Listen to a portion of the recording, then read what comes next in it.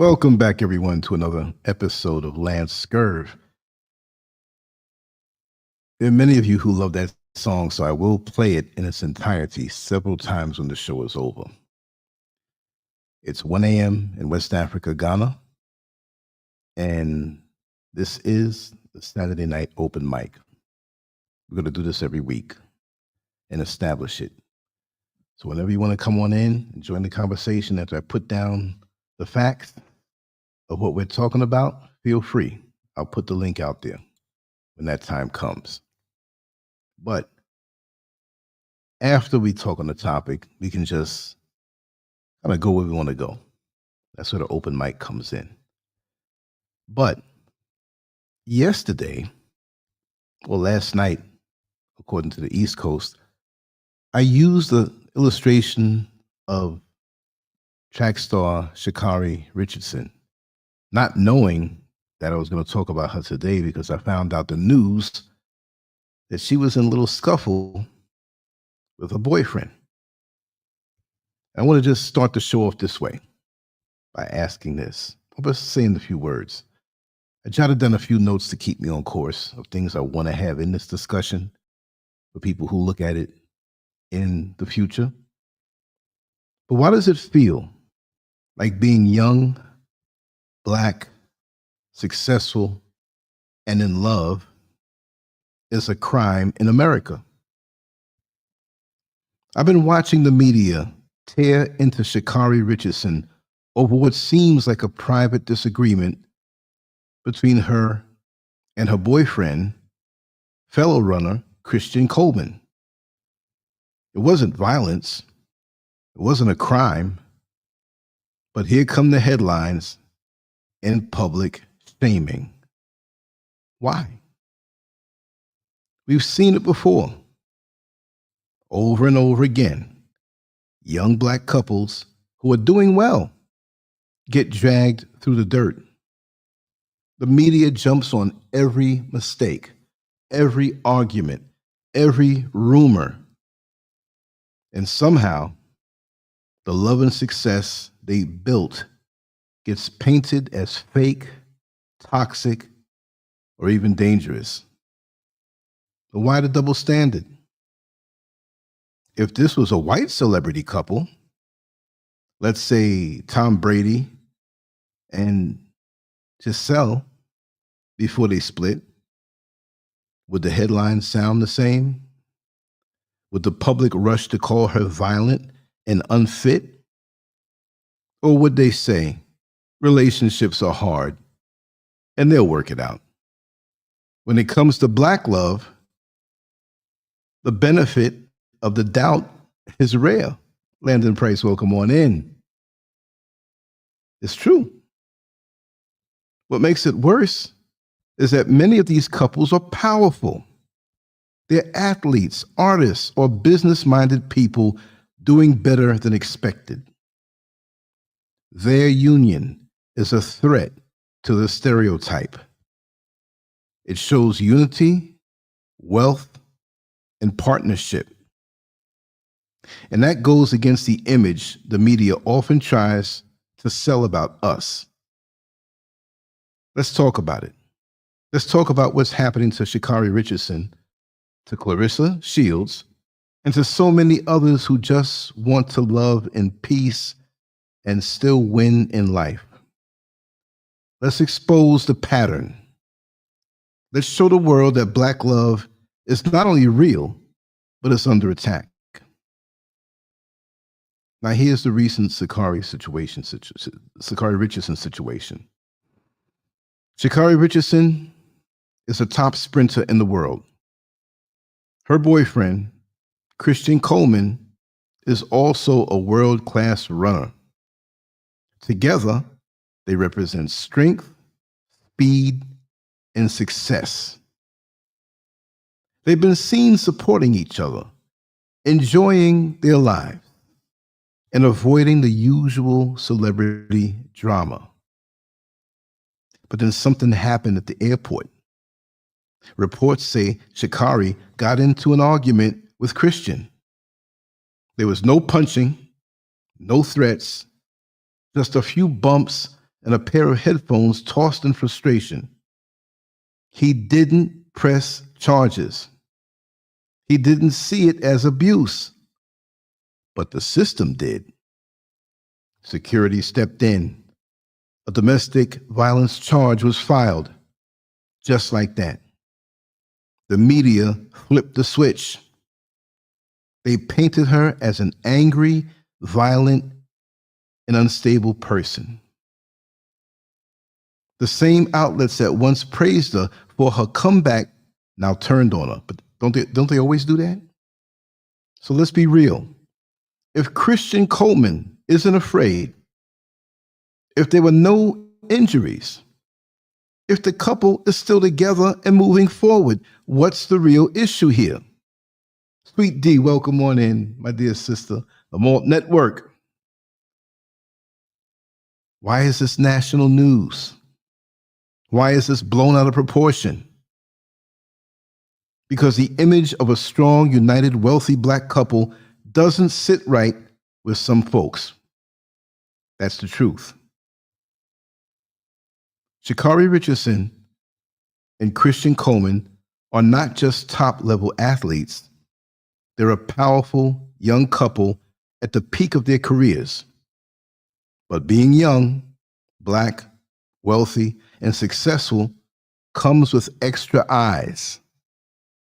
And the media hasn't missed a single chance to poke at their past. The truth is, their love might be real, but so is the pressure. And much of it comes from a society that doesn't let black excellence breathe without digging for dirt. Sha'Carri's most talked about controversy, just to give you background, because I support them, was back in 2021 when she tested positive for marijuana after winning the Olympic trials. She was suspended for a month and missed the Tokyo Olympics. She admitted to using it while grieving her biological mother's death. But instead of empathy, the media crucified her. That incident still follows her, often mentioned even during her victories. Add to that her open bisexuality and so-called hood background, and the narrative becomes one of judgment, not celebration. She's often painted as brash, angry, or emotionally unstable, though she's done nothing more than be unapologetically herself.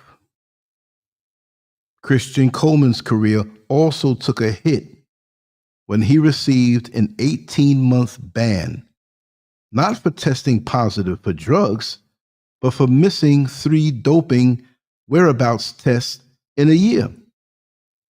It was a technicality, but the media has used it to question his integrity. Even after serving the suspension and returning strong, the word doping keeps clinging to his name in headlines and online comments. You can't get a break. Sister Khadijah, welcome on in. Welcome on in. Then came the July 2025 airport incident.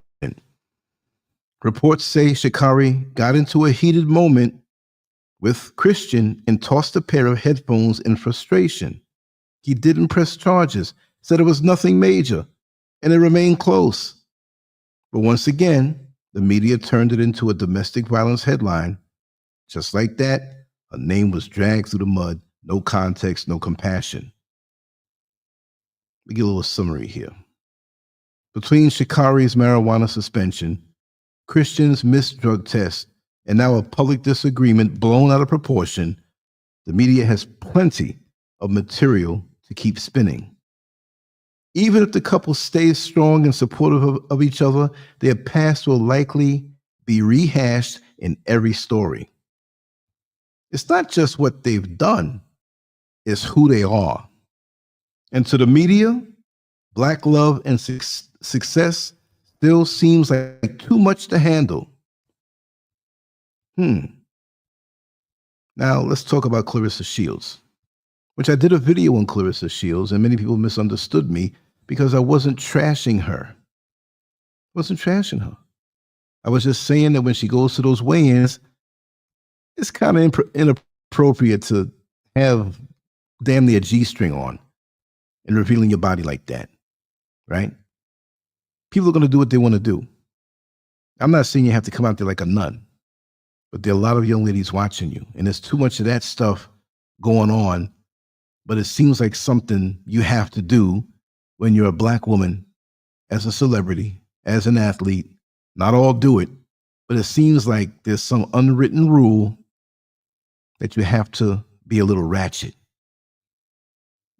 To be the best fighter in the world, you don't have to entice people sexually, because that's what people are going to do.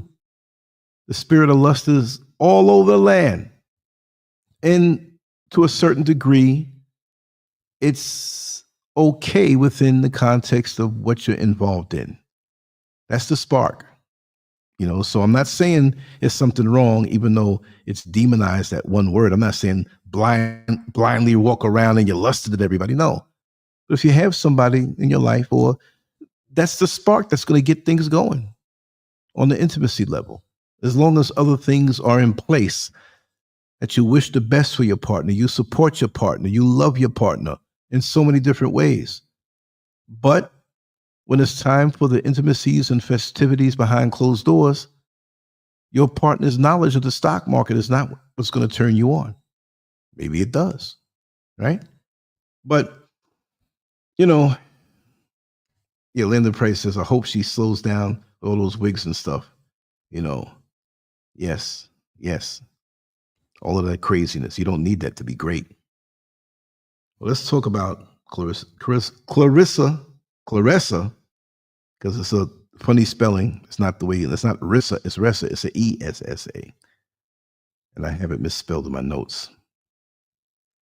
Claressa Shields and Papoose, still together, still a threat. And I'm going to bring up some backgrounds, not to bring up dirt, but why the media is going after them, because you got to understand, Western media is big business. So they have to be controversial. They have to have stuff that keeps people tuned in.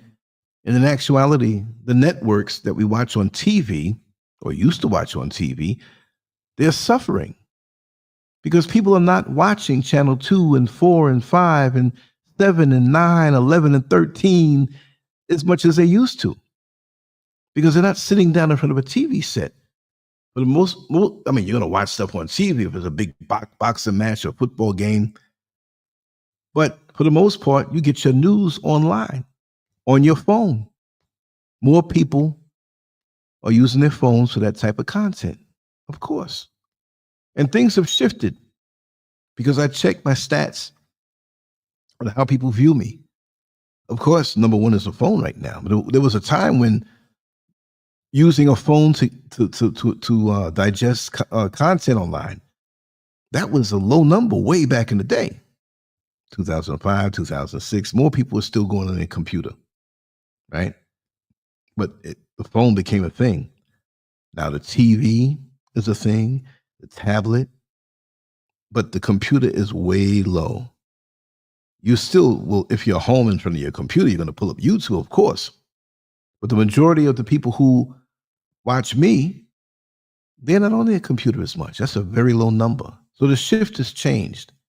So it's making the traditional ways of watching media hurt. It's kicking their butt. You know what I mean? So that's what it is. But Claressa Shields is one of the best female boxers in history. I think Ann Wolfe was awesome back in the day. Google her, Ann Wolfe. Wolfe has an E on the end. I think she'd rip through everybody. She didn't play. Papoose is a well-known rapper with a clean, mature energy. As a couple, they uplift each other. He speaks with respect. She glows when he's around. You can see they have a bond. But look at how quiet the media is about that. No praise, no attention, no positive coverage. Why? Because it doesn't fit the narrative. If there were a fight or breakup, the headlines would be loud. But peace, stability, that's not the story they want to tell. They want to show Black couples as chaotic, as violent, as temporary. But when Black love lasts, when it's healthy, when it builds power, nobody wants to talk about it. They don't want to talk about it. Papoose and Claressa don't fight in public. They support each other's goals, but when the spotlight, where's the spotlight for that, right? Nobody wants to show that, especially them. It's almost like the media is hoping something goes wrong, just sitting back, waiting for cracks to appear. It's disgusting, right? Claressa Shields and rapper Papoose have taken the spotlight in recent months, but not without being dragged through messy headlines. What began as public gossip turned into a full-blown saga when Papoose's longtime wife, Remy Ma, the rapper, accused him of cheating with the world champion boxer. Social media exploded with screenshots, insults, and rumors. But what's often missed in the noise is how Claressa and Papoose have remained calm, focused, and committed to each other. Papoose was known as one half of a hip-hop power couple. He stood by Remy Ma during her 6-year prison sentence, even marrying her over the phone. They renewed their vows after her release, and for years, they were the go-to example of Black love done right. But cracks began to show. Papoose revealed that Remy had cheated multiple times, and he had tried to file for divorce privately, trying to protect their daughter from media chaos. Remy Ma didn't take it quietly. He fired back on social media, posting alleged messages and accusing Claressa Shields of being a homewrecker. Claressa clapped back, denying any wrongdoing and calling the accusations childish. She even challenged Remy to a boxing match, but later admitted it was boredom talking.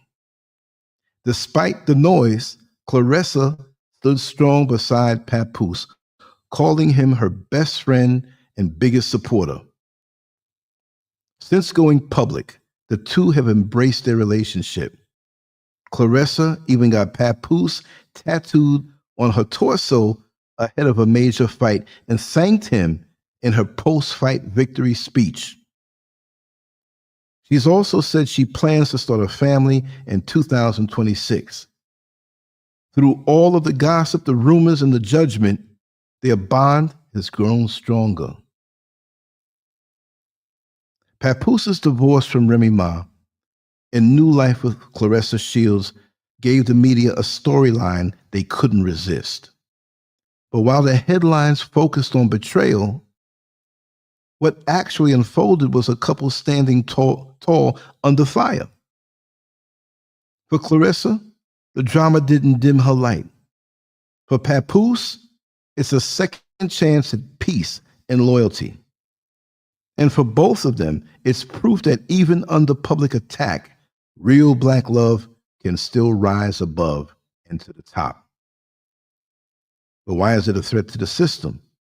When two young, famous Black people come together, it's not just a relationship, it's power. That power scares the system because love brings focus, love brings support, love builds families, and strong Black families build strong Black communities. And all of these things they're looking to tear down. It's obvious.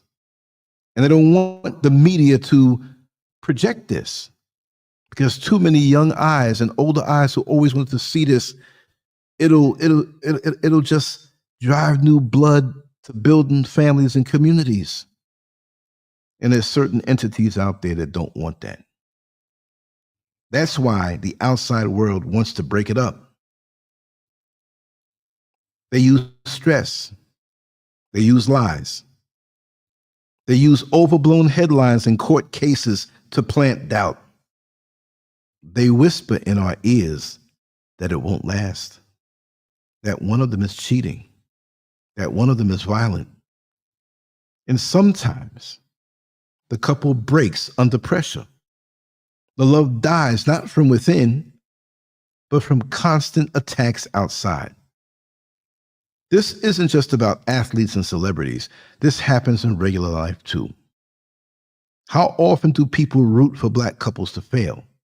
How often do others say, I give them 6 months? It's a learned behavior, fueled by what we're shown in the media daily. Let's not forget Mike Tyson and Robin Givens. Now, we know pretty much, and we kind of understand what that was all about, but still, they were young, rich, and in love. And the world watched them fall apart. Were there real issues? Yes, of course. But the media stirred the pot until it exploded. Every camera was waiting for a meltdown, and they got one. Or Bobby Brown and Whitney Houston, two talented icons. What could have been a legacy of love was instead turned into tabloid fuel. Not just by their actions, but how the press twisted every move. And even more recently, we see how Will Smith and Jada Pinkett Smith went from being a model couple to the butt of every joke. And personally, I feel that the things that they revealed, the way they were living, it helped. But really all because their truth didn't fit what society wanted in the beginning. So they found the cracks. And there you go. There's a long list. And while not every story ends with peace, not every couple needs to be turned into a circus either. And why does this matter? We need to ask ourselves why Black love is treated like a crime. Why does it offend so many when young, successful Black people choose to love each other and build together? Sha'Carri Richardson didn't commit a crime. She had a moment, a human moment, one that millions of couples have had in silence. But because of who she is and what she represents, it became a public execution. Claressa Shields and Papoose show us what Black love can be. Supportive, respectful, grounded. But no one claps for that. Why not? As Black people, we need to protect our love, celebrate it, build it, because the world isn't going to cheer us on. They'll wait for us to fail, but we don't have to give them that satisfaction.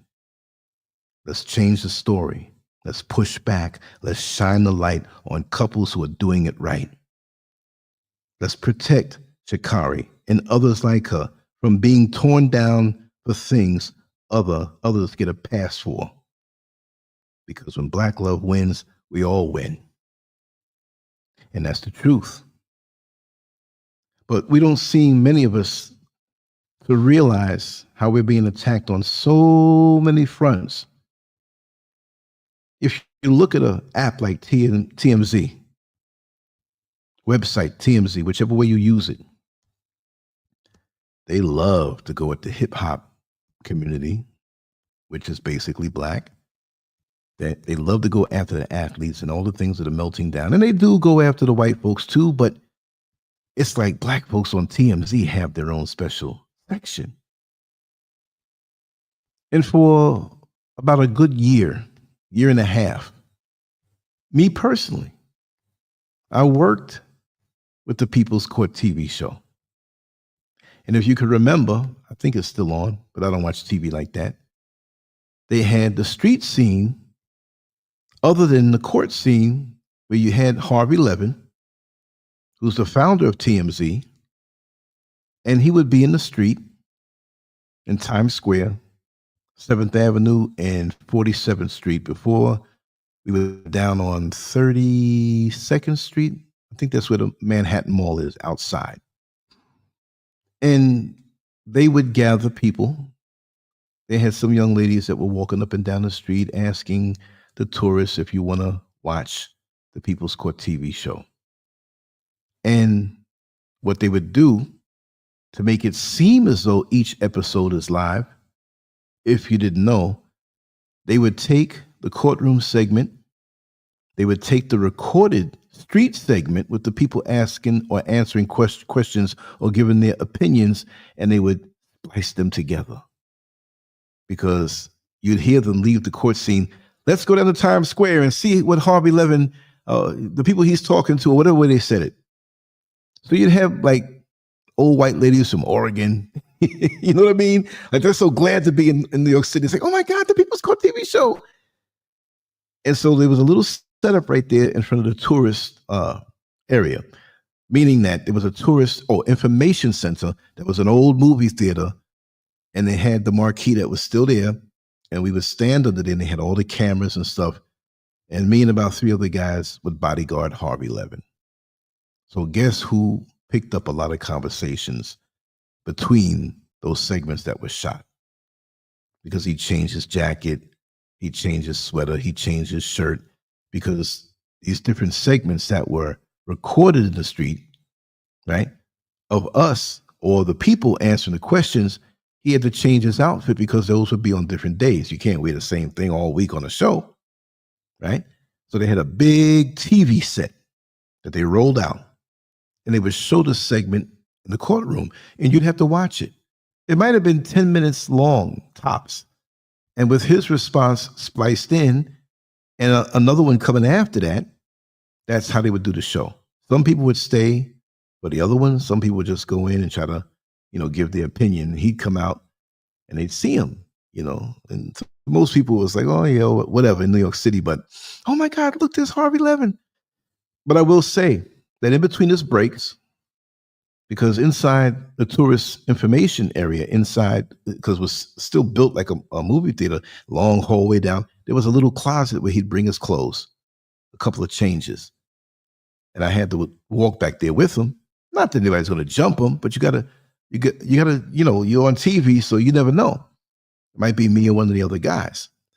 So sometimes between breaks or during breaks, because they didn't run it through the whole day, people would come up to him. This is me talking now. Sweetberry, welcome on in. I just saw you. Yeah. Yeah, they call her names and won't network. Yeah, but she's still whipping butts. I'm in favor of her. But as a person who's a little older than her, I say, hey, sister, you don't have to put your butt out there. But I'm not hating. And she might think it's hate if she saw the video. That's just what it is. But I would overhear a lot of media bigwigs who were trying to dress themselves down. A lot of older white men, they come with jeans that were baggy and had a couple holes in it. Because they knew Harvey was there. See, Harvey, at the time, maybe he still does, lives in LA. And they would do a whole day of shooting, maybe another day in the week, to cover so many shows. Now, the other days that I worked with the security company, because it was an entertainment thing, I worked on Crossing Over with John Edwards. That's a while ago. That's in the early 2000s, so you may not remember that show. The guy who would talk to relatives, dead relatives of people who would come on the show, so-called. And there, I worked up in where you had the staff, the directors and different people and the accountants, but they didn't want that too close, and they didn't broadcast where it was because you had radical Christians, radical religious groups that were violent, and threats were made. And they had police off duty down in the studio, discreetly there, and they were armed.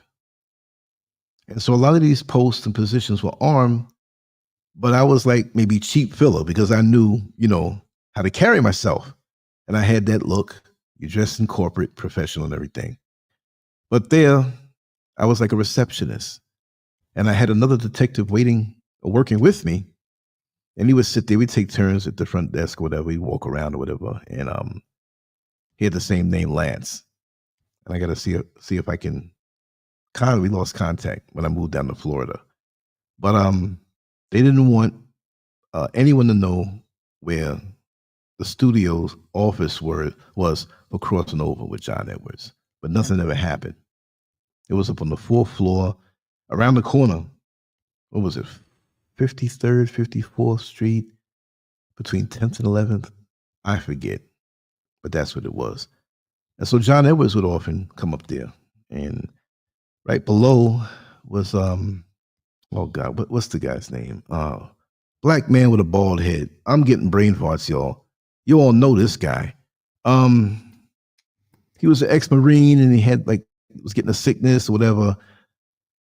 He wasn't down there all the time, but his officers were. And on the 3rd floor and the 4th floor with crossing over John Edwards' staff, they were interchangeable because they all knew each other. So if an accountant could make it go from one floor, they would call and for the other one, right?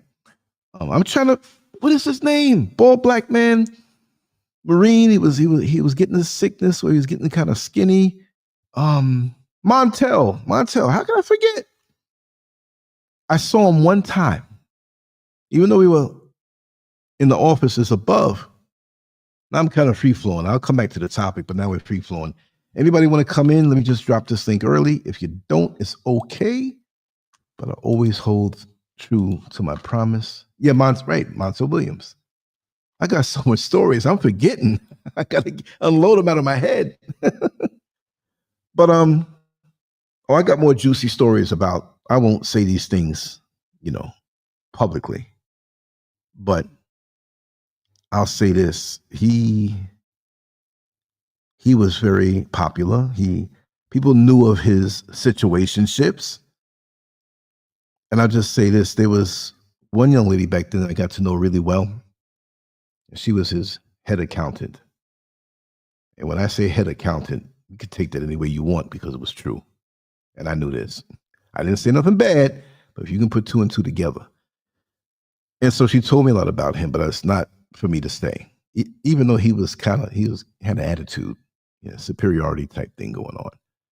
And I went to many parties at this particular accountant's home.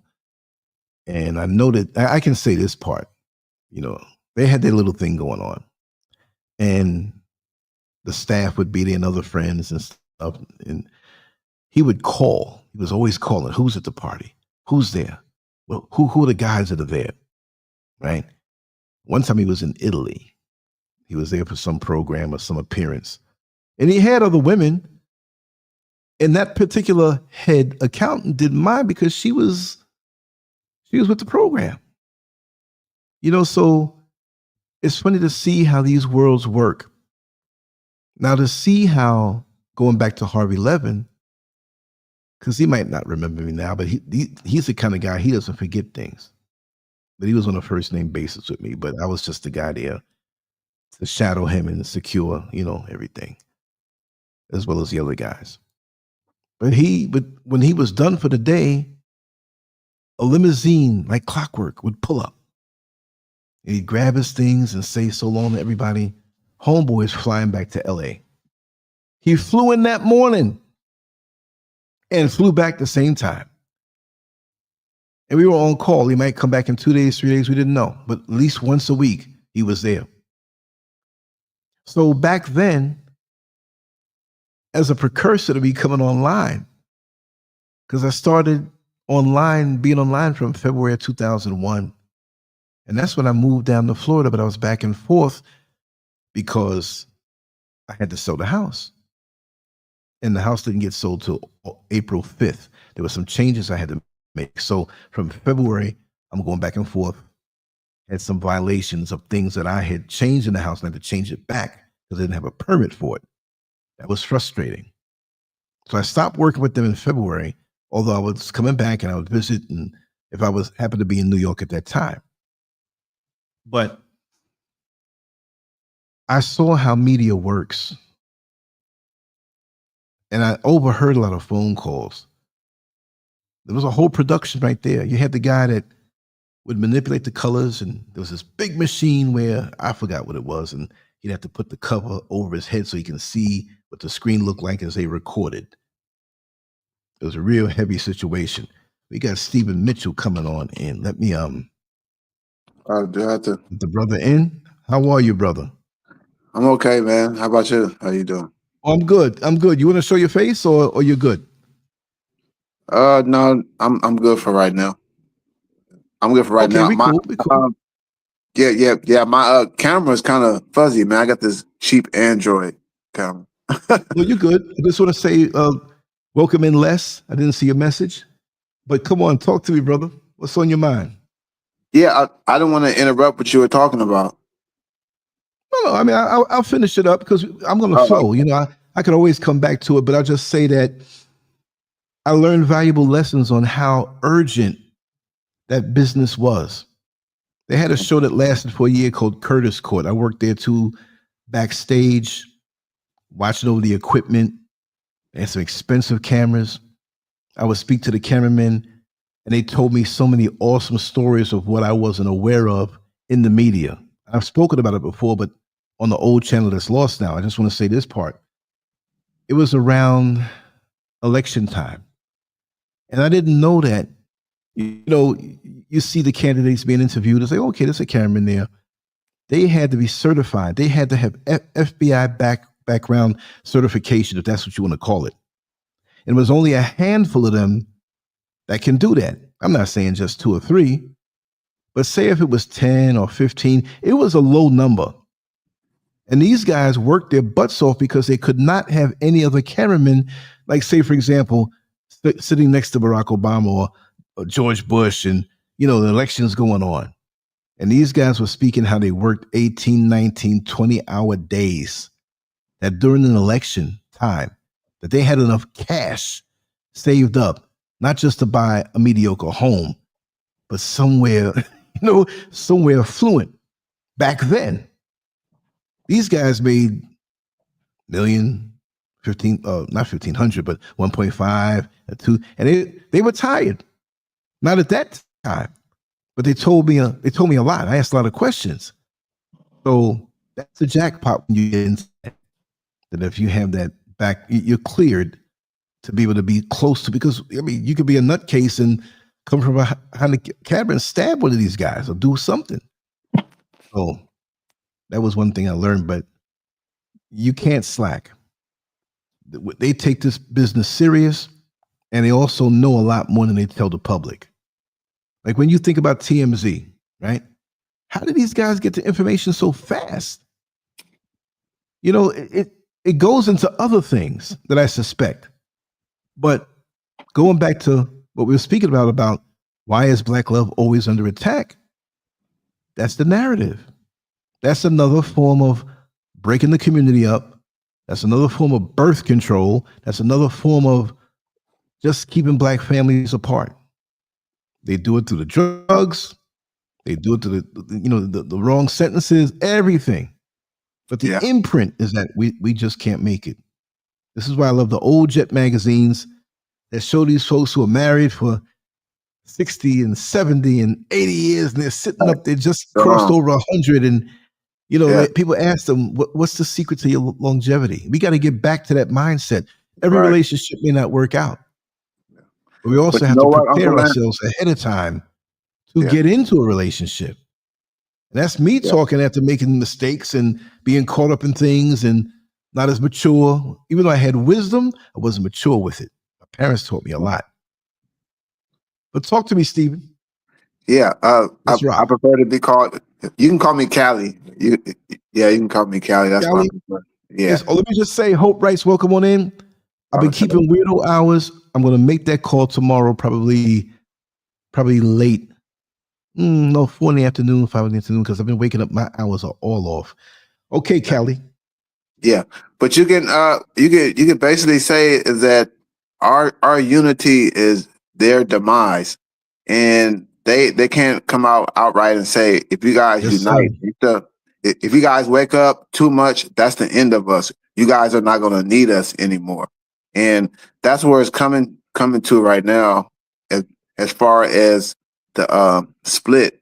Those who are intelligent to know that the veil is being lifted, and we're getting back to our greatness, and that's the reason why these couples, you know, have been attacked. But also too, these are power couples too. They don't care about the little Pookie and Ray Rays and, you know, and Kikis. They're going after the people that's making moves. Papoose, he's a power in the moment. He's his own like superpower, like to himself. Like he has all these connections. He has the money, right? And he's teaming up with somebody that's never been beaten before, and they're like, wow. They're like, damn. It's like a king and a queen getting together. You know what I mean? Right. Back on the throne. So they don't want that. They don't want any type of unity, because our unity is their demise. Yes. Yes. And an example, because, you know, look, the world that they want to portray and the perceptions that they want the world to have of us and have of them, they're always riding off into the sunset as the hero at the end of the movie. The perception that we're below par, that the usual suspects. That's a favorite term that many of these Caucasians and others like to use about us. I'm on social media a lot. I'm researching stories. I'm checking out what I want to talk about. And I got to keep in the loop. Not to sit there and just look at things all day, but I say, okay, how can I create a narrative for a show that makes sense and maybe a different point of view that we can learn something from it, right? Yeah. And when I see the bad stories of us or some crime situation, it could be on YouTube, it could be on Facebook, yeah, it could be on all day. The newspapers comment section, right? But the bottom line, Diane, welcome on in, my dear sister queen. Much love to you. Thanks for coming on in. But it's like in the comment sections across the internet, the usual suspects. Oh, yes, it's the usual suspects. That's what these white folks are saying about us. So they have this in their mind, and it's a unified term. You'll see it eventually. Where's something bad about us? Yes, it's the usual suspects. Exactly. And they put it out there too, and they play it over and over and over and over again. It's you know what I mean? It's like this black men against a black women thing.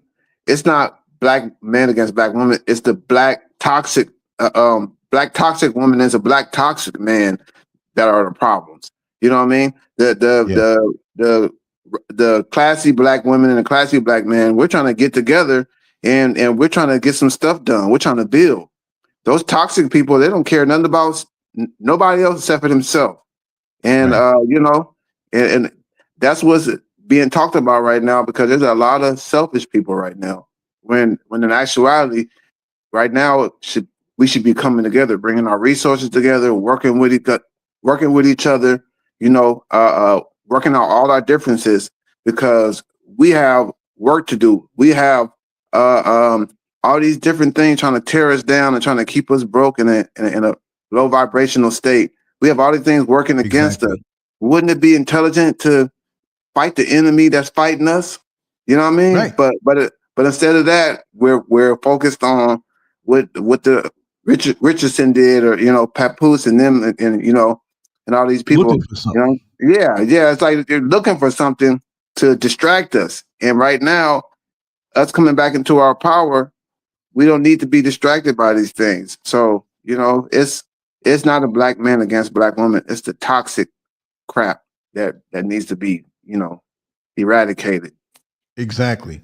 Yeah. And like I say, and many people might take it the wrong way, I say we have to have the focus and mindset of an assassin. Now, am I saying for somebody to go pick up a weapon and do something to somebody that didn't do anything? No, defend yourself. Have that mindset really and truly. But the mindset of an assassin, that he's not letting anything distract him from taking out the target. Yes. He's not going to get mad. He'll sit there for hours until that person he's looking to get, theoretically, stands in the window at the right angle. Yeah. He's feeling the wind. The wind may make that bullet go a half inch off the mark. There's a lot of things when you are a sharpshooter like that. Yeah. You know? Because when I was in corrections in the academy in Florida, and you know, I had limited experience with weapons, but I had a natural talent with it, and they noticed that. So they were saying the SWAT team trained at the same facility, you know, in Orange County. They kept coming over like, how do you do this like this? You know, always on target, fast, you know, not anticipating. It was just a natural thing for me. I never went for that, you know, and they kept coming to the facility every now and then. You change your mind, you know, you can come on back and work a year here and then start up with us. You know, I wasn't into the gunplay like that, like, you know, and how would it be if I was in a situation and, you know, it was a brother or sister, maybe they did something wrong. Maybe it was for me to take them out. If I was in that, they might've had little black kids at gunpoint. I would have to do it, but I didn't have to go through that. You know what I mean? Definitely. You know, so I said, I'll stay where I am. Right. But that's why I say the three most important things we can have right now, you know, melanated beings is emotional intelligence, focus, and drive. That's the only thing that we need. And these are the things that we tend to struggle with, you know, especially with our young people. And, you know, that's always been being given a pass and always been, you know, told, oh, it's all right that she acting like that or he's acting like that. They're just going through it. But, you know what I mean? We have to hold each other accountable, but also, too, we have to bring people's awareness up to speed and let you know that we're on the spotlight, especially those entertainers and stuff. You know, that you're on the spotlight, people are watching you. If they're real or if they're puppets, they're still in the limelight and they're on the world stage, and young people are watching them. And we got to think about it like that, man. And then we can move accordingly. That's the word, move accordingly. But there has to be some unison, you know, the mentality, the understanding of what must be done. Because I mean, it's a natural progression with most people anyway, but it's a sense of urgency in our community. Because like when you're a little kid or somebody younger, let's just say you're 22 or 25 and you know the world, but there's certain realizations that you haven't gotten to yet. You don't have to wait until you're 35 or 45. All I'm saying is that when a little chronological time goes by, you may have a more mature outlook on a situation that you didn't understand. Right. So we've got to bring everybody up to par, those who are aware that way, so they understand the magnitude of the situation of what has to be accomplished. Because this is why I kind of get disgusted too. I'm no icon, I'm no leader, I'm no this, I'm no that. I'm just like everybody else. In our own way, we influence each other and bring ourselves up to par. But how do you think I feel, man? 62 years old. And I remember the late 60s from single digits. I remember the early 70s. And people saying, black people, wake up, wake up, wake up. We still saying it now, and it's worse. Yeah. I thought when I got to this age, I would be able to taste a resurgence of what I felt back in the day, where they were still saying to people wake up. But in that civil rights movement period, we had drugs in the neighborhood, we had prostitution, we had crime and people murdering each other. Yeah. But there was more of a connecting bond that at a core level has been destroyed. We were running around like loose cannons, man, and we don't have any sense of unity or decency to know there's certain things you don't do. And I have this embedded in my soul from way back. And that's why sometimes I say, man, I ain't talking about no black folks anymore. I'm done. I'm tired. I can't not concern myself. Yeah. It hurts. I remember, even though we had all these things before, not as intense though. Yeah. But I remember a better time. even during the struggle, I remember a better time. I remember you can cut on the TV and see the McCreary Report, Black News, Tony Brown's Journal, all these other shows. There was another one, Gil Noble, or I think it was Sunday morning. They spoke about Black issues. You could say Black then. You can't say Black now. Right? Yeah. What is the term that they use now? People of color. Oh yeah. Now I know we are melanated beings. We're not like the color black. What I'm saying Black is so absolute, it means us. Right? But on the flip side now, it removes us from association of any land. Oh yeah. And that's where the confusion comes from. Yeah. And again, I'm not saying everybody has to move to Africa or whatever, but we got the FBA thing going on and a lot of confusion. If we can't listen to the same drummer to march by, it doesn't mean we all have to say we're the same or from the same country, because we're global. Right. Exactly. The world is Africa before everybody else came on. Yes. So why are we arguing about that? Like I say, if you grew up in a household that was in one neighborhood and there's a family, your brothers and sisters got older, one moved to another neighborhood, one moved to another state, one moved to another country. Oh, you're not related now? And the kids you have in your family that may be in another state, another country, may be up north and they have a New York accent, one may have a dirty South Florida accent, but they're still family. Exactly. So why don't we look at each other like these artificial boundaries and categories put on each other? Why don't we see ourselves as that? Why don't we see ourselves as one? We know folks from the Caribbean, they spice their food up a certain way. You got Black folks in Brazil, South America. You got Black folks living in Japan that speak Japanese. So we're not brothers and sisters no more. Right. Some of us may have a gay brother and sister. We may not like it, but they're still our brother and sister. Yeah, that's when what the funerals come, we all there crying. Yeah. You see what I mean? Absolutely. What's up with that? Yeah. But you know, the veil is being lifted. And I'm looking at the title of the show right now, and we're not just talking about Black love. We're talking about, you know, Black people being under attack. And I probably got to go through your video log list, but I'm not sure if you ever done a show on all the different programs and all the different laws and things that the CIA has. Oh, I will. Yeah. I'll do this soon. Yeah. Research, I'll do it. Yeah, but it's like about 30 different things that they've done to keep us disunited and keep us down and keep us oppressed. There's 30 by 30. I was scrolling through my IG earlier, and this youngster, 29, 28 years old, he was talking about it.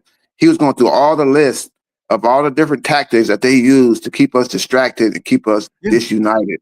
So we've been subjected to biological warfare, psychological warfare, physical warfare, and we need to wake up to the fact that we've been raised to war against, and you know, we're quick to fight against each other and bomb on each other, but it's like we don't sit back and look at they bombing on us, and they you know, what's the record now, like a boxer, like a heavyweight boxer, what's the, you know, right, they done took off on us all this time. How many wins have we got against them? And that's what we need to focus on. Like, you know, getting back into our power and be able to stand up and shake off all this beat down, man. They send our own people to beat us down. We got the women beating up the men and the men beating up the women, and we just punching on each other. We're not even looking at the boxing promoter off at the side counting his chips and you know, and looking at us beat the crap out of each other while he's sitting back benefiting off of all of it. It's, you know, it's really plain this day that we need to really snap out of it, man, and really come together and really realize that we've been attacked by the same person, by the same entities. That's right. Wise man, welcome on in, brother. Welcome, brother. Yeah, man. That's and Right. I guarantee everybody in the chat and everybody on this call can come up with a list of like 10, 20 things that they done to keep us downtrodden, man, and to keep us at a low vibrational state, because they know once we get back into ourselves and we start taking action and we come together like these power couples or whatever, it's their demise, and they can't Yep. control us anymore. You can't control a slave when he walks off the plantation and he don't even want to be bothered with you. He don't want nothing from you. He don't want to talk to you. He just want his damn peace on his land where he can rule over himself and don't have nobody ruling over him. Yep. They don't want us being independent. Yeah, that's the major blow right there. Independence, because you know what I mean, let's say that you don't get along with your wife. You leave the house and you go, you get a divorce and you're happy and she's miserable. She gonna try to comfort you, just like what happened with Papoose in them. And that's the same thing on a larger scale. They don't want us to leave. They're gonna come after us, but guess what? We got to tell them, back off, man. We don't want you anymore. We don't want your business, and we don't need you. You know what I mean? We got to depend on each other. That's it. We don't need you. It's getting there, brother. A lot of black people, we're talking about buy black, bank black. A lot of black folks are creating investment clubs, getting into stocks, ETFs, going back to school. The street life is dying. The street life is coming to an end. And a lot of Caucasians, they see that. So I think what they're trying to do is, because you need prisons, you need crime, because that's what gives white men jobs, police officers. So they want to create chaos. So we have to be very careful out there, because, like you said, it's a CIA thing. I mean, do I think a lot of that stuff is exaggerated? Yeah, but there's a fact that they're trying to create destabilization in the black community, do chaos, through flooding our communities with drugs. And also, too, they have these 5G towers too. A lot of people aren't mentioning that, and you know what I mean. I'm doing my research right now to figure out the exact terms so I can let my people know, because I damn near guarantee they have silent energy weapons that can control the people's moods and and keep them like zombies, and the food as well, the chemtrails, all this stuff. This is not far-fetched that these things can happen, because the thing about it though is that if your system is crumbling and your so-called slaves want to leave, you're gonna try to do everything in your power to keep them back, just like in the Bible of the time of Pharaoh. You know what I mean? Everybody knows that story. Right when they get ready to leave, they try to kill them all, and you know what I mean, prevent them. And they had the people that wanted to stay and be comfortable, but those who really wanted freedom left. And that's the same thing that's going on right now. There's a black exodus going on right now, and they don't want more. They don't want people to catch wind of it and to join on to it. Instead, they want us talking about these couples, and they want us to talk about Trump and all this shit. Trump ain't worried about you. He ain't worried about what you saying and everything. Trump is not worried about you. He doing his own thing. And we should be the same way. F Trump. Trump ain't got nothing that he ain't, his little policy.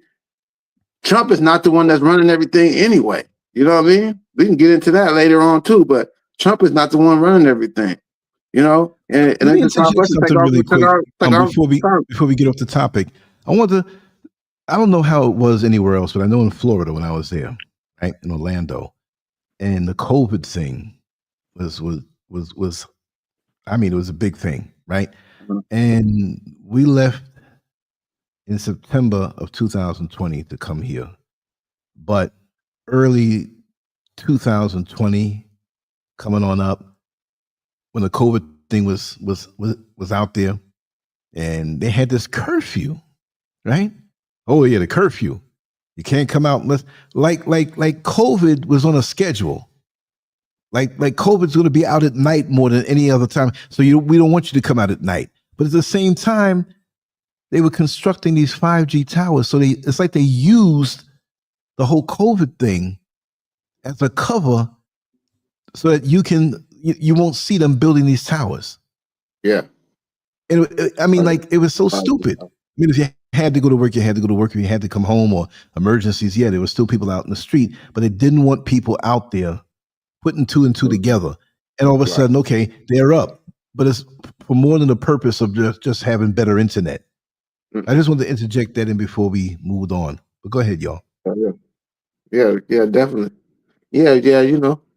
I want the other guest though, because I was on last time and I heard him, man. He had a lot of knowledge, you know, everything. And this is, you know what I mean? It's good that we have these conversations, but when we offer these things, man, it's like, you know, it's very, very important to get things done and not be talking about it. You know what I mean? And that's why I named my channel More Action, Less Talk, because you know, a lot of us do a lot of verbal, and you know what I mean, we have these long, deep conversations, and then you know we go right back to sleep. And you know, it's just time for us to, you know, get these things done, man, and set it up for our next generation, because the great separation is here now. You know what I mean? And it's basically the conscious against the unconscious. And whoever wants to remain unconscious, that's on them. But you know, it's like chess pieces on a chessboard. Yep.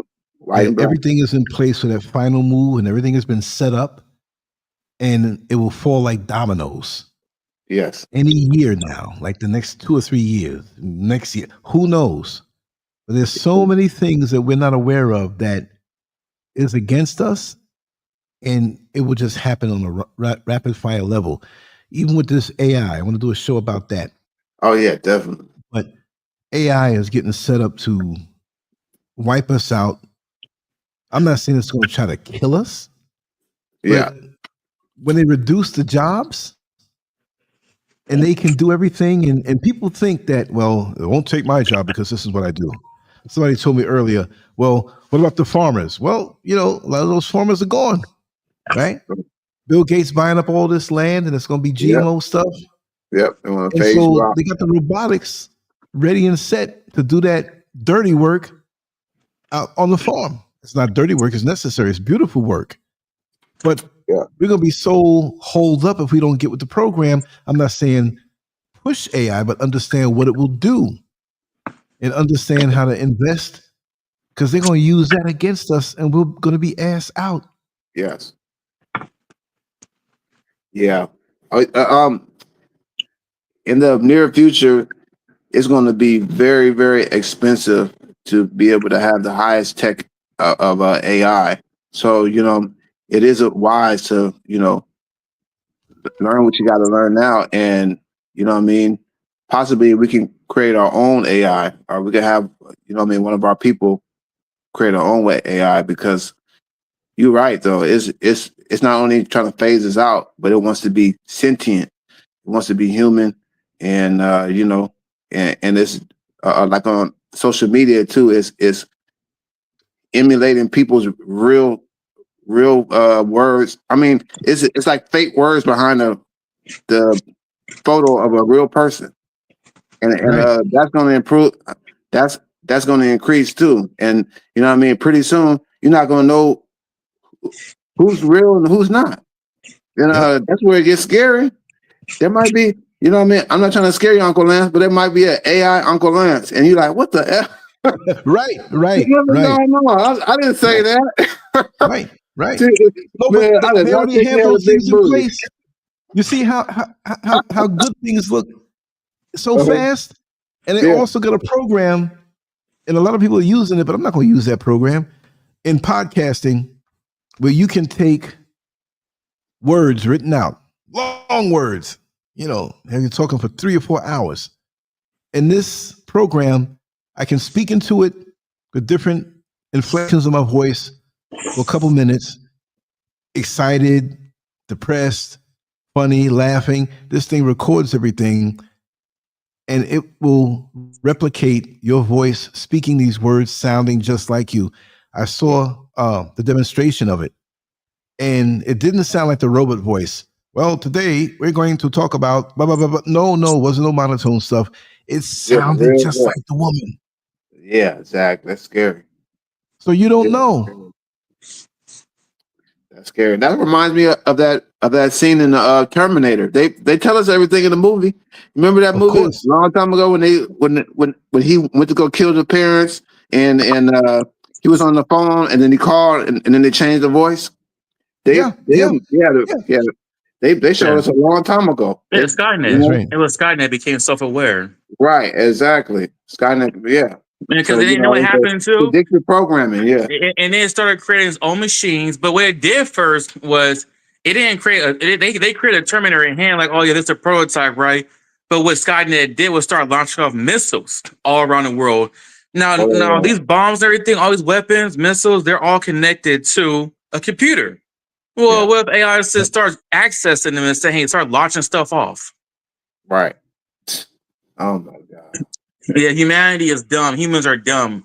We're superior beings. We're superior. You know, we're barely human being, and they start doing that. Yeah, exactly. That's why these things have to be brought to the light, man. Because a lot of our people are asleep to all this, man, and they just look at I can make a bunch of money from this, and they're selling their soul, and they don't know that they're also preparing us to be demolished as well, and they're not looking at it like that. And that's a sad thing about it, though. It's like, you know, how people will do anything for fame or for a dollar, and it's like, wow, you know what I mean? I mean, what can we do? What can we do if somebody wants to sell their soul for a jelly roll? I don't know. But hey, brother Lance. Yes. Hey, just to get back to the topic, I'm not, just talking about AI. But about Black love, right? You said Black love is under attack. I think it's under attack too, because I just want to bring up this as a topic. But population control. You're on the rock. Eugenicists.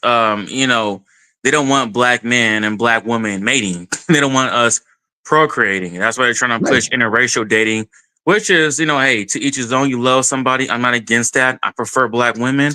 But I'm not against it, but it's, from what I hear from most people who interracial date, it's not always easy, and it's really difficult. So my thing is that they're trying to control our population. Black love is under attack because there's a bigger plan behind this. They're trying to control our numbers. We're only 14% of the population. They keep saying that. I think we're a little bit more, but not. I know we're definitely a minority. So, and they're trying to do this all around the world now. So what's your opinion on that? The population control, eugenicists? That's definitely in effect.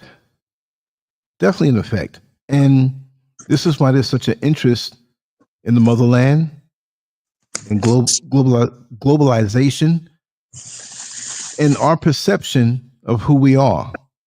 See, they want us to feel like the minority.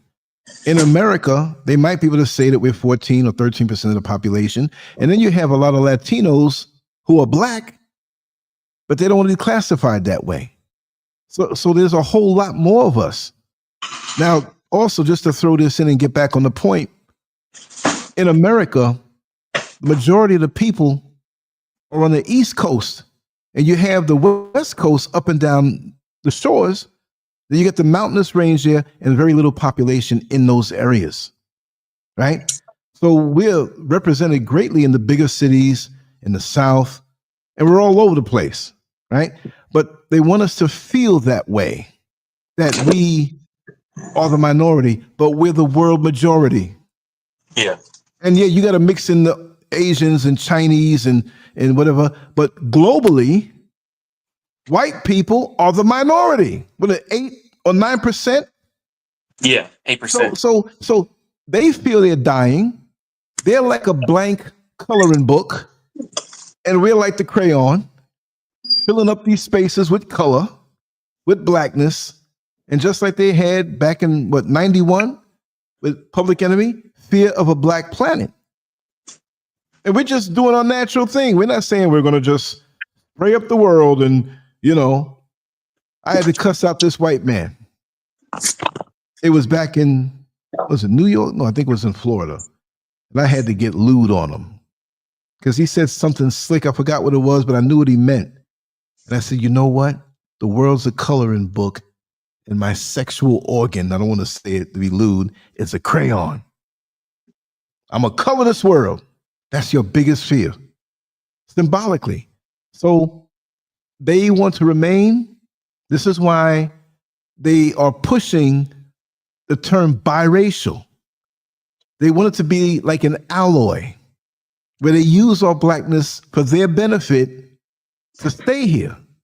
Because if they mix with us and they don't really want to, they have a better chance of survival. Because with their birth rates, what is it? It's not that good. They're out of here. They see that in a nonviolent way. So they have to be violent to us and use every trick in the book to survive, mentally, spiritually, and physically. Depopulation, like you were saying earlier, and like Brother Kelly was saying earlier, everywhere you turn, it's something bad for us. This is why we've got to come out of this system and this mindset. And there's certain things we can't avoid. The chemtrails, we can be fooled with the food if we don't have an awareness of it. And do we have the discipline to come out of the system to survive? Because it seems like a slow burn. We talk about these things and we go, oh yeah, it's a good conversation, but that's not going to happen no time soon. Like I said, the day that everything comes down like dominoes, like when you line up dominoes and knock them down, it's not going to be just like years and years. They got every hole and exit out of the maze of this system blocked. Or if it's partially opened, they have the control to block it. They got it all set up. We don't talk about the empty Walmarts that they have sitting around. We don't talk about the military equipment being shifted around that we see, like, what is it, going to be some war or something? We don't talk about the bunkers and the underground cities that they have for them if something goes down. A lot of things we don't talk about. We're not aware of. We're so caught up in the foolishness and the toxic attractiveness of this media. Media is mind control. You better know how to get in and get out. I'm on it, but my mind is not dominated by it. I'm not sitting here watching stupidness all day, and I detox from it daily. I have a full life. But most people don't do that. They walk. I know people, grown people I know I've grown with, they're on the phone. They wake up, don't even wipe the crap out their eye, and they're sending me porn. Man, I don't want to see that. I'm a man. I don't want to see that. All day long, to the time you go to bed. That's a drug. Food is a drug. Gossip is a drug. And yet we're not doing anything to preserve ourselves or share information to open up some eyes to be hip. You're an enemy then. Don't be talking about to my child about that stuff. I don't want to hear about that stuff. These people want to keep their head buried in the sand. But they're going to run to you who are prepared when they're not prepared. I'm ready to give all of this up as far as the cell phone, and I might use another phone that's not a smartphone. I have one that's not a smartphone anyway here, right? It's got a local number to it. It's a real cheap service, but they can't track you on that stuff, right? I'm prepared to go out further into the country where there are places where there's no cell signal. There's places that they can't track you if you don't have a phone. But one of the things they're going to start doing, they're going to start using the Bluetooth ring lights and stuff when they shut the internet down, because that's probably going to be the next pandemic. They're saying that strongly, that the internet shutting down will put the world in a panic. Imagine that. Now, people, well, I just won't go online. Well, how are you going to get your money? Right? How are you going to get your food if the truckers can't get their money to deliver the food all over the country? You're in a big city, people getting hungry, lights ain't working, lights out, chaos. You become your own worst enemy. The people who live around us, knocking your door down, looking to get food, they don't care about your money now. It's going to be, I'm not a doomsayer, but I can see how we're being moved to that position. We're instantaneously set up for calamity.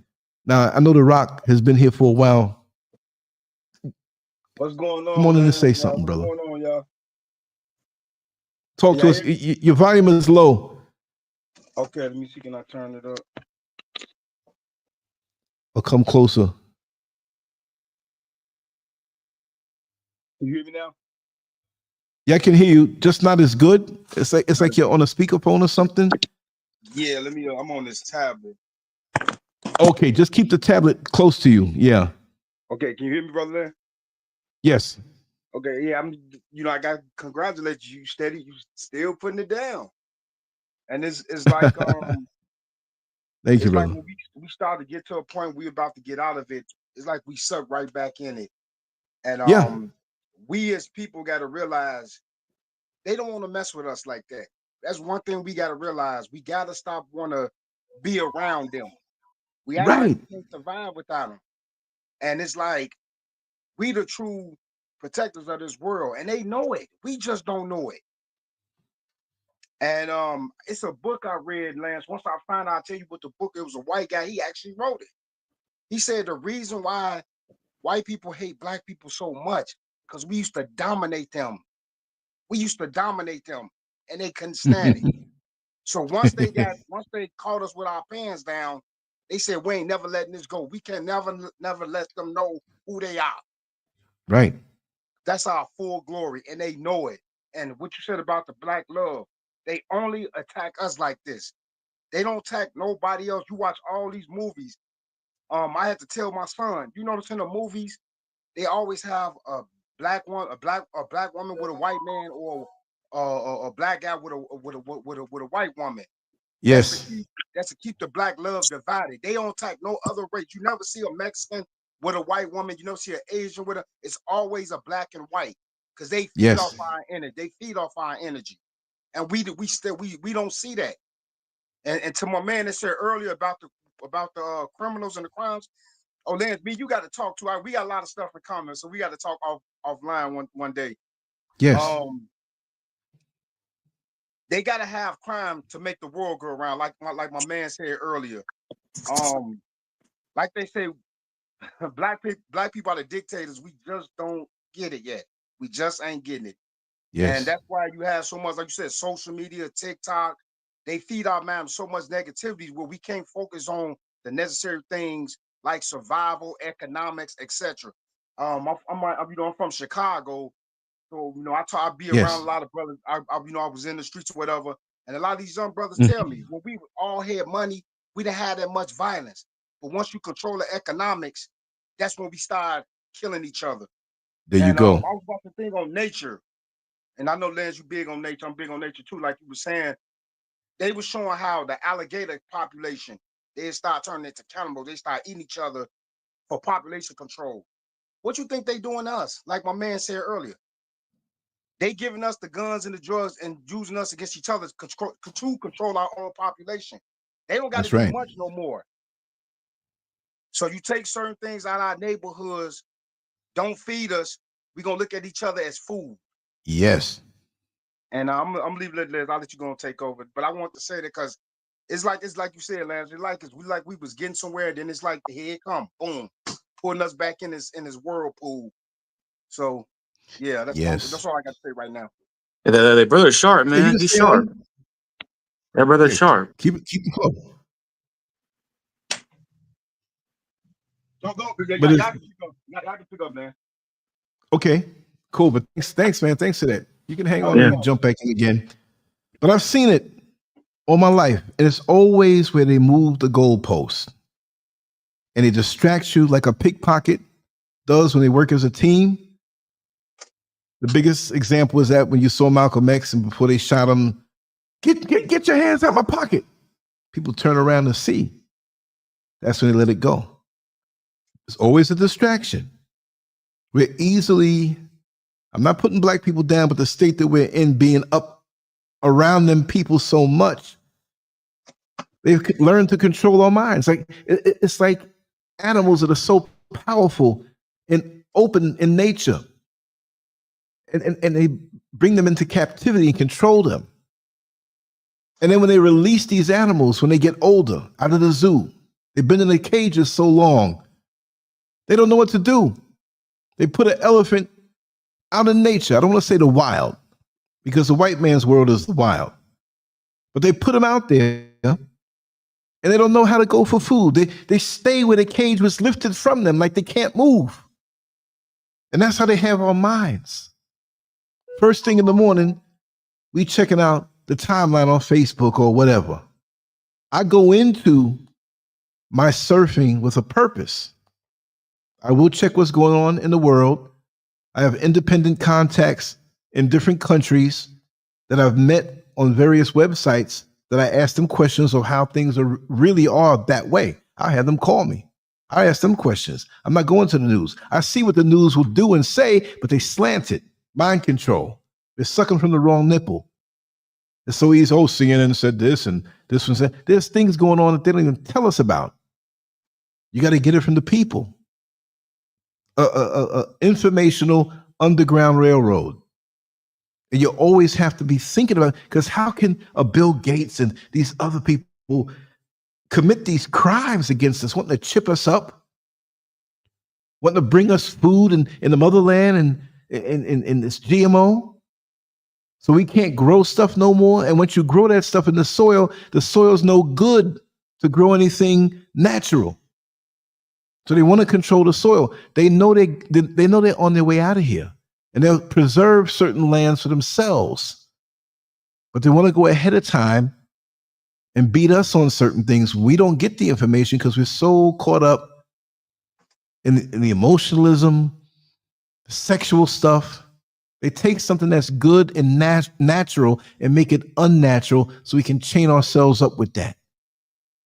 Black women are the most beautiful women in the world, but you can't have sex with all of them. And why would you on an indecent level, meaning that you can love every Black woman righteously and respect her and adore her and help her out? That don't mean you got to stick your thing in everyone. You see what I mean? So we're warped in our view that way. We call them out their name. Who's going to replicate us other than the Black woman? And they've reduced us as men, so they take on masculine traits because we're not doing what we should. And then you put it on social media. I don't see Chinese women fighting against the Chinese man. Oh, I got my car, I got my house. I don't need no Chinese. I don't need no Chinese man. You don't see that. They have their disputes, but you don't see it like what's being fanned, the flames that are being fanned on us. And they picking that stuff up out here in the motherland. It's not as much, but it's starting to seep in through social media. Man, that stuff is really bad. I'm sorry to cut you off. Go ahead. I'm so sorry to cut you off. Please elaborate on that. That is so sad that Africa is taking on these westernized traits, man. It's westernized toxic garbage, man. That's sad. I'm gonna soon, another 2 weeks, because I'm doing so much on schedule here, other than the social media stuff. But I really want to take a nice little long walk with my camera. I want to get 2 or 3 other people with me and my other little cameras, and we just walk and talk. I'm gonna show you. I'm gonna go down to the tourist area. It's even worse down there, with Black folks that go down there to work, or they enjoy the area too. But you will see, just like the other day when I did the show in the mall, where that old white man had bent over with a beautiful Black sister. There's a lot of that going on. And here, they're getting hip to the game. I'm not saying everybody, but it's worse than when I got here a little less than September. Next month will make it 5 years I've been here straight. Didn't leave. I've been here September 16th when I landed in 2020. And I'm telling you, it was there then, but it's worse now because Yeah, go ahead. Yeah, a lot of that stuff too, Lance, is prostitution, bro. It's prostitution. Yeah. That's all it really is. Everyone's doing it. I agree. Even here, Black women dating white guys is very rare. They try to make it seem like it's the norm. It's not. A lot of these white guys are tricking off on Black women. Yep, I agree. Same here. And the mentality, it's. I was in a deep discussion with a dear friend, sister of mine, and a lot of it, because she opened my eyes because she has a connection to Africa too, through a family and traveling back and forth and a lot. Father was from Ethiopia, the mother was from Compton, so you don't get as wide, you know what I mean, a range, than that. But she was telling me like, okay, Lance, because I get approached by a lot of women out here. They don't know who I am, or if I go somewhere by myself, they're not going to do it. Mrs. Scurv is next to me, but I'm an outsider. To the ones who are ignorant, everybody here is not conscious where, oh yes, he's my black brother. He's over there through slavery, whatever. They're not. So no. There is a lot of ignorance, and the brainwashing is on them too, because these white guys capitalize when they come on out here. And I don't refer to my sisters as just booty. I'm saying it this way because that's how they see it. They getting some good black African booty wholesale. Yep. Playtime. Yep. You righteous Negroes don't like it. You see me getting it. And there was a videotape that I watched. It was about from a year ago. And this brother from Florida was at Labadi Beach. It's the name, Labadi Beach. It's a major beach over here in Accra. And he was interviewing these young ladies, and he was asking them basic questions. And he said, well, where they're from, because some people from Nigeria, different people from different parts come to Ghana and live. But regardless, the majority of the people, the women interviewed, when he asked them, who do you date? Who do you prefer? Who would you want to be with? A black man or a white man?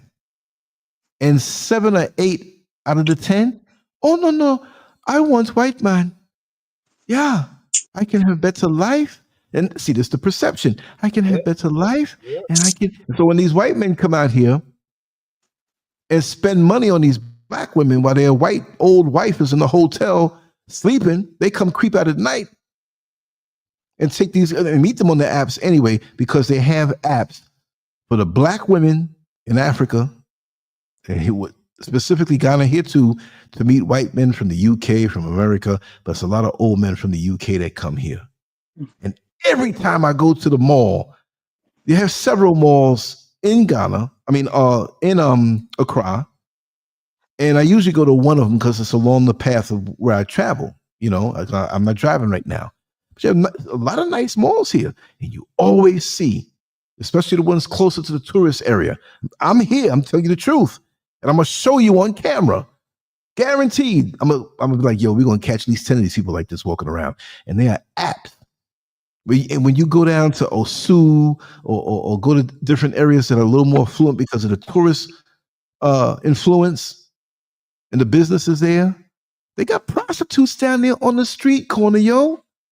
Like back in the day, like, it's crackheads now and all.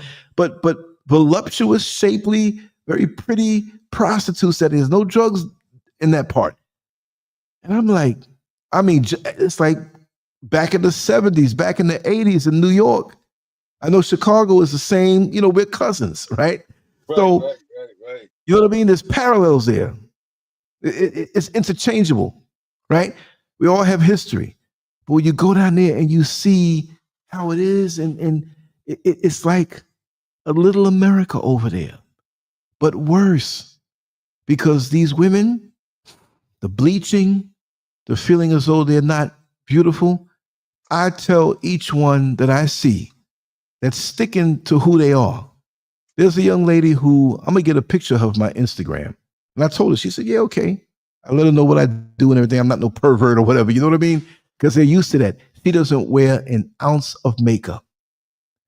Pretty black chocolate skin. The face, the structure of her face, to me as an artist, is so compelling. She's taking orders at the chicken spot in the Accra Mall. And I told her, I said, I'm not hitting on you or nothing, but you are very beautiful and humble and that pure thing going on. And there are a lot of women out here like that. There are a lot who are up in the mountains and places far away from the city. The city is gritty. I'm not saying it's like crime but you got drugs and you got prostitution, but a lot of the women here have that mentality because, like I was told by my friend, Lance, you're poor, your middle class is there rich, right? So where you're coming here and you think about your brothers and sisters and friendly and all of this stuff, a lot of people ain't think about that. And you built that house up in the mountain like that. I'm not done yet, but man, you got money. No, I don't. I got a budget. We sold a house. I'm on a limited income right now. I'm retired. But but I don't have a mortgage. I don't have certain things. That was the plan, right? But to them, they don't have no money in their mind, and they're living up in a beautiful country. See where this house is, and I look out on the balconies, look over the mountains. I'm like, man, if I was in America, I wouldn't be able to afford this. It's relatively cheap. But they who grew up here, who are in poverty, by not having money, have so much richness, but they can't appreciate it because they brainwash in their mind that they need to leave this. You can grow all these different type of fruits. You may not have big cash, but you're living so healthy. Teeth are white and you've never been to the dentist. Body's perfect and you've never been to the gym. Wow. You know what I mean? But they don't see that. I want to go to America. I want to live a better life of stress, a better life of the racism and the drugs and getting stuck up. And, those of us who grew up around them places, we know how to navigate. We can add a few more seconds to our response time because we know the streets, we know the deal. But you go out there and don't know, and you're not getting no sunlight, what you used to and have here in abundance. You ain't getting that like that unless you got some money. Working 2 jobs and can't get no sleep. And these people out here jolly, but they still think in the back of their mind, they need to go to the UK. They need to go. And the folks who are affluent in the big countries, they want to go to the Caribbean. They want to go to where nature is. It's uncanny. They have, and if they only had unity, a lot of the folks here don't have the unity because it's a desperation mindset. I'm not saying everybody's poor. There's some affluent people that I've met here who are trying to get over on me. Bro, you got millions. What you trying to squeeze me for this for? And overcharge me for this?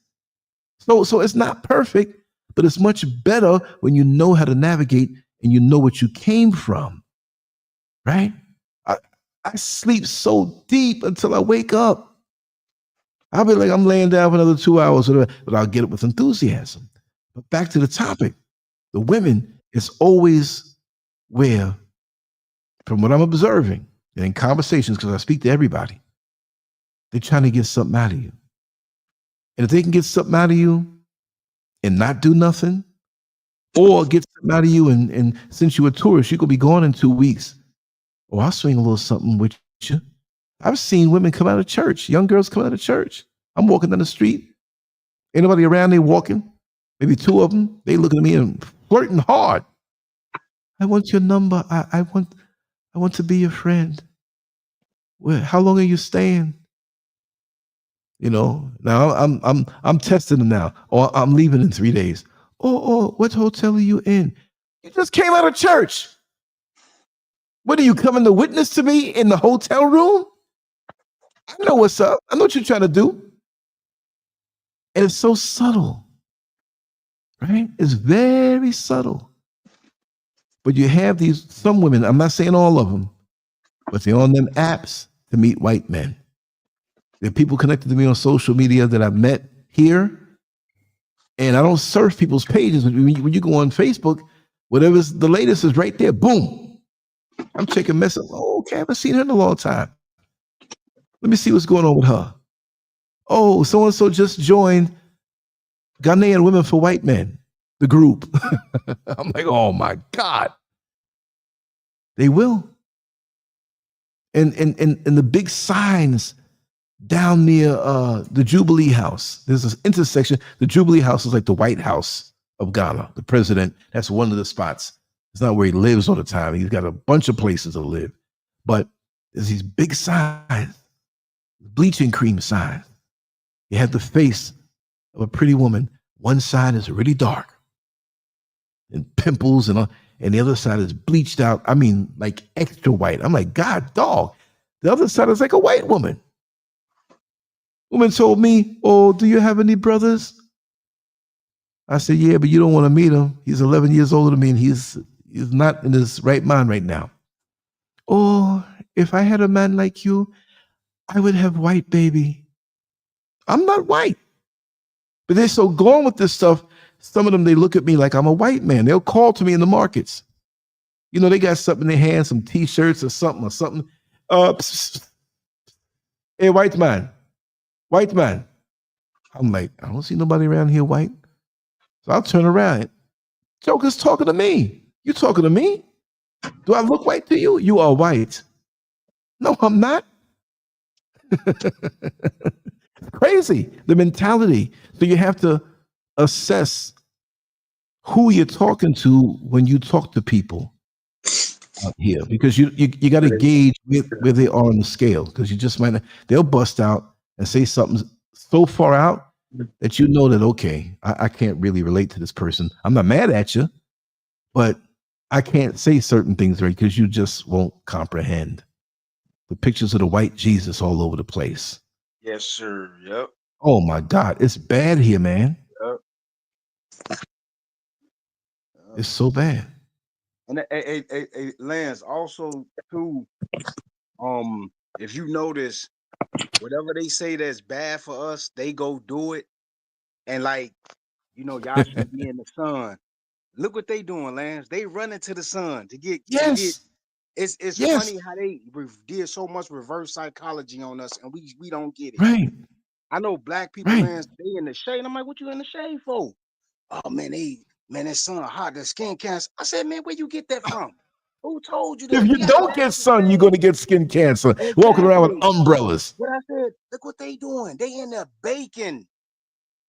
They in there Yeah. baking to get our color. I just Right. don't get it. I said, we got some type of sickness, bro. And I don't know what is, man, like you said, it's embedded us from generations and generations. We got to break that cycle. We have to. My son is 13 years old. I let him know you a powerful king. Don't let them tell you smarter than them. Don't let them That's right. fool you with this stuff. Even with these comic books, majority of the comic book heroes are really black characters, but they whitewashed it.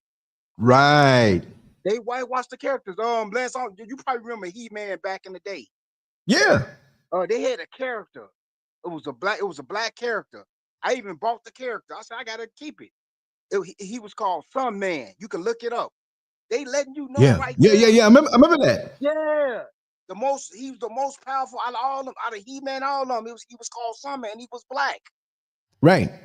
But we Right. just don't get it. We just don't get it. Man. They flipped it on us. Yeah. They flipped it. And but my man said, he said something about the pharaohs. That's another thing we got to get straight. If the pharaohs are so much of a bad people, why everywhere we go is pyramids and obelisks everywhere we go? If the pharaohs were so evil and bad, they not That's right. telling. See, they reversed that on us. The pharaohs weren't bad people. They told Right. us that.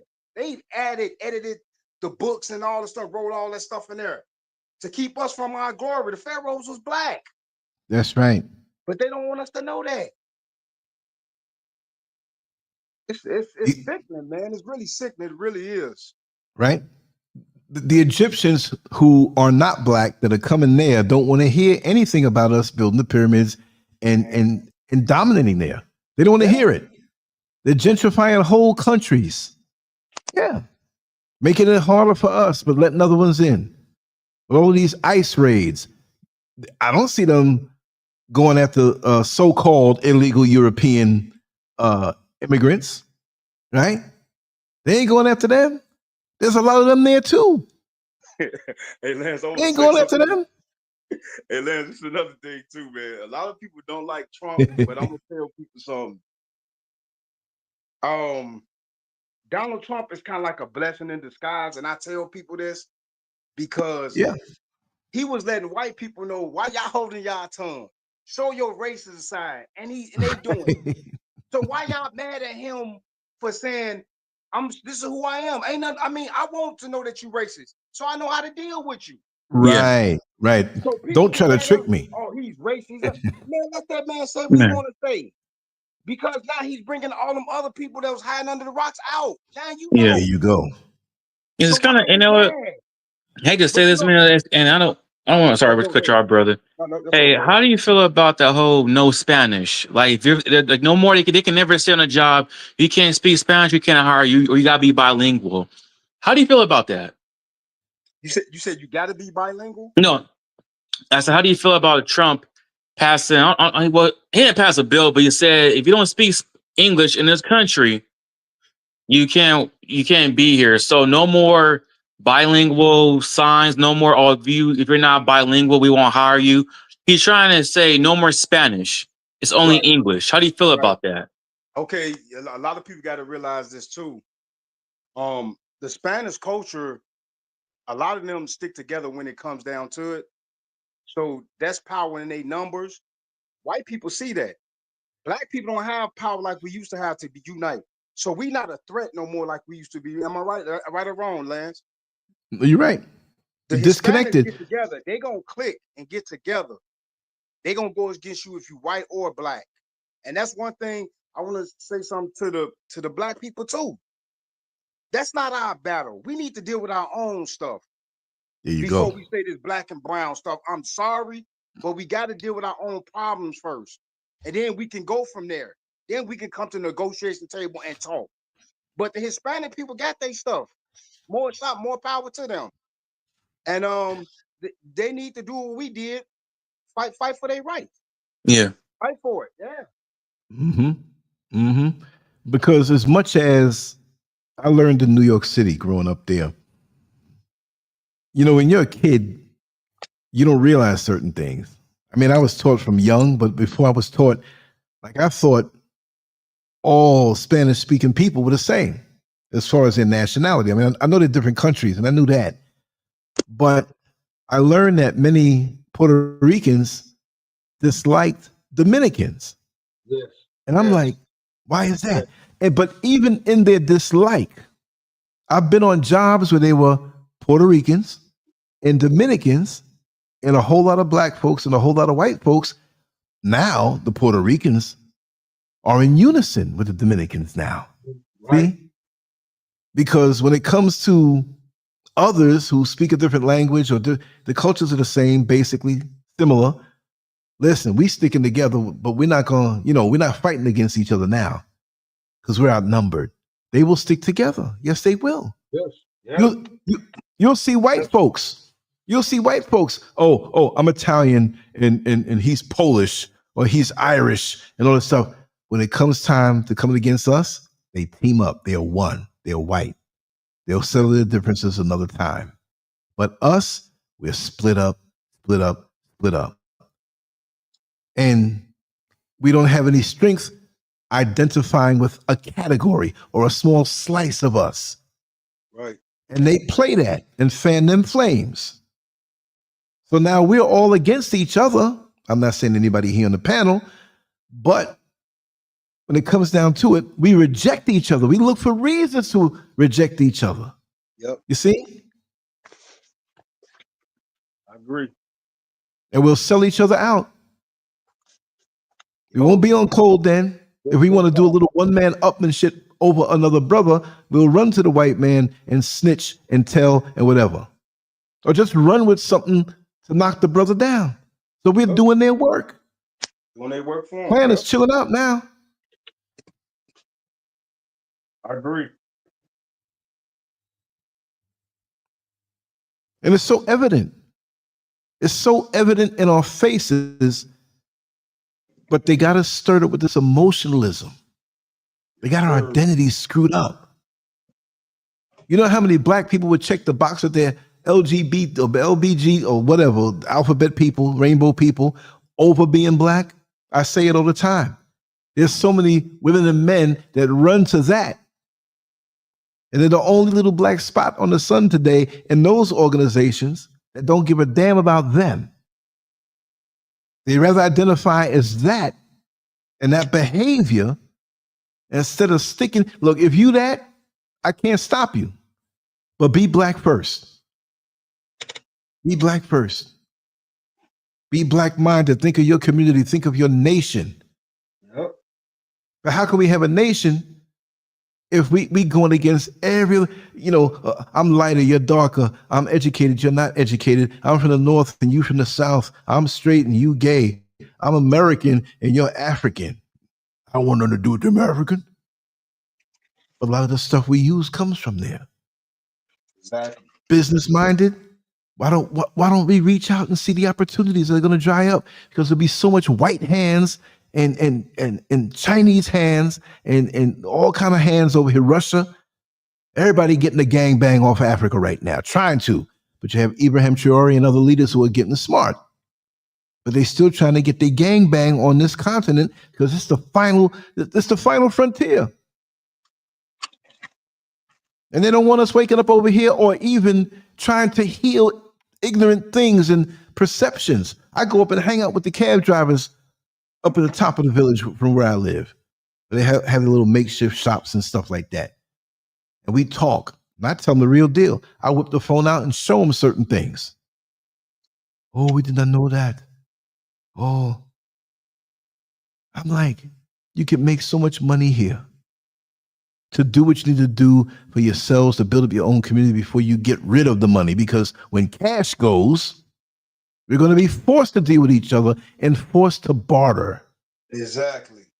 See, we can rip each other off with cash. We can charge a little more and do this and do that. But now you have to shit. Look, I got some bananas.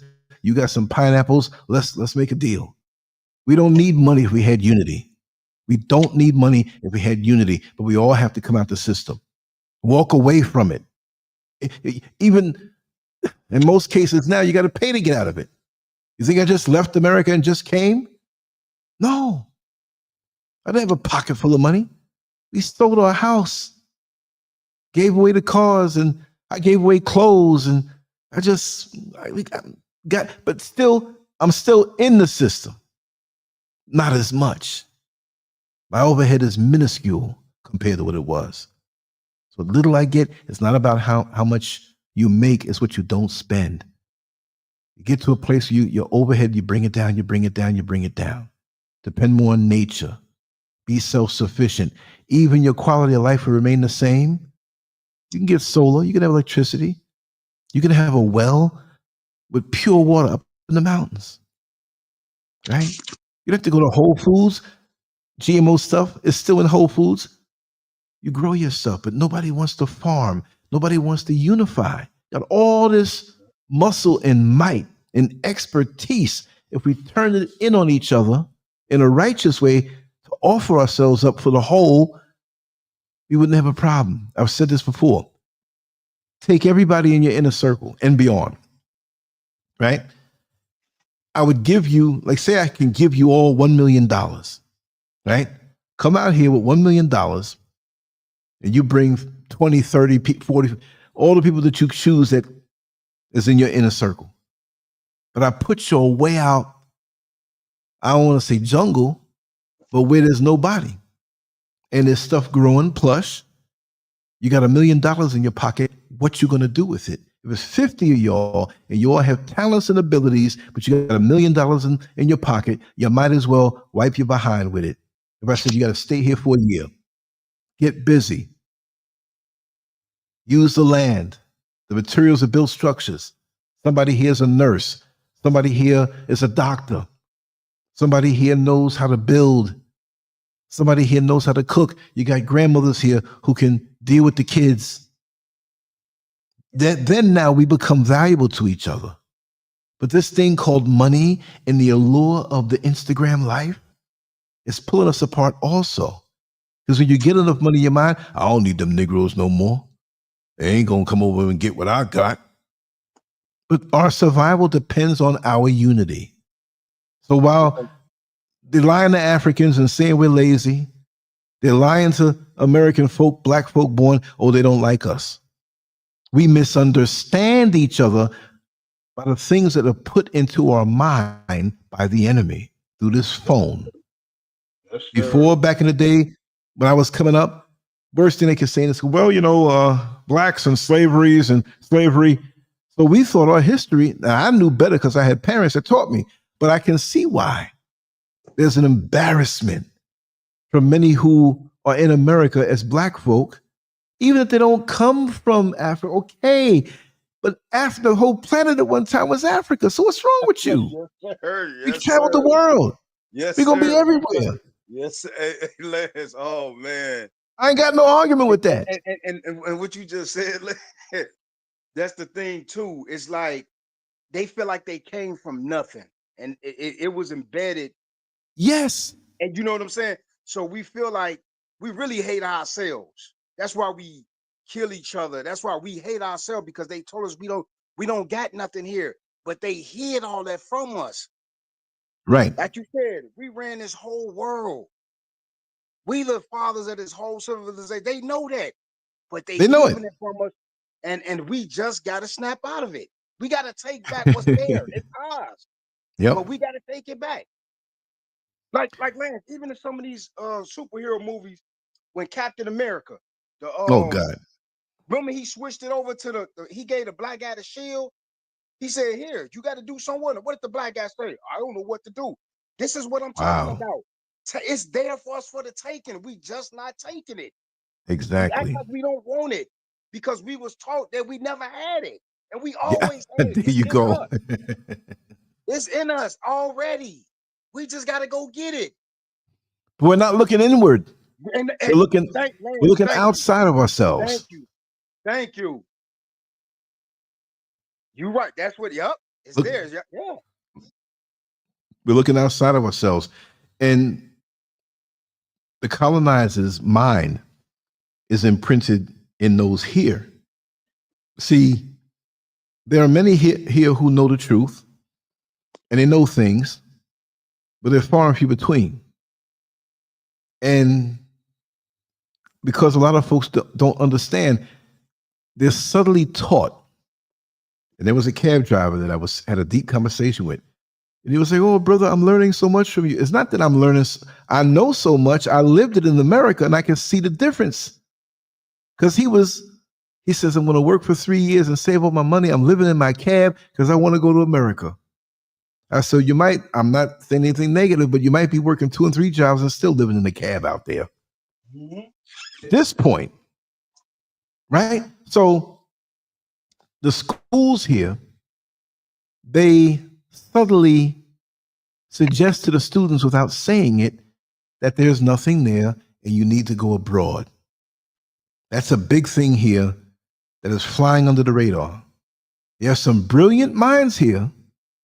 You have all these resources here, but you'd rather go to America to work under a white man's company that's raping the motherland you came from. Why not cut out the middleman and have some unity and work for yourself and others? Why is Nigeria, then you have Benin and Togo and then Ghana, but Nigeria is not far. You could drive there, right? It's a big country, but you can touch into, but why is it all of this separation and how things were drawn up when they got together and had that meeting and carved up all of the different countries here? Grown people in America don't even know that Africa is a continent. They think it's a country. They think it's all one. So when they put the bad news about what's going on in Sudan, right?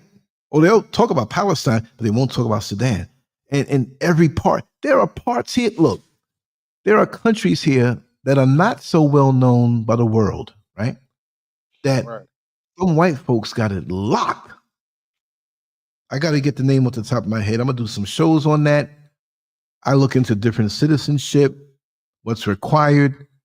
And in this particular country here, there's like one big resort, affluent white folks. They might let you have a residency for a while to work there for them, but the residency has to be renewed every year.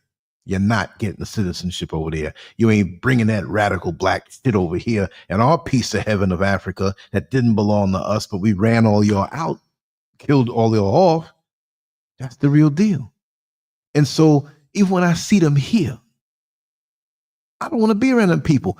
They get something from us, the vibration. Vibration. They need us to live. And it's not even just like we want to have you do some work from us. It's almost like the sun with vitamin D and all the other nutrients that we haven't discovered that we need and get from the sun.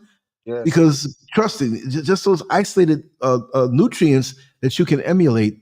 Well, I'm going to get a bottle of vitamin D3. And look, the sun and the air and the water, it nourishes you more than what you know. They're always discovering some new vitamin or mineral. They don't know all of it yet. They don't know how certain things work. But with them, it's like a mother and a father and a child. It's like they're a child that they got to get things from us. Absorb. Well, what do you think about that? Or what do you? They don't have those intangibles. They have to see it written down. But we're so instinctive and spiritual that there's something that they can pick up. We're like a radio with an antenna picking up a signal. They're like a radio that's broke and have no antenna. So they need us. It's our vibration. Me, it's like, get away from me. I don't want you on me. Yep. That's why the men want to enjoy the women and the sex that they can get from them, because their women got no vibration. The white women don't have no vibration, nothing about them that's life-giving. Yeah, you can replicate and a sperm hit an egg, but you weak. You weak. These African babies that are born out here up in the mountains where I live, they walking strong, but yet their minds are set up in the future through the miseducation of the schools out here to make them feel as though they're inferior. Because some of these little kids, they may not have seen a white man in person, or very few, but it's almost like they get happy. And that's the way they want our children to feel and us to embrace them. No doubt. Well, children and adults. Yep. Oh, you can step to the front of the line, Mr. White Man. You see, and now you see the brothers out here. And look, I'm gonna have my camera cocked and ready, but I got to use a real tiny one so I can capture it on the low. Right? These guys, they get these 350-pound white women, Cellulite City, pale, looking like Herman Munster, tonguing them down in the mall with peripheral vision, looking at me like I'm gonna get jealous of them doing that. Like you gonna get mad or something, right? Yeah. And they walking past their sisters with beautiful black women. I mean, out the box beautiful on all levels, high vibration. And they looking at them like, I'm above you now because I have my white queen. Wait, stop. This is yes. Sorry, stop the show. Yes. Wait, that's really wait. Hold on, wait. I heard about this stuff happening in Gambia. That happens in Ghana too. You got black men using their 20s, young guys, 20s and 30s, doing this shit with super huge, overweight white women. You got that prostitution going on too, gigolo stuff. Yes. Gigolos. So are they gigolos? Because that's like a male prostitute, basically. That's what's going on in the gigolo game. Well, it's not like they flexing. It's not like I'm making money doing this. No, it's not that. They're hanging around like beach bums in the city or at the beach, whatever have you. Now, I'm going to tell you something y'all never heard before about here. I'm not demonizing it. I know how to live. I know where to go. I love it here. And again, for those who may be from Ghana who think I'm trashing it, I'm not trashing it, because there's a lot of beautiful people here, a lot of good, intelligent people here. But let's get to the nitty gritty with the roving camera, the investigation.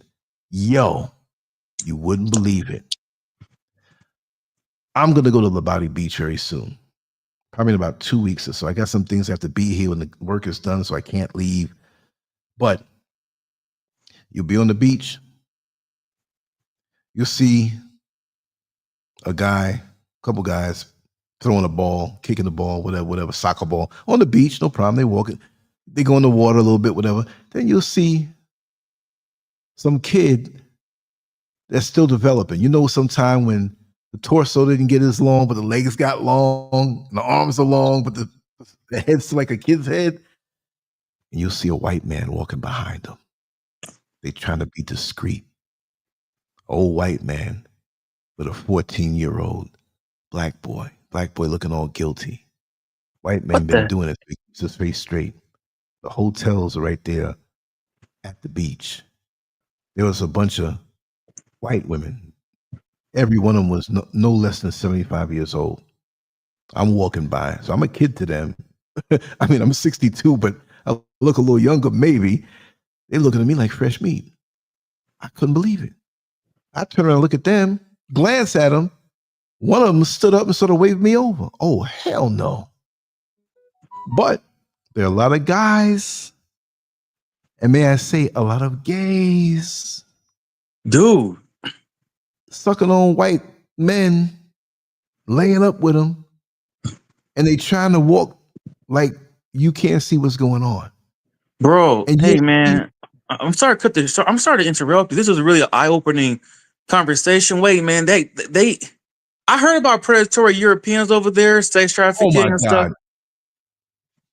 Oh my God. When they see me, it's like they're looking at Shaft. You know what I mean? God. They know I got the fire for them. Don't even look my way with that stuff. And when I'm looking at you, you know I know what you're doing. I've even called a few out. I was at the beach and I was walking around that area. Me and Mr. Scurv walking around over there, and one tried to cut his eyes at me. And there's a black boy near him. And I told him, I said, I know what you're out here for. Yo, freak. How dare you? And you want to say you're superior to me. I mean, he didn't say that, but I gave him the treatment. He walked away all red. Little boy, you know, he getting paid, so he got to stare daggers at me because, you know, that's his master for the night. But that's big. That's big. And see, they don't have to come to you. If they see a woman, all they do is stand near them. You know, and they start talking. And you see the sisters, like they done met a celebrity. Not that celebrities are better, you know what I mean? Like they met the man of their dreams, because this is money. See, poverty and that brainwashing that white is better, and that where the white folks come from is better. It all adds up.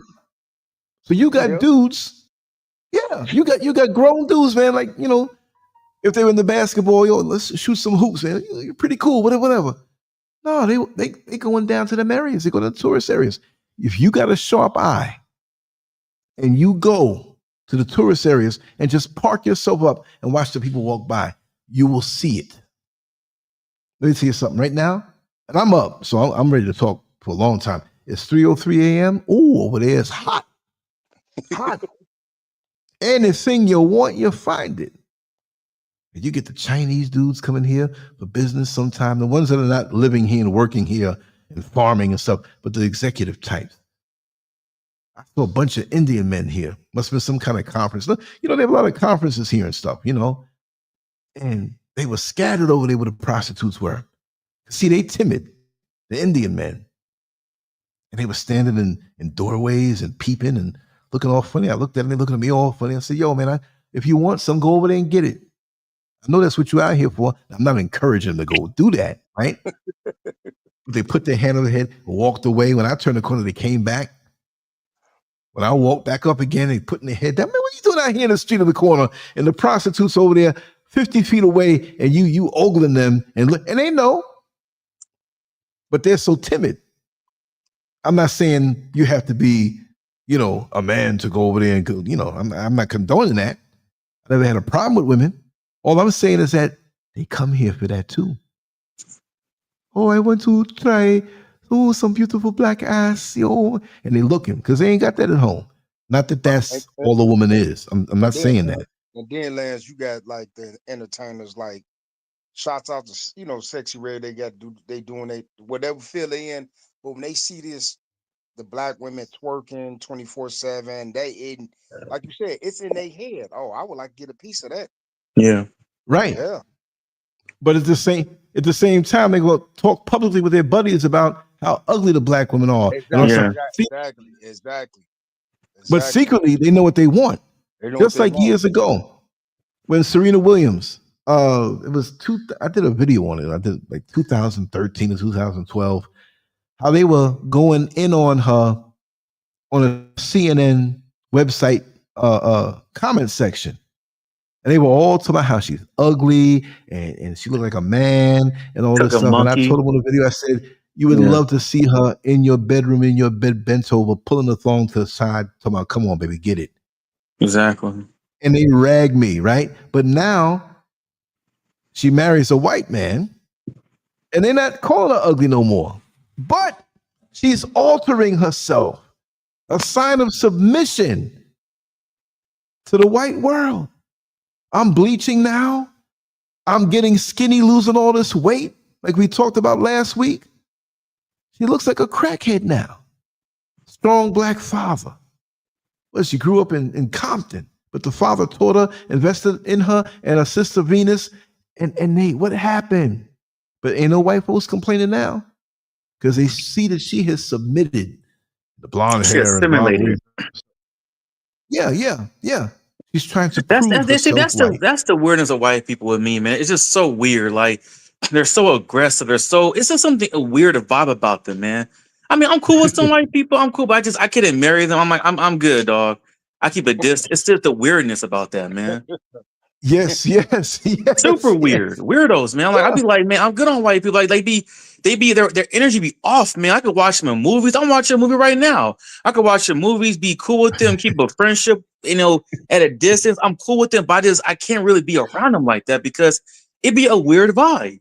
Let me tell you something. You can be the best dancer and go to one of their clubs and all of them are dancing around you. And you're like, man, I'm not dancing right. You got this energy around you throwing you off.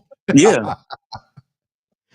I don't know how brothers do it. I don't know how they marry white women. I don't know how you do it in racial dating. I mean, I did a white girl one time, man. I don't understand it. I did a white girl one time, man. One time I just did her. I just went out with her. It wasn't really a date. We were just going out. I shouldn't have done this, man. Right. You dating a white girl, I'll be honest. You can't be in the hood. You can't go. I couldn't go to Inglewood with her. She's like, oh, I don't want to go down. I was like, okay, cool. You know what? Let's go to Marina Del Rey. I know you don't know where that is. That's in California and really white side. It's like affluent area, right? It's a little mixed, but mostly white. So I went down there with her. I know the area. I said, let's go to the Barnes & Noble. Went down there with her, man. And man, they were staring at me like crazy. I had some white guys staring at me like they want to kill me. And I stared back at them. I'm just like, what the heck? And this is in like 2013. I'm like, holy crap, dude, what the? I'm dressed nice. I don't look like a thug. I look real nice. Polo, nice slacks on, some dress shoes. And they still look at me crazy. I'm like, what the? Yeah, because they still want to put that you're a thug or that you're undesirable. Welcome, Queen J and Reese. But yeah, I understand it. In New York City, growing up, you have that's the most culturally diverse place in the world. So we were exposed to a lot. And so I knew the difference, even there where there's so many of us, right? There's so many of us there in New York City. You watch the white movies, you may see one or two in the background. They make it seem different. The people who've come to New York City to live, they said, man, where are the white people? Now you see white people, but man, all these black folks. So even the perception is a certain way. But the energy, when you are vibrating high, because even those of us who are vibrating sometimes a little low because a little tired or something, the stomach sick, whatever, but it's still higher than them. When you walk strong, not just muscular strong, when you are vibrating and you are aware and you can see through them, they get nervous. Yeah. And they throw off this weird energy on you like you need to minimize. That's what you see in corporate America. So many of us can't even grow our own hair the way it grows. You gotta cut it down. If you're 6'5", you gotta walk like you're 5'2". If you have bass in your voice, you better lighten up and sound like Michael Jackson. No shade on him. I was just about to say that. I worked in security. I was working at that one building, but the brothers I saw out there, man, they're like bound down. It's like no bass in your voice. They're very feminine. Right. But the white guy could be black masculinity. But the white guy could be an outfit. He can come to work drunk. He can come to work acting like a fool. But with you, there's barriers, there's limits. And I'm like, oh heck no. So all he's even doing security. I don't like talking about this, but I'm gonna say I had this one white dude. He was kind of feminine, really weird guy, man. But he kept trying to invite me to his hotel. And I'm like, no, man, I'm good. He kept trying to get me to go hang out with him. And you don't know what people are trying to do. You know, someone trying to throw something in your drink, next know, take you back and hurt you. You don't know. Because, I mean, that's the kind of feeling I got from this guy. Like, okay, this guy's weird. You know, I'm like, no, I'm not doing that. So you got to be careful in white spaces because they'll think they could do that to you because they got their police buddies. They're gonna back them up. That's why I'd be scared to hang out with white people. I'd be very careful because stuff like that can happen. But anyways, to get back to it's real. It almost happened to me in 1984. I was training at this gym called Natural Physique Center on 4th Avenue and 11th Street in Greenwich Village. I was competing, so I had free memberships to represent the gyms when I went into a competition because I used to do bodybuilding, right? So now I'm at that gym. I was working in a place called Bijan's. It was a designer on 5th Avenue, like 2 blocks down from Trump Tower. So I trained there a lot because I was in Manhattan a lot at that time. So all the guys, not all of them, but I know most of the guys there, right? Regulars and whatnot. So the Mr. Olympia was coming up, and we didn't have cable in Queens like they had Manhattan cable in Manhattan. So this older guy named Bob French, he might have been a beat up white 65, which, I'm 62. I don't look the way he did. He was pale. He didn't act gay or anything. Everybody seemed cool with him, but he was much older and his body was wrecked, but he loved hanging in the gym and whatever. So he's like, listen, I got Manhattan cable. I got a big screen TV. All the guys I trusted, they're like, yeah, we're going to go by Bob French. We're going to go. Like, Lance, you going to come? I said, he didn't invite me. So he invited me. They told him, yeah, you can come. I don't know if this was a setup or not, but I got there a little early. Nobody was there. Now his phone started ringing off and off and off. These dudes weren't coming. And I'm like, I'm like thinking, like, I'm up in this place with this dude. He better not try me with anything, right? So one thing I made a mistake on, he had some juice and everything, so he poured it in a cup in front of me. When I thought back on it, he didn't drink anything out of that bottle of juice. He poured it for me. So I'm sitting there waiting, nobody's showing up. The Olympia was going to come on another 30 minutes, but I started feeling lightheaded. And he's sitting on the couch on the other side, peering at me. You okay? I'm like, yeah, I feel a little, just, lay back and put your head back. I said, nah, I'm good. I was sitting up on the edge. And I just knew I had to go because I was going to pass out. Old Bob French is his name. He's got to be dead now, so I'll say his name. And my head was spinning. Do I bust his ass? And the cops come and arrest me because they, I just wanted to go. So I told him, I said, listen, I got to go. No, stay. We're going to watch the Olympia together. Some of the guys are still coming. I said, man, these guys were calling you up saying they can't come. I got to go. And they had the dead bolts and the locks and the key. No. And he tried to stand up and almost get between me and the door. I said, man, I'm going. Right? Because I felt myself going. So I opened it. Oh, this is a bad experience. I hope. I said, listen, don't worry about it. I'm out of here. Because I was real strong back then. He didn't want to deal with me. So I'm walking down the street and I don't remember, but I woke up down the block from him, sitting on somebody's steps. Yeah, the apartment buildings, the brownstones and stuff. I'm sitting on the steps. And there was a white guy on the second floor, because this was the summertime. This is Greenwich Village. People walk around late and everything. I'm leaned over on the iron rail that you hold on to walk up the steps, the concrete steps. Hey, dude. Man, you've been there for 3 hours. I don't know, man. I was going to call the ambulance just to see. Because like I was nodding out. That man put something in my stuff. Now I'm mad. And when I told the other guys, the word must have got to him. He never showed up at that gym again. Yeah. Old white man trying to drug me up. That's what it was. And he's sitting there staring at me to see if this thing is working. And if I really felt that I was about to pass out, well, you're going to get an ass whipping before I pass out all the way. This stuff is real. You got to be careful who's around you. Careful who's smiling in your face. Guy had a nice place and everything. That's an old gay man. I'm sitting up in the apartment with. Yeah. Yeah. Hey, Lance, you gotta play defense. You gotta be careful, man.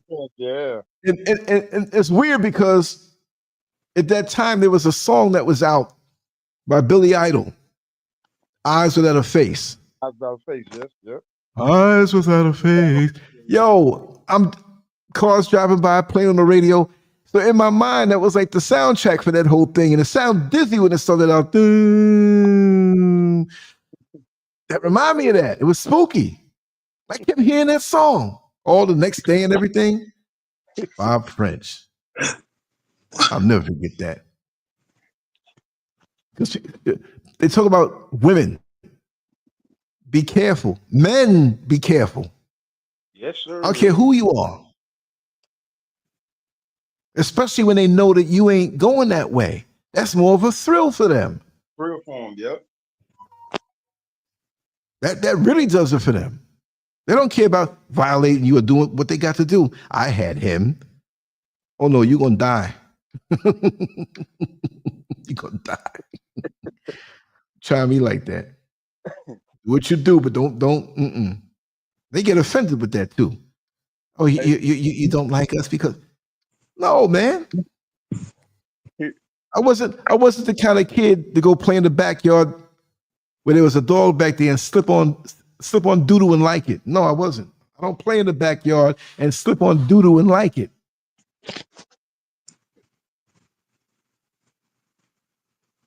Now, women, anything goes, right? You know, but if you want that, whatever. But nah, I'm not. No. Hey, brother Lance, have you noticed anything, the changes in the sports too? Yeah, they try to slip that stuff in the sports too. I mean, make it more acceptable and just the energy of men. And Lance, look at the color dynamic of the NBA now. I turned the NBA on when it was on one day. It was not really too many dark-skinned brothers out there. They all biracial or white now. Yeah. And people don't pay attention to that. Right. Years ago, one drop of black blood made you mulatto. Yeah. What happened? They want to collect up more people on their side, so now they're going to call it biracial. Like you're not black. And you have a lot of black people. I'm biracial. If I can't be white. That happened too because a lot of them NBA players. Sorry to cut you off. A lot of them NBA players were dating white women, and they you know what? It's like almost like a farm, like a breeding system. They do that stuff on purpose. They get you with a white woman, and you raise your child to be an NBA player, NFL player, and that's what they do. Right. Look at Patrick Mahomes. Yep. Look at that. He's already biracial. Got a white woman now. That baby was almost basically white. Right. Yep. And then your kid's gonna go and get white people and breed with them, and we're back with your money. And and keep the wealth in their community. There you go. You just said it right there. The money is recirculating. It's recirculating back to their race, and these brothers don't see that. Get that money to the sisters, man. Don't be like that. I know. Y'all think these white women are the most innocent women? They're not. So get that out of y'all head. And that's why you don't see a lot of white men marrying black women. They have fun with them.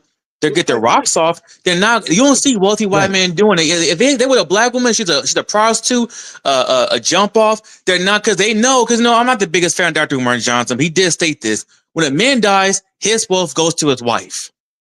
Right. And if your wife is white, there you go. What you also said, ain't nothing like that black vibration with your black woman and that black male. Ain't nothing like it. Ain't nothing like it. No. The same it's the highest. The same fun you think you can have with a white woman, you can have it 10 times greater with a sister. Yes, it will. But and it was somebody who understands you. I mean, I heard horror stories of interracial dating. That's why I don't do it. My man, what's your name? Keith. Keith. You right about that, and I tell people about that all the time. You gotta talk to white people, talk to Hispanic people. They would tell you how bad their race is, but the media ain't gonna pump it out there like that. Right. They're gonna hide it to make it's just the black people have their problems, and it's not. Theirs is 10 times worse. Right. Yeah. You don't hear all these white people dying of fentanyl overdose, and they're becoming poor, and you don't hear all this stuff. Issues of white people, they're killing each other. I mean, but not as that. I'm talking about interracial dating as a nightmare. Like I heard black men that dated white women, especially black women that dated white men. That told me. I had a sister tell me a horror story of her dating a white dude. And it's like it was traumatizing. It's like, man, they go to their family's home and they treat you different. They're saying stuff behind your back, or when you have a child with them, they treat the child really bad. Yep. I heard a brother, he was biracial. It was all good when they were running that way. I know parade that white woman around. I got the prize. I knew a brother who was biracial. He told me some honest truth. He was a cool brother, he had an afro. I didn't know he was biracial. I thought he was very light skinned, but he told me he was half white, half black. I was like, okay, cool. But he said, man, he's black. And he told me a horror story of growing up with his grandmother. And he was like, his grandmother never referred to him. She said, when he first, when he was to go over her house, she had to clean everything. She treated him like a slave, had to clean everything. But not that, but she will call him, she'll call him Blackie. Oh wow. Crazy. Yeah. She never called him the N-word. She never called him the N-word. She never heard him say the N-word, but she'll call him Black. They'll call him Blackie. Or they'll call him Little Toby. Hey, Little Toby. He didn't know what that stuff meant at first until he got older and realized they were calling him like, That's not funny, but that's how they do. Can you expect anything else? Can you expect anything else? Now it's a trap. You are a slave now. You got to work. You got to get that white woman the money. When you divorce, they all get it. I bet you they're gonna take that Toby money though. The granny wants something new, and you divorce it. You getting that money? They don't mind rejecting that because that's what runs their world. And the brainwashed folks go right in and dedicate their whole life. And Miss Anne, the little queen, the little princess, do everything for you. Yes, why are you hurting me? And check this out, gang, right? The criminal justice system, right? The injustice system. Check this out. That white woman, when they get divorced or child support, that white woman can get money. Look, black woman divorce a white man. I heard this, man. They found a loophole for the woman to pay the men. I couldn't believe it. I cannot believe it. I heard some horror story. Like, how the heck does a black woman pay child support to the white man? What do they do? They found a loophole. They found straight racism. I knew. People. I heard stories of black women married to wealthy white men, and they couldn't even get a lick. Remember that dude named David Bowie, his wife, David Bowie? Yeah. You know how long it took for her to get some money? The family was trying to not give her any kind of money. I forgot the model's name, but he married her. He died. His boss was to go to her. That family did everything possible to prevent her from getting some money. She finally got it, but it took her forever. Yeah. Yep. It's crazy. I mean, it's crazy how people cannot see this. I'm like, I'm not trying to make it racial, but it's real. They put barriers. It's racism. It is that way. You don't have to apologize. It is that way. When you speak about it, it's the unwritten law. Brother Lance, did you see Did you see with the how they always show the athletes with the white women, right? They always promoting it. They always showing on social media, right? Yeah. They showed another post. I was glad. So I don't know who was, but they posted all the black men. They got their black wives, the football players. They don't never show that. They don't want to show that. They don't want to show that. Don't want to show it. Because they send these scouts to these guys in college or coming out of high school, and they stick on the white women on them, and they're up in there doing threesomes and making them in places that only toilet paper touch and blowing their mind and giving them cars and wooing them over. You know what I mean? Getting the money, and they get a taste of that. A lot of these guys already brainwashed already. I mean, I hate to say it this way, but traditionally, a lot of the brothers from the South, they still got that thing on them more so. You get them like that in the North and whatnot, but a lot of brothers up North ain't gonna fall for that. Some will. It's still where things were more saturated. And they get these big Shannon Sharp type bucks and go crazy, tap dance for you. You know what I mean? And could you imagine him? That girl tricked him out of all that money, and he's, working on, man, find you a sister, man. Man, I feel sorry for Shannon Sharp. Man, I liked him at first because he was speaking on like police brutality. He was going good. He was doing real good at first. I was like, man, I like that. He was firm. Yeah. Hold on, T. Pay attention to what you just said. He was doing good, right? He started speaking out against the stuff that was going on. They brung this shit out the closet on him about him messing with the white woman. You see what they did to him? And he almost said, the N-word, but they don't get it. They don't get it. They don't get it yet. It's taking us to get it, basically beating us to wake up and say, you know what? We got to leave them alone. We got to stick to what we got to do with us. But they don't get it. And they always got to feel like they got to have some part of them in them to make them be successful. And that's what the problem is. Yep. I know a dude from the gym years ago, big muscular guy. He never competed. But he was on steroids, definitely. But he's a big black, stereotype in their mind, right? For the fantasy play, screwing dudes' wives and the dude watching and playing with himself, the pre-Diddy stuff, right? And so he told me one time, he's like, yeah, because we didn't talk a lot about those things, but for some reason it was on that topic, but I knew what was going on. And he said this white woman wanted to get into some fantasy play with him and call him the N-word and all this stuff. I'm listening like, oh, damn. You know what I mean? And then he turned around toward the end. Man, it was great. Wow, what an experience, man. Well, we got into it. Like, what? You like that? So you already, I used to call it buckability. Me and a friend of mine on the job. Your buck rating, your buckability, your abilities as a buck. But you submitted to this and you enjoyed it. She calling you all kind of, you know what I mean? Oh, you love eating this white stuff, don't you? Yes, I do. And made him talk ignorant too. He must have been laughing at his ass. I got me a buck here. They really have these crazy fantasies in their head, man. They really want to use the black body. They feel like they have, I don't know. Okay, I want to know your opinion on from both of y'all. They really feel like they have ownership of the black body. Like they could do what they want to do to you. Yeah. Because that privilege thing where you don't own anything, they own you. Yeah. And then just also, like Lance, there's a lot of brainwashing down to the generations. Right. That I had a woman tell me, this is not a man, it's a woman. It's a woman who, where was she from? Wasn't Virginia. It was somewhere in the South, like not Louisiana, but one of them states in there, right? And she told me, my father taught me and her the same age. Her birthday is a couple months after mine. She used to ride my bus when I was driving the bus. And she got to know me because one of the local newspapers used to carry the articles that I wrote because I knew the guy that owned the newspaper. One of them free newspapers that you see in the supermarket. She's, is that you, Lance? By Lancescurv? And I said, yeah, that's me. Oh my God, I've been reading your stuff for a long time. So we started, and I dealt with race and different things.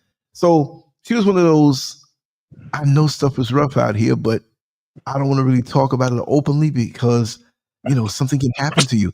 So she told me, my father raised me up in a way to, if you see a group of white people talking, let them talk. If you have to talk to one of them, stand to the side about maybe 8 to 10 feet and kind of look down and look the other way, and they'll notice you and ask you if there's anything. I said, what?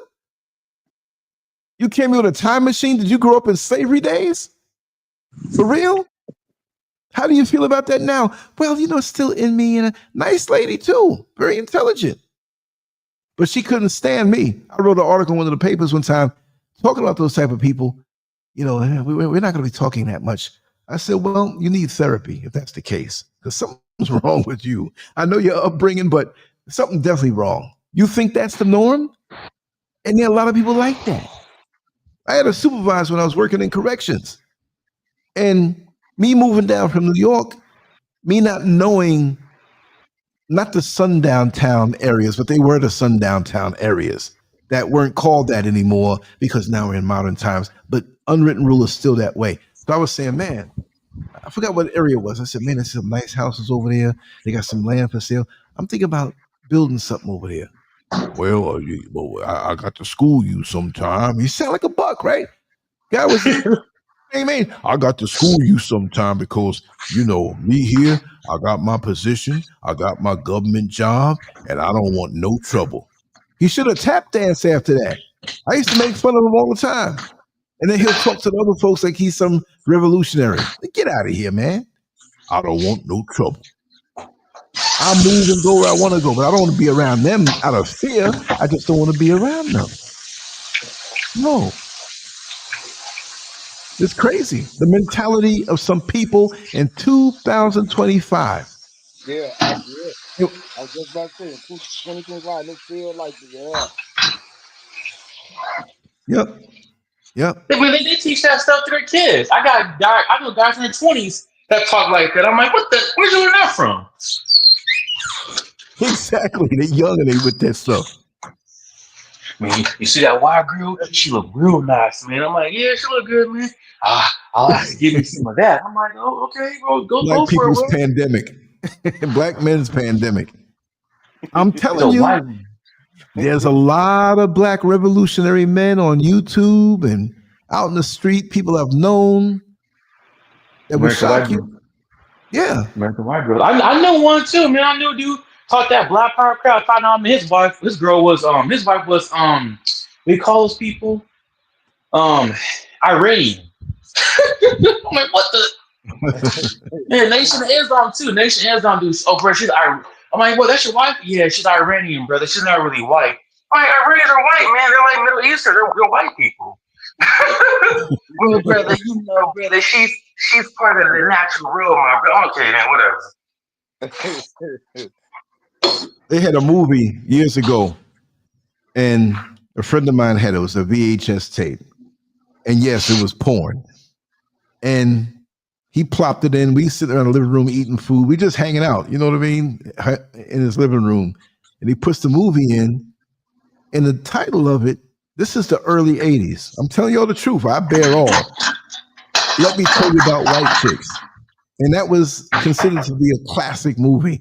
A bunch of stereotypical black men sitting around, high-fiving, laughing, talking about their experiences with white women. So you have them talk, whatever, and then one would talk, yeah, let me tell you about the one I was with. And now you go into the scene of what it was. Man, so degrading. Oh, and I'll tell you who was in it, if you can remember. Happy Days. Remember back in the 70s, they had the Fonz and all that stuff. Well, Sticks. If you can remember Sticks, the guy who always played, as a drummer. He didn't show up in every episode, but he started smoking crack, and he ended up in that movie. Okay. That's a milestone for that. But the way these guys are going on over the white women, I know there's some white ladies watching that movie laughing like, you black fool. and I know guys that, assume, hey, have you been all right, girl? Nope. Oh, you don't know what you're missing. You're a dildo, brother. That's all you are to them. Yeah. Or a cash cow. Hey, man, I just, sorry to cut you. I just really want to know, man. I never had, sex with her. I mean, how far, can we say that on here? Can you talk like that? Yeah. Okay. Yeah, because I'm going to talk like that. I never had sex. I'm going to share some observances. But go ahead, brother. Yeah. I never had sex with a white woman. No black woman, one time a Mexican. But what is it? There's some beautiful white women out there, but like, what is it about white women that black men really go crazy about? Like, what is it? It's not even them. It's what she represented on the plantation, the forbidden fruit. Oh, yeah, okay. Which means power. Just the same way when cell phones first came out and black dudes would sometimes walk down the street, ain't no power in it, there's no subscription, but they walking down playing like they a businessman. They want to emulate the white man so bad because he was massa. And he was brainwashed to think that that's the top of the heap. So if you can get a white woman, you in the white man's driving seat. If you can get a white woman and get between her legs and she opens up those pearly gates willingly, she's giving it to you. Man, you can pump the low self-esteem out of you because you got a white woman. Now you want to parade the white woman all around the neighborhood. And you're treating her like a queen. People on these stoops and up in their windows looking down, it's like, who's this fool fooling? Driving around wanting to be seen. And then now, the worst ones, you got the white woman. Now you want to go in areas where you see lots of black women and look on them victoriously. I don't need you anymore. I got my white Right. woman. Right. I've seen that, man. Yeah, somebody. Hey, look at me, bro. I'm not playing that game. That's not the epitome for me. And Nah. and two, brother man, somebody in the chat just said they think white women are more submissive, and that's also a lie too. That's a lie too. Because like I said, if you talk to white men, they'll tell you what they wives be doing. They not submissive like they say they are. So Right. people, yeah, you know what I'm saying, Lance. They that's what they say. I know a lot of black women they are submissive. It's just a Right. certain black male they was with didn't do his part what he's supposed to do. You know what I'm saying? Yeah. But don't let that fool that white women are submissive. Cause I know a lot of white men. They'll tell me, man, what they wives doing. Wives cheat on them, do all type of shit. And they divorce rate is high too. So the media Yeah. lies And so see, the media lies so much, man. It's sickening. It's crazy. they Yeah, feign submission to get what they want. So when they get the black fool that's worshiping them and thinking they're the best thing in the world, them dudes and with them white women, they will do you. They will yeah. do anything to you to blow your mind in Lance, the bedroom to have you really I didn't. gassed up They, and acting I didn't. submissive too. And Lance, I Yeah, didn't seen them when they around you, white women. A police will come around. Oh, they whiteness come out. They act like they don't even know you. exactly. Yeah, Yep. They'll distance. Look, they'll abandon shit real quick. And yeah, here you are loyal, thinking you yup, got something. Like you'll catch a yup, bullet for her. yup. For real. Things you won't even think about doing with a black woman in the bed because you just think, oh no, I'll never do it. No, if you love somebody and you into them and you have a range, cool. If you don't want to do something, that's just you. What I'm saying Right. is that a lot of these guys will go all out and they will do some nasty freaking things. Yeah, Yep. yup. Yeah, man. It's great. Especially that white woman too. I heard she do all kind of nasty stuff, man. I heard black men tell me some stories like Keith, they'll do anything. I'm like, get out of here, like bro. I had one. Oh man, I can't even talk about it, but it's crazy. No, This but is just this stuff black women just won't do. It's her respect. but key what Lance just said. You could find a sister that's in deep in love, and she'll treat you good as that so-called white woman will. Oh, of course. You know what I'm saying? But they won't. They Yeah. not gonna let y'all know that. They not gonna let y'all know Exactly. when a sister loves, she loves hard, man. And That's right. it's so strong, you know. And Yeah. I think we as black men get scared of that. And we shouldn't get scared of that. She's trying to do all No, this that's the now. best thing. Just It's the don't best screw her thing. over because when she's Exactly. hurting, she's gonna hurt. You Yeah. understand? So we gotta understand that they've been done wrong, You been right? doing wrong, bro. Yep. And already the world is doing her wrong anyway, pretty Yeah. much. You know, but what I'm saying is that how these brothers abandon what's there for them so beautifully. How you Yeah. gonna put a Toyota part in a Rolls Royce? Yes, sir. How you gonna try to like it ain't gonna fit? That high vibration, and that's what they don't want to see in the world. Black love is a threat They don't. because They don't.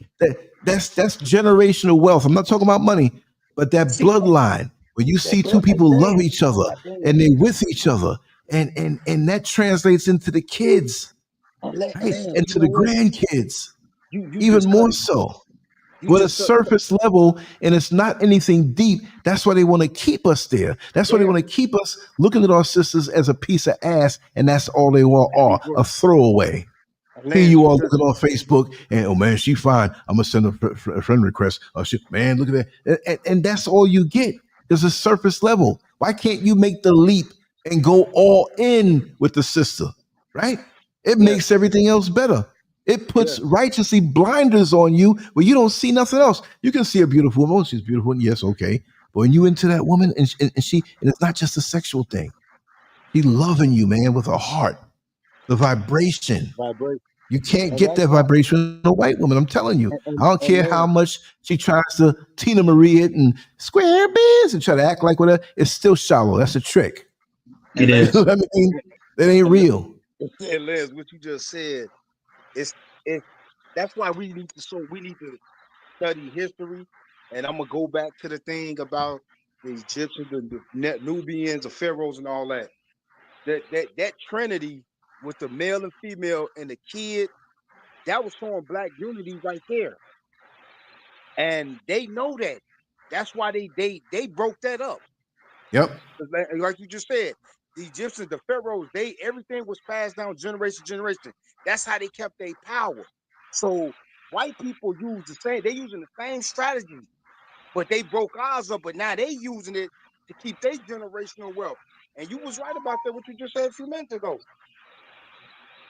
Yep. That's what you said. They don't want the black family sticking together. They hate it. And But even with you know, I think it was Blueface. The girl Blueface was with at that time. It was a lot of drama or whatever. They was loving it. Here you get what's her name? Simone. I think her name Simone Bow. Is her name Bow? What's the gymnastic girl? yeah, Simone. She's with the brother. Look like they couple doing great. It was a lot of negative comments said about them, and I said, you see this? They praise the toxic relationship, but trying to not cover it with this man. But it's a threat to them. They don't like that. I mean, beautiful black couple, right. man. They can't stand it. Because it's a vibration you can't emulate. Don't be successful at it. Ooh, you successful too in black? Oh yeah, you committing the crime. You committing the crime. Yep. But you know, there are a lot of white men that are angry because they see our strength when we're vibrating the way we're supposed to vibrate. And a lot of these white men, especially in the corporate world out there, I'm telling you, they twisted. The ones who, because I've been approached lots of times when I was into bodybuilding and stuff and just out there, by these white men wanting you to do their wives. Now, I know some brothers who did them things. And the biggest thing, we had a deep conversation. We talked about those things for a long time. The white man wants you to go up raw in his woman, in his wife. And after, I hope none of y'all are eating anything, after he's sitting there watching, and he wants you to release in her. I'll say it that way. Yeah, I have heard of stuff like that. Well, after you release in there, and maybe it's time for you to go, you turn around. This man is eating lunch now between her legs. And I had to think about this. And then before, I did a show maybe 10 years ago on Craigslist, the Craigslist website. And if you knew that, it's still there, but they had to remove a section of it, the personals. And I had to demonstrate it live on the show. I was telling people that wherever you live, big city, little city, the sticks, where Billy Bob lives, everywhere. That's a thing with them. They had different sections. M4, number 4F, male for female, female for male. You know, C for BM, or WC for BM, white couple for black male. They had lesbian for lesbian, every possible transgender, cross-dresser, this and that. And I told people on the show, and there were a lot of people on that show that day, I said, go to your computer, or if you're already on your computer, put in Craigslist, put in the personals, and punch in the area where you live. Because this was everywhere. It wasn't just like a universal page for just this type of thing. It was broken down into your city. Craigslist, you know, Omaha, Craigslist, West Virginia, and the little cities in there, right? Every personal, every city, every town. I said, I'm not lying. You go and see for yourself. Go to that section. Hey, you said white couples or black male. You said the thickets? Say it again? You said it's this stuff you said would be in the thickets? Is that what you said earlier? I know you said every town, every city, but you said that it'll be in the thickets. Is that what you said? Even the sticks, meaning like way out. In the sticks. Like, yeah. Like West Virginia, right? Yeah. But even You know, even in places like Maine, where you don't have too many black people, or you the prize. You're gonna have somebody come up to you in the supermarket, you know what I mean, or wherever. yes. So Yeah, I'm they assuming love there's that not a stuff. lot. So I'm assuming not a lot of black people in West Virginia either. Oh, they got them out there. I know you got some. It's sundown towns and stuff, little places like that where you're separated, but they there. They there. Well, I'm saying because that guy I was talking to about the corporate that the gay guy I was trying to like invite me to a like hotel. He was from West Virginia. Oh yeah, you got them out there. They're out there, and it let me. And I've met other people that have done this. You know, when I was young, I was a male stripper, so I was doing that body, but all kind of crazy, and that was crossing worlds, man. There's nothing that I haven't seen with my eyes, anyway, right? But I had to go deeper on this. Why are these white men trying to consume the ejaculate of the black man? You know what I mean? Right. And secretly, a lot of them are feeling submissive, but they can't admit themselves. See, their wives are like a shoehorn. You know, when you want to put your foot in the shoe, but it don't fit. Well, I'm gonna use a shoehorn to get in there. I'm not gonna admit that I'm gay, but I'm gonna use my wife to get this man's seed in my mouth. It's very common. Yep. I've seen it. I've seen it with my own two eyes several times. I've been to parties. I've been invited. Kelly Everett is my friend. Y'all won't know her. I mean, she's somebody from back in the 70s and the 80s. She was on TV. She was big on striptease, and she did like bodybuilding, but she didn't look like one. It was more because she was in that world and softcore movies. She invited me to a party in Westchester. There was a Jewish man who did, I think, 2 years for tax evasion. And this Jewish man, he owned a peep show in the old Times Square when there's nothing but sex stuff there. And this was also 1984. And I was cool with her. She was strange. I did an interview with her. And I did I put it up yet? Because the old channel was lost, but I had just the audio. So I'm gonna put it up probably tomorrow, whatever. Interesting, very intelligent, but she was a little out there, big time. And she says, "Listen, we need a male to come and flex." I wasn't dancing really; I was just flexing, whatever. Made some money. I worked, but made money on the side doing that, and I still competed. Right? I was young. I was 21. So we go there. We're by the swimming pool and everything. I'm noticing this is Westchester County, and this was like a really swanky. It was a mansion. It was a straight mansion, but the yard was so huge. So I'm there. I'm with Kelly. Kelly's on one side. I'm on the other side. And this white woman was sitting on her husband's lap, and she got up and grabbed me and tried to stick her tongue down. I'm like, what the hell? They had drugs, cocaine there on the table, leisurely. Oh, go ahead. I said, no, I don't get down like that. There's another guy that was there that popped in like he's a friend of all of them, whatnot. But he was hitting homegirl off. She wanted a piece of black meat. And I saw what that man did to the wife after the black man finished what he was doing. A lot of them are just gone with this thing, but it's a spiritual deficiency. It's a spiritual void. Maybe it's not even a void. They don't have certain things about their being that we have with ours. And they will go to such lengths. They may look at it as a sexual thing, but they'll go to the depths, right? Because they know we have this vibration, this melanin, right? And they're so focused on when you see them in these extreme parties, and I've seen these things. I was nosy and looking around. Hey, you want to come on and see what's going on? Yeah, let me see what's going on over here. Clubs and everything like that. They love a lot of them. I'm trying to say it without being too disgusting to anybody who's not used to this stuff.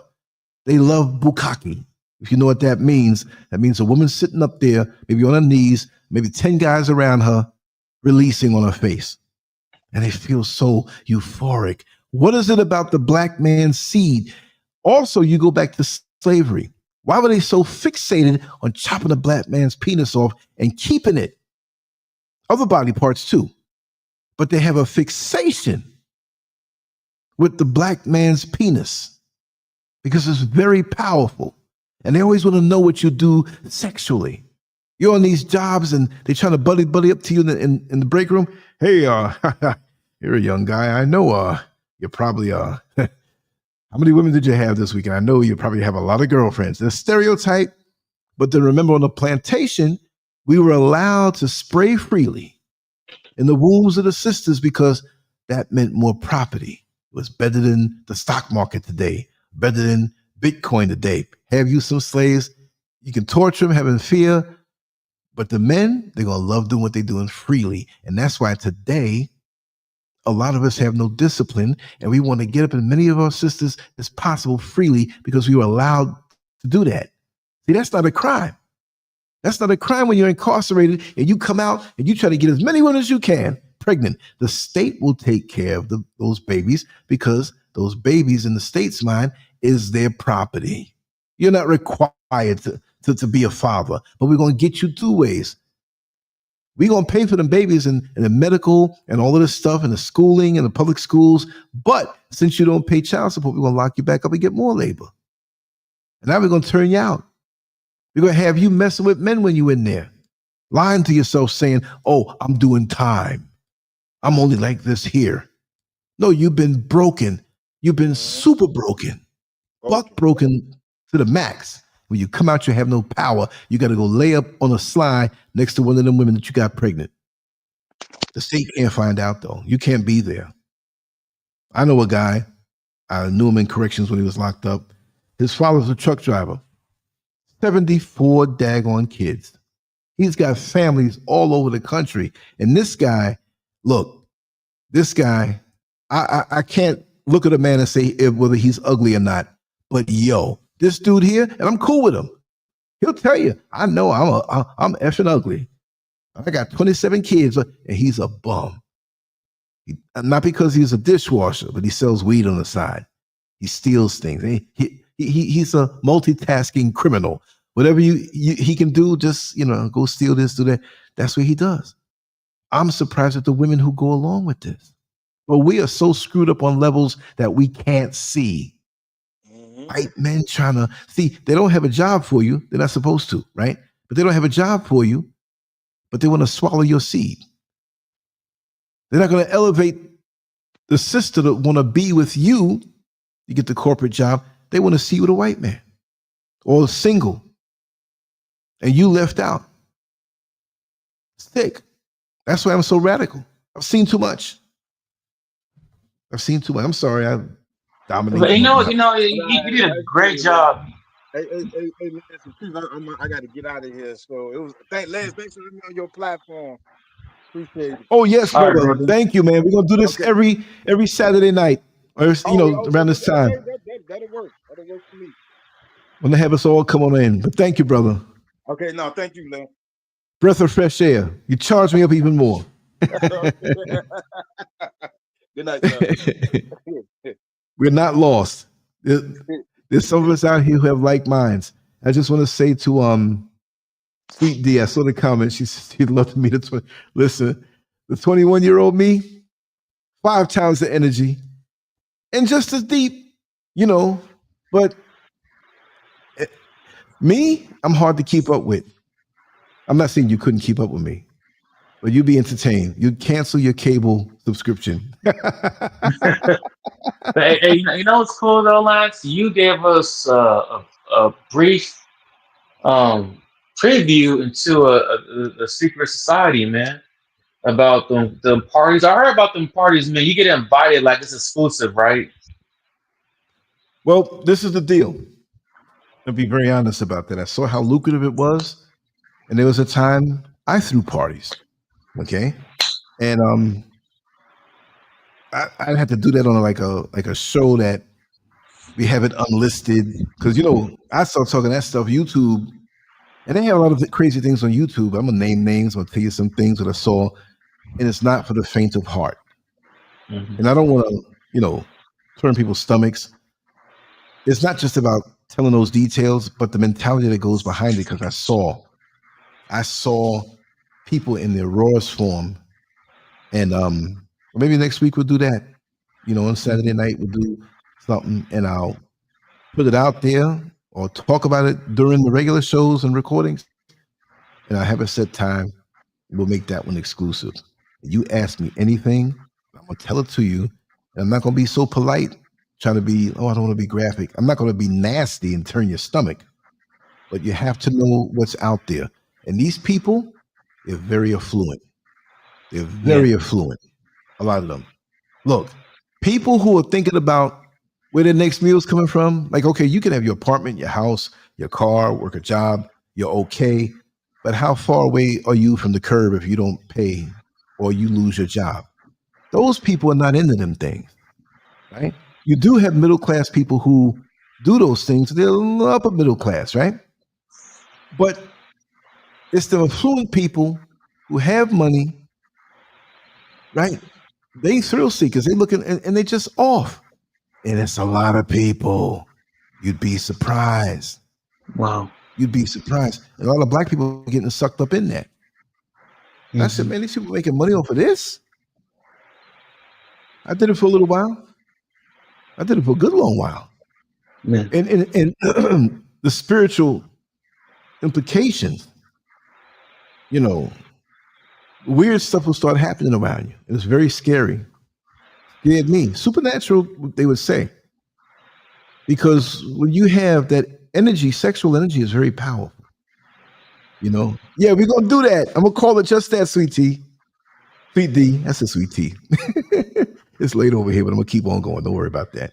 I ain't got to wake up no time soon. But we'll do that. We'll do I'll call it that after dark. Even if we do other topics and stuff. But I've always really wanted to get down and talk about my life in New York City. Even the sexual underworld and other things, that I've seen. Because for me, when I say I lived a fast life, I don't mean fast like crime and we out here drinking and sniffing and driving reckless. No, meaning a fast life that I've seen so much. And I was nosy. I heard about things. It's like, yo, for real? I want to see this. I was brazen. I went up in places. I saw some things.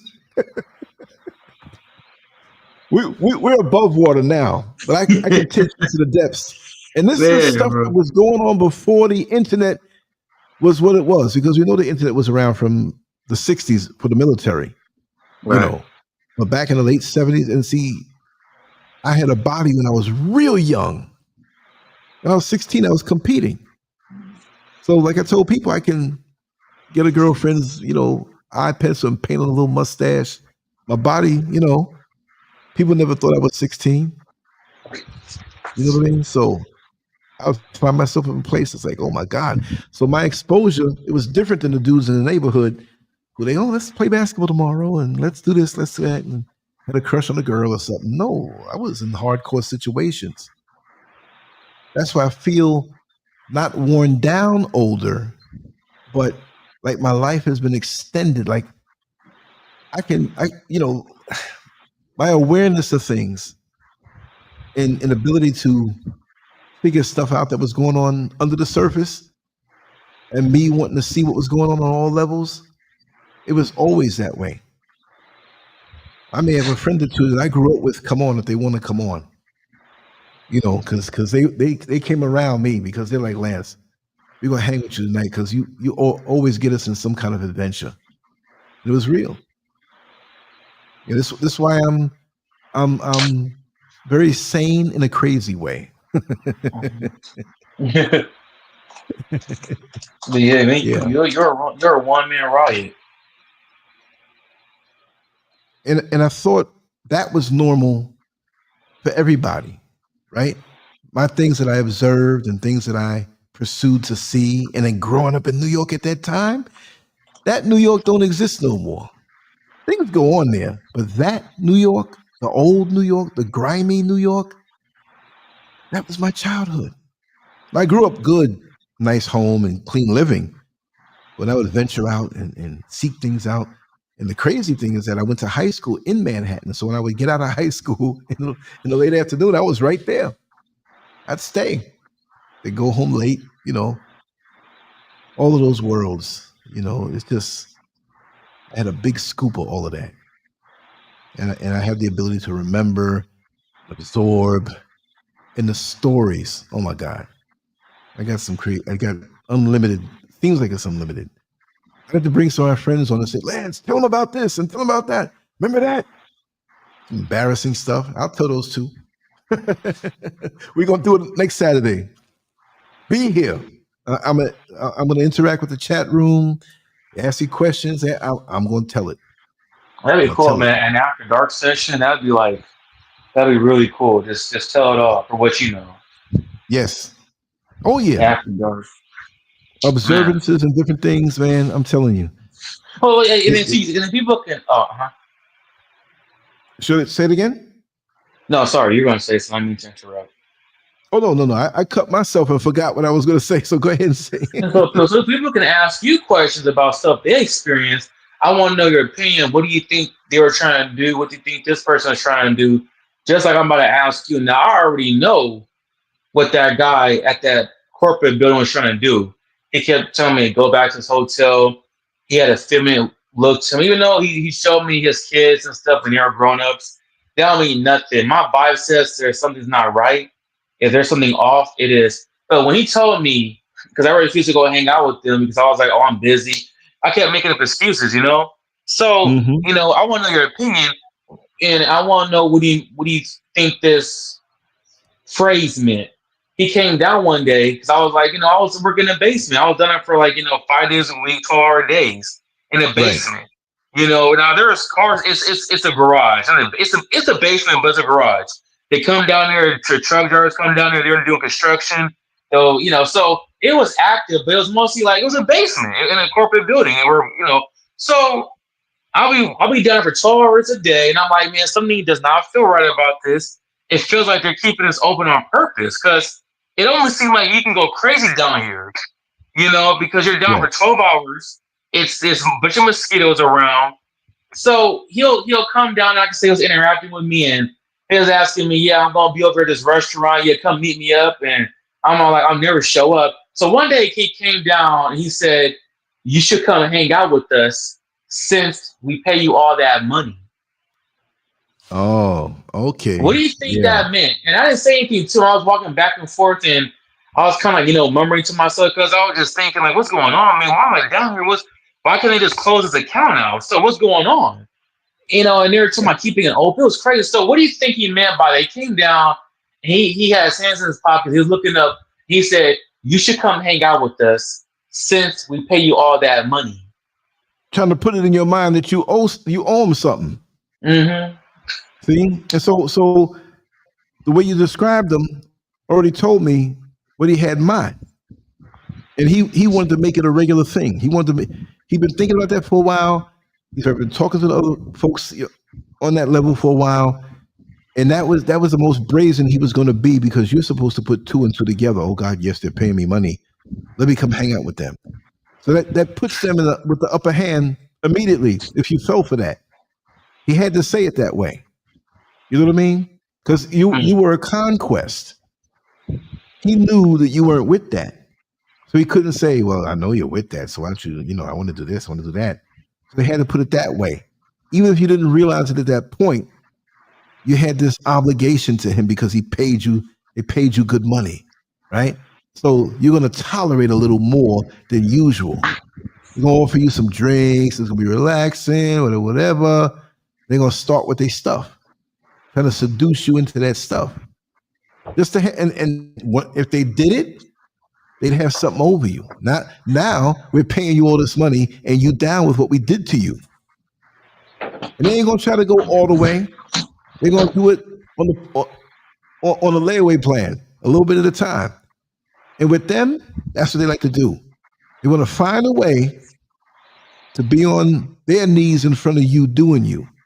Hopefully, in their mind, because that's how they work, right? That you're going to enjoy it and come back for more. That's what they do. Then the ultimate for them, if they're a top, which when you say a top and a bottom, for those people who don't know, the top is the man who's hitting the dude from the backside, and the bottom is the one bending over. They really wanted to because they know. See, It's all they can go anywhere and find a gay dude somewhere to do something with. But it's deconstructing black manhood. You'll be like that moose head on the wall for people who like to hunt, and that bear rug on the bottom. And somehow, some way, somebody's gonna take a picture and have it like a trophy. They want to break you down.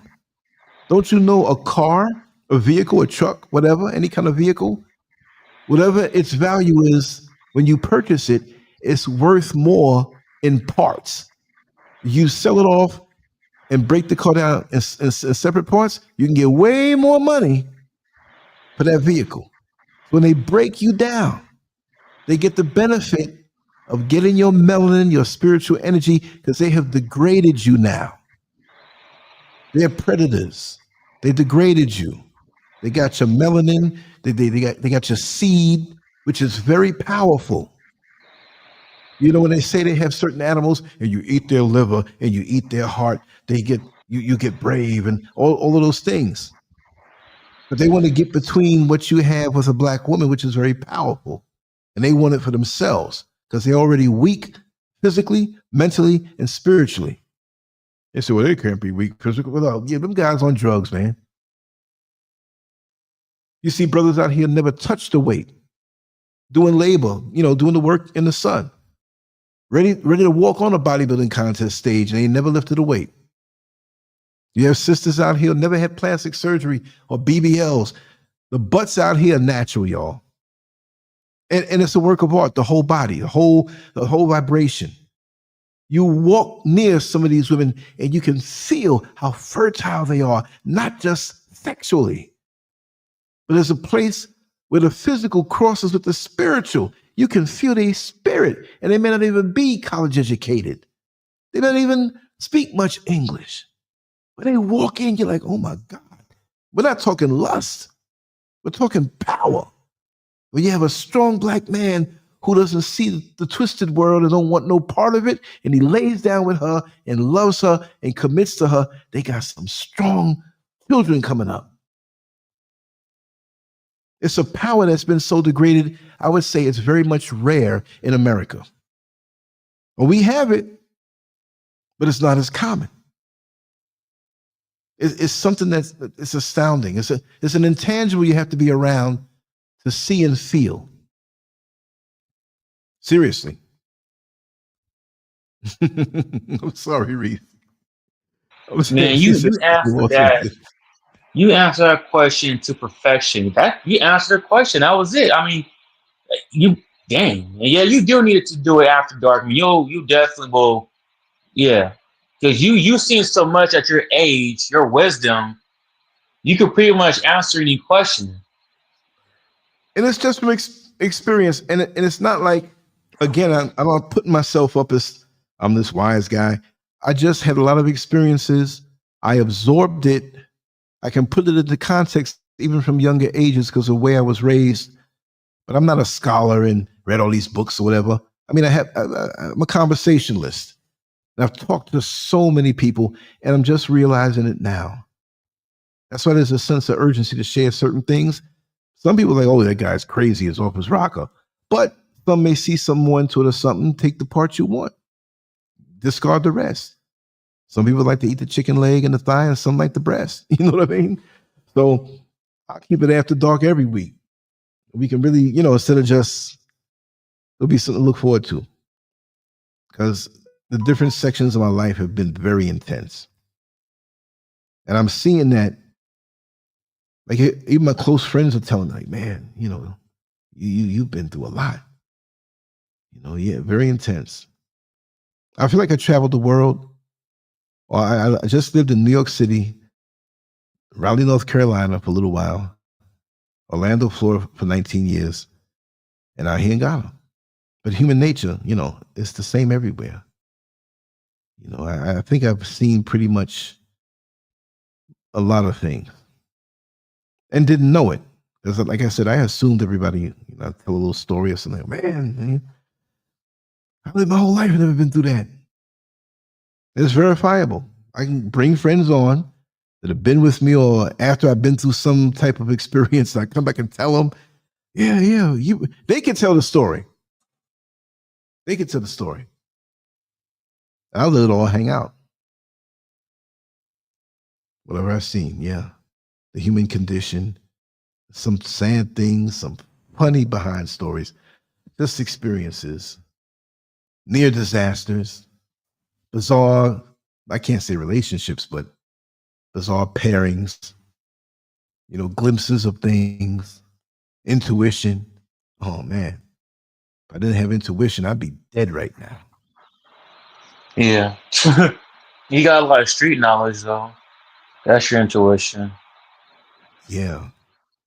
You got that growing up in New York, man. The streets of the heart now. From that era. I can't believe I'm at this point in my life. I mean, I don't see myself. I'm not an old guy who's like, oh, I'm still 21. I still feel, physically, I can feel the pull. I'm not slow or anything like that, but I still have the energy. But I look at everything timeless, right? It's an energy thing. It's a timeless thing for me, because a lot of people I know grew up with, they're stuck in these boxes. Not all of them. Well, we're older now and we gotta just whatever. No, I still have enthusiasm and wonderment to see what's out in the world, what I can learn. It's just as fascinating. It's not like, well, I did this back in 1982 or 1979 and that's it. I see things in the present day. But my most intense stuff is in America. That's why out here it's just easier for me to see certain things, because this is elementary for me. So it gives me a chance to rest a little more. It's not like I'm in New York City, the back of the day New York City right now, and I'm still deciphering this and whatever, crazy stuff, man. And I've always attracted it too. Some friends of mine, they're like, that's why we like to hang out with you, man, because every time we go out to the city with you, you always attract some craziness.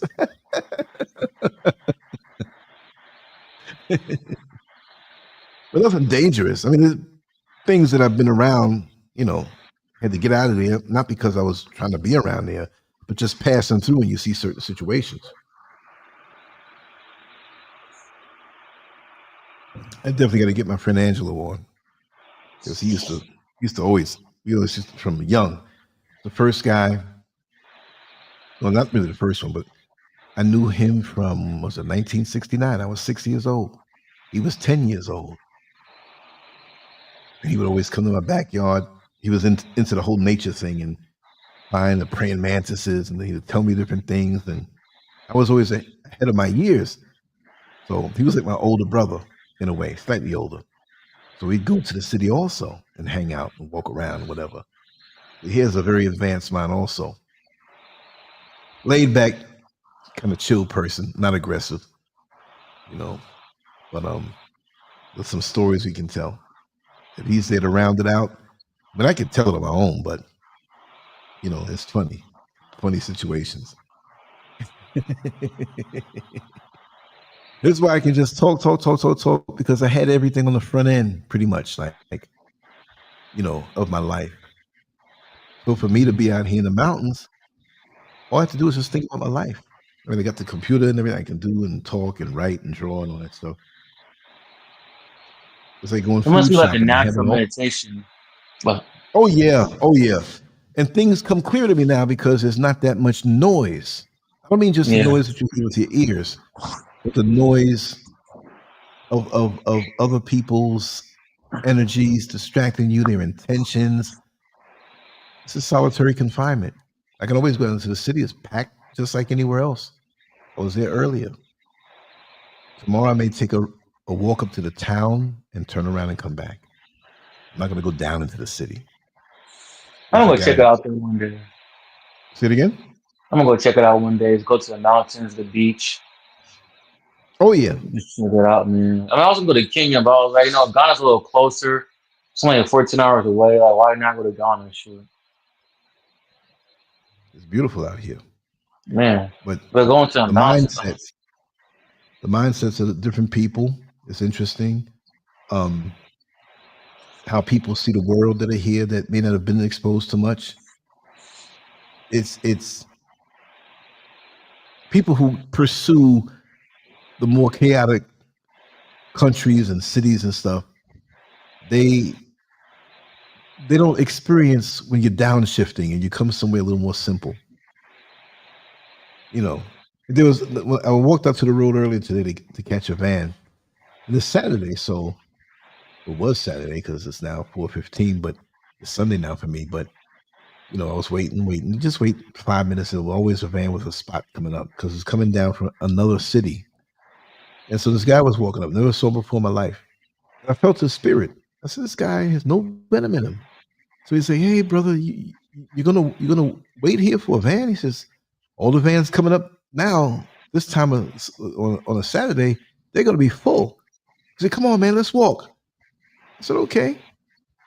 I said, this, So just that quick, a car came because you have like little Toyotas that come, little Corollas that come, and they do cab runs, or they'll just run you up for a couple of CDs, which is the dollar of Ghana. And we got up there, and the guy, the driver, told me, he says, listen, I'm going over down to Medina, and that's where I'm going. So I'm thinking he's going to try to charge me like a cab fare, more money. I said, no, I'm going to get off and take one of the vans. I said, how much are you going to charge? He said, 16 CDs. I said, oh, man, that's the same price as the van. And it's a car, so I'm comfortable. So maybe he was already going down there or whatever, but, you got to be on your P's and Q's with the money transfer, how you calculate the money, so they don't rip you off. But I got that down to a T now. And the other guy wrote a little bit.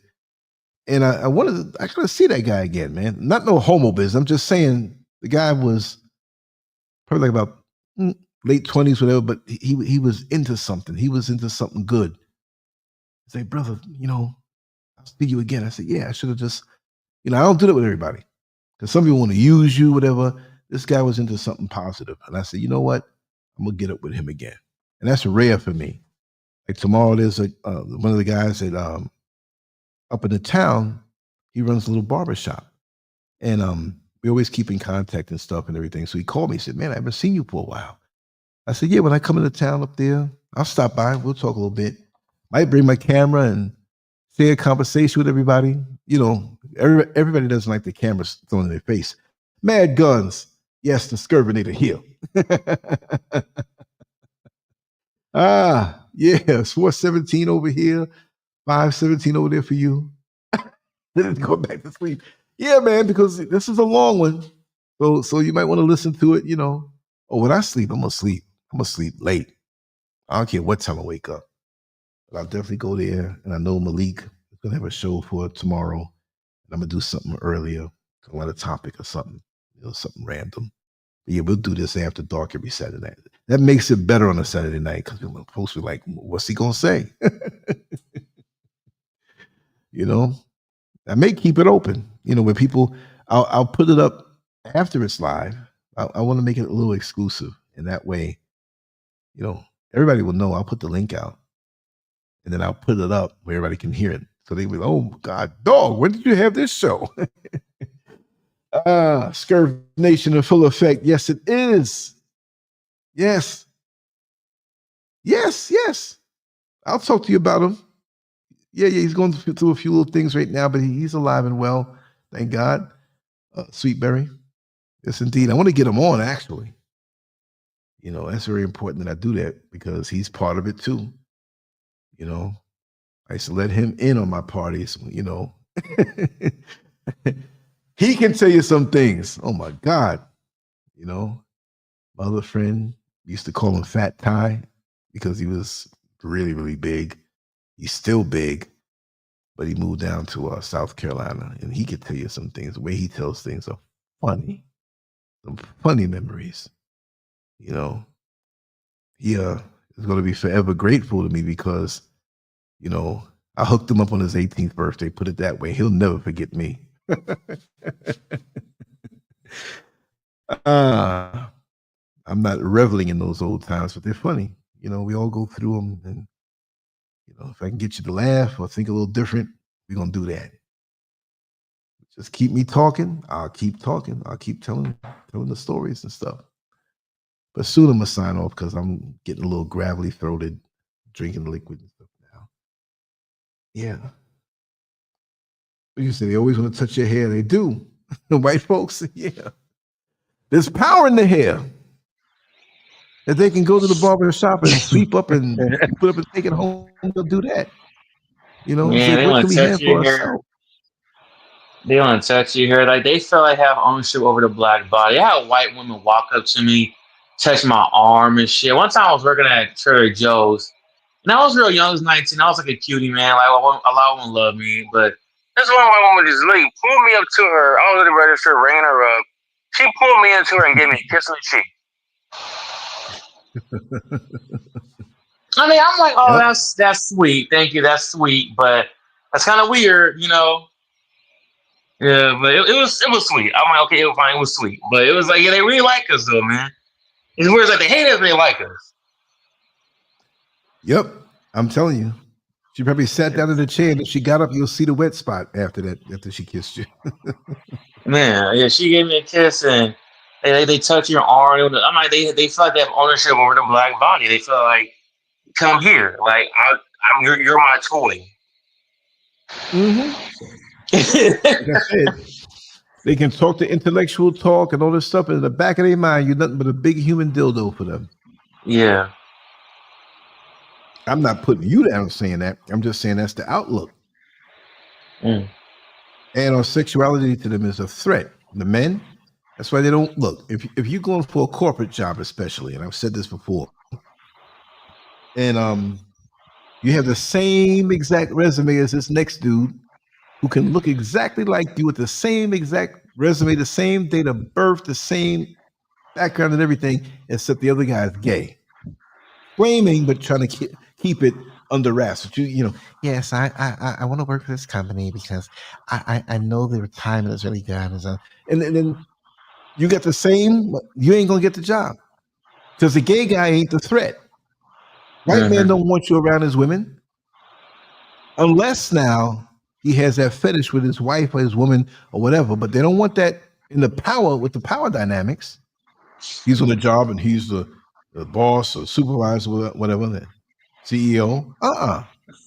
You're huge black, whatever. Even if you ain't got nothing huge, it ain't none of my business. But in their mind, we all hanging down to our knee. See, and they don't want you around their women because that magnetism and pull and power that they feel, that fear is going to be around them. Even if you're not even trying to be a playboy with them white women, they will see the difference. They will see the difference in your strengths, even if you're a quiet guy. It's just something about him. Like, hey, here he comes down. Be quiet. Yeah, they're doing that stuff there in that corporate building. Yeah, I mean that's what they do. It's like they watch you and stuff. They're like they talk about you all the time. It's crazy. It's like yeah, they see you as a big bug. I was gonna say something, I forgot. But yeah, like you know what I was gonna say? Yeah, if you apply for a job as a black man in a corporate building, you don't see too many black men talking with bass in their voice. You don't see it. Right. They take the bass out their voice. Yeah, they do. They do. Yeah. They have a corporate white preparatory kit. 10 things on a checklist. I may write something up like that just for the fun of it. Yeah, no bass in their voice. Bass. Super tight suits. No, the suit's not loose. It's not masculine. It's right. It's crazy, man. It's like, what the heck? You can't go in there talking about Barry White. You know how many white women love Barry White's music? Oh man, just goes through me. Yeah, man. He had Barry White. He had a powerful voice. That's right. Or that James Earl Jones? No. That Darth Vader? No. They're terrified of that voice, man. You know, you got some white men with deep voices, but no one ain't got a deep voice like a black man. I know. No one ain't got no deep voice like a black man. The black man is the deepest, most baritone, masculine voice on the planet. There's some white men got some deep voice. You ever hear the song "Hoist the Colors"? Who's it by? Barry White? I forgot. It's a compilation, and that was a song that started playing on my cell phone, when I had to walk 15 miles up the road when the van driver didn't let me. It just, you know how sometimes you put your phone in your pocket and it just hits. And scary song. I'm gonna drop it in the chat room right now. Let me just find it here. And hold on. Hoist the colors, but it's got to be the right one because they have all these different. And if you hear it, you probably know it. Okay, there it is, right there. I can't play it because you know the whole copyright thing. Oh God. Whoop-de-doo. That's a second of it. I hope they don't knock me for that. But yeah, I wouldn't risk it, man. You get a strike. I think you're on here for like 10 seconds and you got to cut it off. But I wouldn't risk it, man, because no, don't do it. No. Well, I'm gonna put the link. I'm gonna put the link in the chat room. Yeah. And toward the end, he's there, but they save him for last. You see us, man. This guy's voice. Look, there you go, right there. Everybody who's watching, play that. And you can run it to the end, toward the end. Man, this guy's voice. And I was walking up that road all those miles, 12 midnight, no signal on the phone. Then it would pop in and pop on, but I had groceries. I couldn't see anything. I live in the clouds, man. Sometimes the clouds are high. When they drop down, and I was walking where there were no people living for a couple miles, country up here. Then you have some who, you know, but it was nighttime. Every now and then the car would pass you by, but they were scared, like, who is this guy? You know? And that's the song that I heard. It popped. I was like, what the hell is it? I didn't know what it was. It was a phone in my pocket. Caught the signal. I guess I was watching YouTube and, you know, put the phone in my pocket in the inside of my leg, touched it and just played it. That was the most frightening experience, you know? But yeah, it's there. It's there. That's that link right there. If you're spooky or scared or somewhere dark right now, don't play it. Don't play it. I was in the worst condition when that song came on. I was like, oh man, the trees look spooky. Hardly see them too. Couldn't see hardly anything. You know, I say fog because that's what I'm used to, but it's clouds. Thick, moist clouds. Dark. You know? Hey, speaking of spooky, I know you're supposed to stay on subject, but you know, we're already kind of venturing off. Hey man, so you're talking about like supernatural stuff. So you believe in the supernatural? Of course. Because so you believe in ghosts, Yeah. Wow. Not in the traditional sense. Not in the traditional sense. I feel there are some of us who some people say, oh, I saw a ghost. They may have seen something that they were allowed to see. Because life to me is like a sandwich. There's different layers. And you're allowed to, depending on how in tune you are, to catch a glimpse of things, right? I've seen things. I didn't have a conversation with anything, but I've had the opportunity to see a lot of things that were unsettling, scared me. You know, back in those days, you know, with those adult situations I was around, it brings a certain energy. And people that you talk to that are not of this realm, I'll put it that way. I don't care who thinks I'm crazy. I will say it. Yeah. So look, we're on this level now. If I transition, you don't see me, but my energy's somewhere. Mm-hmm. You don't say I see you all the time driving a car. You might live 2 blocks over. I kind of know you. Hey man, what's going on? But then I see the car parked and you're not in it. Do I say, oh my God, wise man is dead? The driver's out of that car. These bodies are our vehicles. It's not going to come with us to the next level. Going right back to the earth. The bones, the calcium, the water. The water in your body, where was it? Was it in a dinosaur at one time? Was it, you know what I mean? Was it in a goat one time? Here and there, water flows freely. The physical, if we think this is it, it's not it. And me, I can't say exactly how it's going to go. I'm not that in tune. But I know this is not it. This is why, as I think about my life, I don't think, oh man, I'm 62 years old. I'm getting closer to that. No, it's just like shifting a gear, an automatic transmission. Everything in man's world is chaos, but in the creator's world, the way he designed it, everything is there for you. You don't have to be afraid unless you've been an F up all your life. You know what I mean? You got to pay for certain things we've done. But where do we come from? See? Our energy was somewhere before we got here. We didn't just pop up out of nowhere. We know the process from the physical. But before that, what were we? Where were we? What was our energy all about? We learned the physicality of this level, how to walk, how to eat, how the body works.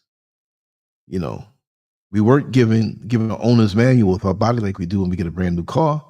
We got to try to walk and fall, bust our lip, feel a little pain, and try again.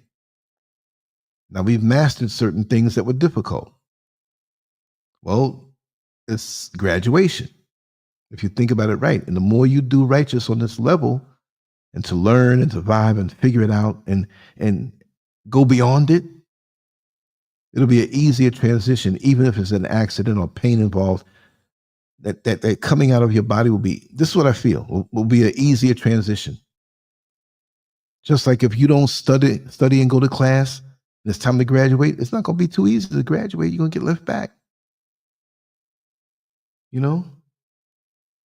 So, yeah, a part of something bigger. You got a two-dimensional thing sitting in front of you, and three-dimensional, and you can see it, fourth and fifth dimensions. Who knows what it is? I can't tell you, but I've caught glimpses of things, and I know not only that, but more so than seeing things, I feel things. I don't really want to see anything.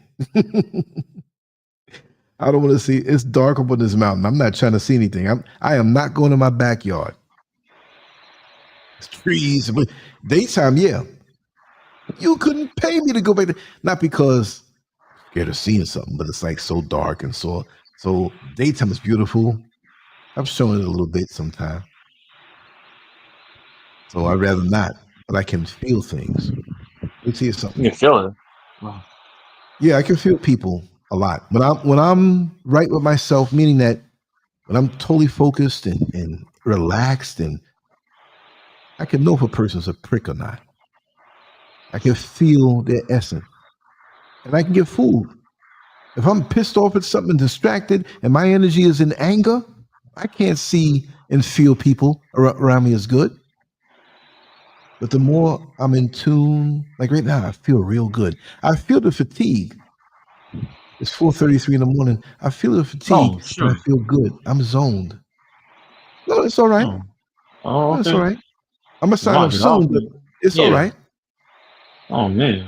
I mean, it's not like I'm getting up to go to work in the morning or whatever. You know what I mean? This adds excitement to my day. So I'll hear it and listen to the comments or write a comment or something or whatever. Staring, energy. You know, so I'm zoned now. I don't want to see anything, but my vibration is high, even though I'm a little fatigued. And oh, no problem, Landon. It's a beautiful thing. That's what it's all about. I can still do this. Like when the channel was taken down and I didn't fret. I was like, oh, well, we're going to do something tonight. The next night, let it accumulate. And the energy that I put out over the years is still out there, right? Because I see things different. People go, oh my God, Lance, it's terrible. They took all those 6,000 videos you had. And I'm like, no, I'm still me. I'm still here. I can tell the story better. Take it down again. I'm still going to go and do what I do. You know, but yeah, I know those things. And I've been in situations where I was close to seeing something and I knew it. And I was like, no, I do not want to see. I was so strong. So strong. I remember, what was it? I told this. I think I told it on the show. I've talked about it on the show one time, but I had I tried to make a promise myself to not women, like it was never a problem. I'm not saying I'm that good or whatever, but I was always where because I'm always a gentleman, number one. So I'm not just some guy. Hey, girl, I give you time. We talk. We hang out. Whatever. Cancel your cable subscription. I'm a giver, and that's not always good sometimes. But I said I'm going to slow down a little bit. I got to slow down. And at this time, my mother was in the hospital. You know, she had a stroke earlier that year, that particular year. And then she was in the hospital again. Everything was all right. But the next year, she had a stroke. So I'm by the house by myself. And I just had this feeling. And I think I told this one before. I was in a room way in the back. And I put a bed back there and I was laying down. And I was dozing off.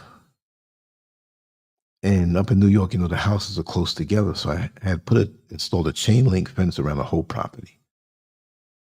And I had put sensor lights around the whole house. Second floor. There was a third floor, an attic that it turned into an apartment, but the second floor and all around high up over the first floor. And I had them at their highest sensitivity. I don't care if you were a roach walking down the side of the house, you were going to trigger that light off. So I have to know the house was talking to me like, you know, okay, anybody walks by, a cat or a dog would always come on. But this one particular time, I'm laying in this bed, I head near the wall. All of a sudden, boom!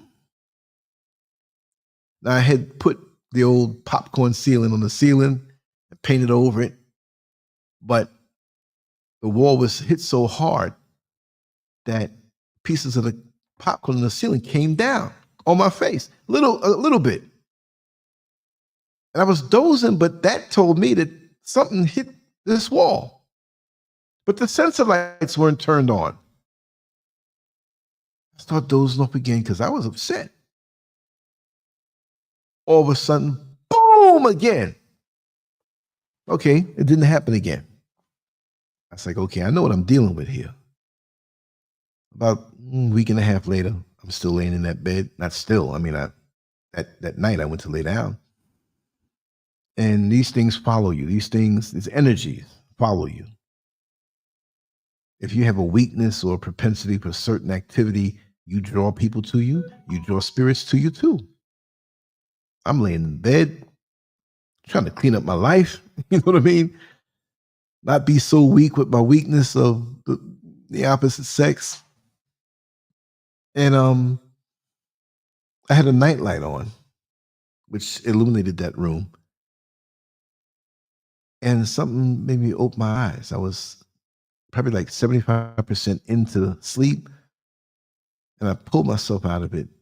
And at the foot of the bed was a woman sitting at the bottom of the bed. And she had this mini skirt on, the stilettos. I'm not one who has to have that adornment on a woman. I appreciate a woman as she is. She had this wide brim hat that covered her head, but she was sitting away from me and 3/4 to the side, like a quarter shot. You saw the side of the face. It wasn't something that you can see through, whatever, but her shape was like out of this world. It was trying to tease me. It was one of them spirits, right? So it got up and walked away, but even though like she was sitting on the bottom of the mattress there, it didn't raise up when she got up. But when she walked away, I'm frozen. I'm looking. There's no noise. I just walked into the other room and left. Man, I had to pee so bad. I didn't even go in the house to go pee. I opened up the back door and went out the back door. And even that was scary, right? Because that was dark. You know, there were things that I see when I was younger. I had another experience. It had to be, I was 10 or 11 years old. I think it's maybe 12, around in there somewhere. You know, 45 RPMs were still around, and I was big into music. And I had the flu. I had the flu bad. My mother was taking my temperature. She had a little experience in the medical field with her, so it was okay. But I was going through some kind of delirium. So I thought. And my mother was really like worried because like they wanted to take me to the hospital or get some ice and fill it up in the bathtub. You know, you go to all night big box store or whatever and get you some ice. And there's always places open late and bring it back. And, you know, they didn't do that. But I can tell you that I was wondering why the ceiling was in my face. And in a fuzzy way, I can look down and I knew that was me. And even though each room, you know, like you have the door, but the door doesn't go to the ceiling. You have the part of the wall that is over the door that, depending on how high the ceiling is, there's a wall over the door. So you can't see if you're up near the ceiling into the other rooms. But for some reason, my head was up near, you know, I didn't look down and see a body as far as me, but I saw me there, but I didn't look at my face. It was fuzzy, it was blurry from what I can recall. And I looked across to the back of the house, which I couldn't see normally if I was up near the ceiling, but I saw to the back in the bathroom, and it was dark, and I saw eyes looking at me. Just these eyes. And I wasn't scared at that point, but after a while, like it's like you blank out, but then you're back in your body again. I'll never forget that. And for some reason, earlier, and I had the fever early, but the fever was really bad.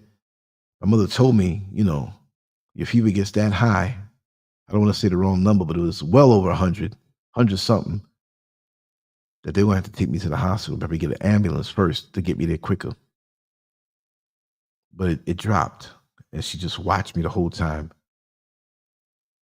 But earlier in the day, I was playing some music. I was weak. I had the flu, you know. We didn't have cell phones then or the internet. You still have to play music, watch TV sometimes. There's some boxing on or something. I remember playing a song by Shirley and Company. Shame, shame, shame. I said shame, shame, shame, shame, shame, shame, shame, shame on you if you can't dance too. It's a simple song, but sometimes you have experiences and your brain cross-references things. And I do that on purpose. I've learned to do that on purpose from young.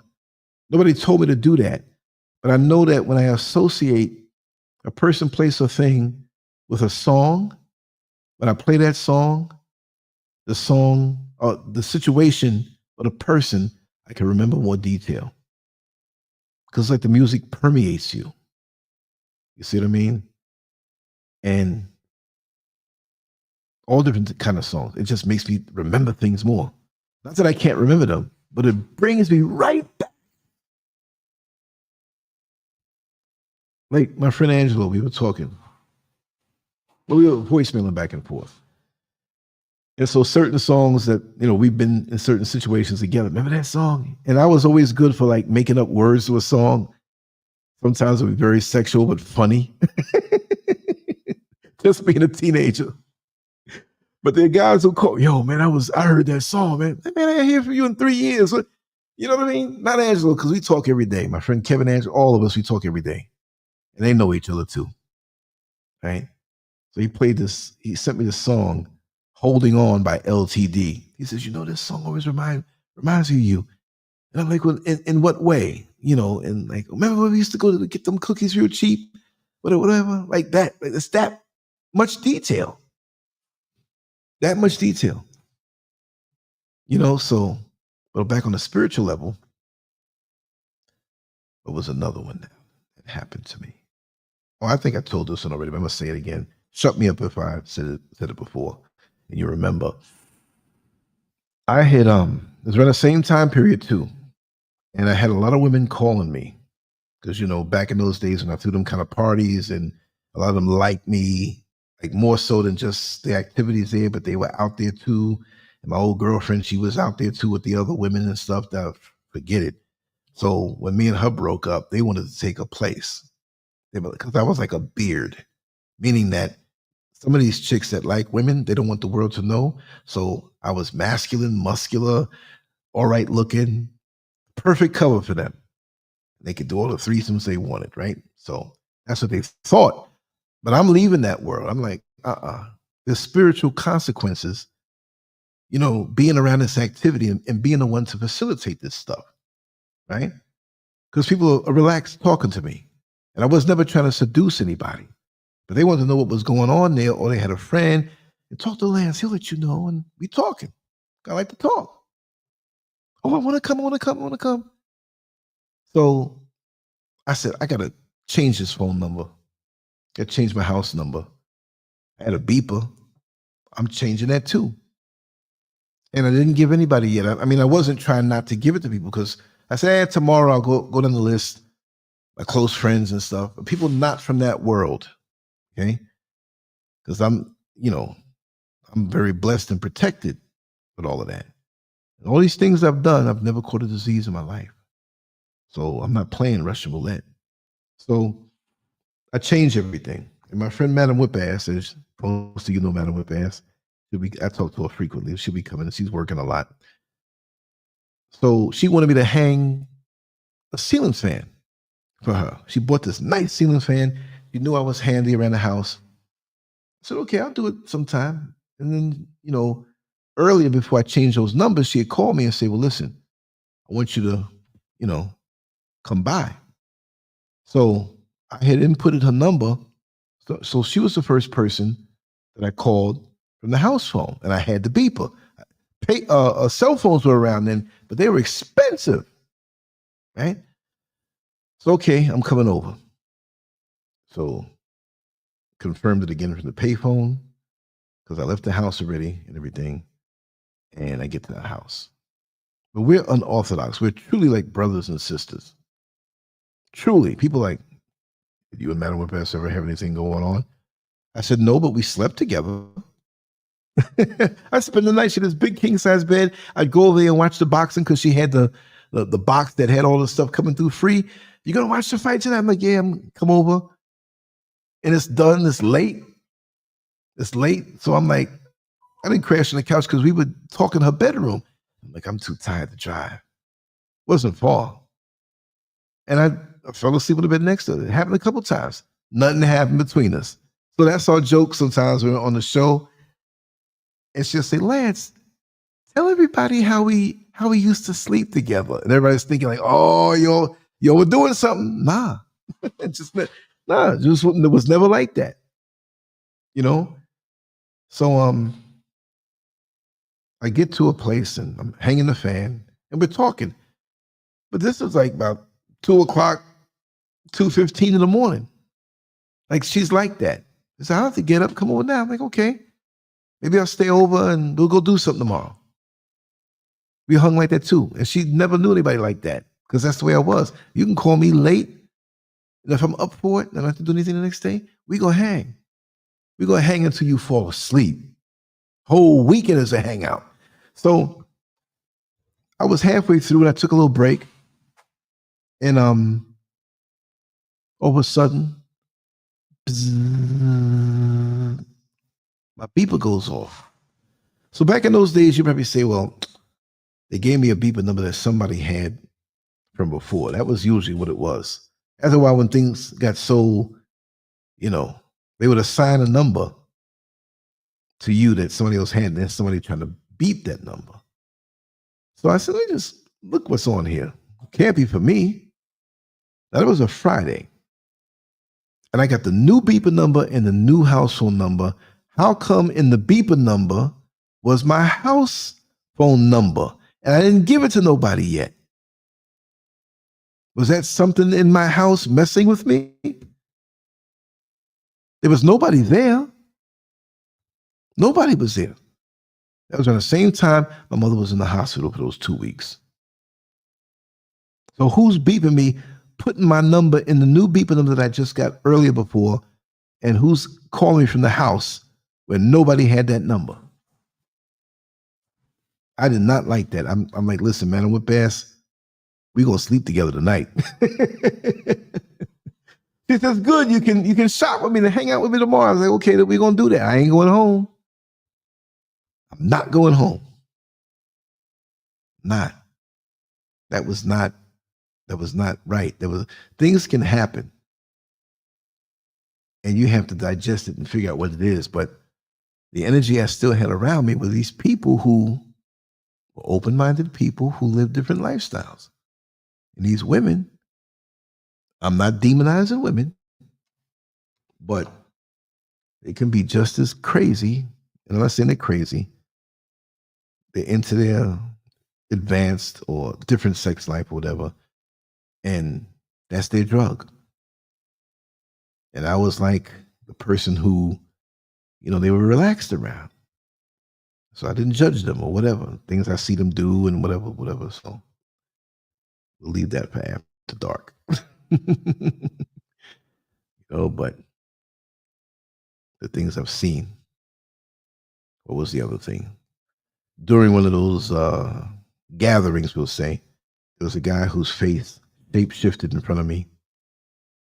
And it ended up looking like that guy, one of the characters of Hellraiser, that movie from back in the 80s. Whoa, you're going for something else right now. You believe in shapeshifters? You seen that? Yeah, quickly. I heard of a story like that. I'm not gonna lie, man. I'm into the paranormal. At first, I thought it was like entertainment. So I was watching this one channel about like cryptids. You ever heard of cryptids? What is that? Cryptids. You ever heard of cryptids? Like Bigfoot, Loch Ness monster. Aliens. Like creatures like Bigfoot, the Loch Ness monster. I heard. Yeah. So he was talking about how there's these things that shapeshift. They call them lizards or something. Must be some kind of lizard people. Yeah, but his face. He was at one of my parties back in the day, and he was trying to talk to other women other than one that he brought with him, and everybody was complaining about this guy's breath. And they wanted me to say something to him, but I didn't want to hurt his feelings. It was going to be an okay guy. Name was George. I'll never forget him. Met him that one time. So he came to me, and he was like, Lance, it seems like nobody wants to talk to me here. So I said, George, I know what it is, and please don't take it to heart. But many people here have come to me and said that your breath is really strong in a bad way. I said, I got some mouthwash back there, all kind of stuff. That wasn't killing that. That wasn't, because you can have bad breath from your teeth or your mouth. This was from the gut, and it was beyond the gut. This was like demonic breath, man. Because I was like, oh, this wasn't natural. And certain things can manifest in different ways. You smell certain perfumes of people that that are not with us anymore, or these smells from hell. You clean your house, you clean your place, and you got this smell that you just can't figure out. You got to watch those things. Many ways of a presence being around you. And so he didn't rectify, didn't whatever, but after I told him that, he accepted it because the way I delivered him the message, it was in a caring way. I wasn't trying to insult him, right? So I looked away, and I had these colored bulbs and flashing siren-looking lights, and movies playing and all this stuff, and food and music was playing, and R&B from the 70s. I looked at him again. Man, first of all, his head got a little bigger, like height-wise. The size of his head was an extra half on top. And his eyes were like peeled open, like flaring his eyes, looking at me. And his teeth, they were carnivorous and long. And I'm looking right at him, and my heart was racing, but I wasn't going to show any fear. I didn't want whatever this thing was in a split second to gain strength from my fear, because I know a lot of these things want you scared because they can draw energy out of you. That's my theory. I've heard that, but I really believe that. And it went back to normal. And he was like, oh, okay. Thanks for telling me. I took him and gave him the stuff, whatever. He didn't have any fun that night, but that's the reason why. But that freaked me out. That's crazy. You said it was for a split second. It wasn't even a second. It was super quick. Right. It was very quick, but it seemed long because, like, I grabbed onto that visual and I'm looking him right in his face, so it seemed long. But I absorbed what it looked like. His teeth were gnashing, just like the Hellraiser. Not the main one, Pinhead, but the other one that's always gnashing his teeth. But the teeth were the same, but the rest of his face was different. His eyes were like bulging out of his head. And maybe his sex addiction, that's what it was. Maybe, a lot of times it's like parasites. Put it this way. This is the best way I can explain it. Parasites in your stomach that you don't really want to eat certain things or a lot, but the parasites in your stomach making you gorge food. Wait a second, I'm eating all this food and I still feel hungry. I want to eat this. I want to eat this sugary thing. I want to eat these donuts with the flour, and I want to eat steak. I want to eat. My stomach's about to bust, and I want to eat more. The parasites are eating up what you throw down. You ain't getting none of it, really. You might feel a little rush. Mm-hmm. Well, guess what? I feel that many of us can have spiritual parasites that cause us to crave certain desires that may be a little over the top, or specific acts sexually that would be considered a fetish, but it's not coming from you. Like, why am I thinking this way? I don't want to do this to this woman. And why do I want to do that? I've never thought of doing this before. Nothing weird, like violent or anything like that. I've had those feelings like, I want to do this. I don't want to just do the regular. I want to go all out. Let's do this. Where did this come from? It's dominate my thoughts. You know what I mean? I had that happen too. It's overpowering. It's like, man, what is this? Right. It makes you want to because you could have did something once or twice early in the day and you're satisfied. Your equipment is too tired to work, but your mind wants this. Where's that? That's the spiritual thing. It's very common. Because a lot of men out here and women may not be satisfied because they try to satisfy something else that don't even come from them. That I can say I know. I know that. That's just experience. Like a man telling you something about a certain area of expertise, but he's only been to the 3rd grade. He doesn't have any education really, but he's been doing this craft for a long time. Mm-hmm. I ain't never been to school, but I can tell you, you take this ruler and measure, so it's going to be exact every time. And you're like, you might know a little more than him from school. And you're like, this ain't going to work. And you do it and it works. And it's true. Experience is the best teacher, especially when you're a person who can feel things. Right? In my studio, I'm in here by myself. Dark outside. Bushes and trees and fog. And sometimes I'll walk outside and walk around the front of the house. Not in the back now where all the trees and you can't see. Might be snakes back there. But yeah, go ahead. No, that was really fascinating. I still can't get over that shape-shifting story. That's the first time I heard anyone say anything like that. I heard a story about a woman. Yeah, they're called reptilians. She had an experience with a reptilian of a guy she was dating, had the same thing happen. Because when you said it was a split second, that's what made me like, maybe this stuff is real. It has to be real, because the story she said when she was dating that guy, went over his place, she said he turned around and he looked like a reptile, and it scared the crap out of her. But in a split Yeah. second, he was back straight to a regular face. It scared the crap out of it. It looked And green, scales. Yeah. right. When it goes back to the regular face, your heart's still racing. Yeah, exactly. You know? That was she said. She was so traumatized. She had to get the heck up at the house. She had to leave. She just made up a story. Said, "I gotta leave. I'm sorry. What's going on?" She had to leave. She blocked his number and everything. Yeah, because But it's she saw him for what it really was. And maybe this person didn't have control over even knowing that they are this person or this is their spirit. And you caught it or she caught it. You see what I mean? mm-hmm. Like yesterday, somebody sent me something on Instagram. And then I scrolled down, right? I wasn't looking for anything. I just scrolled down.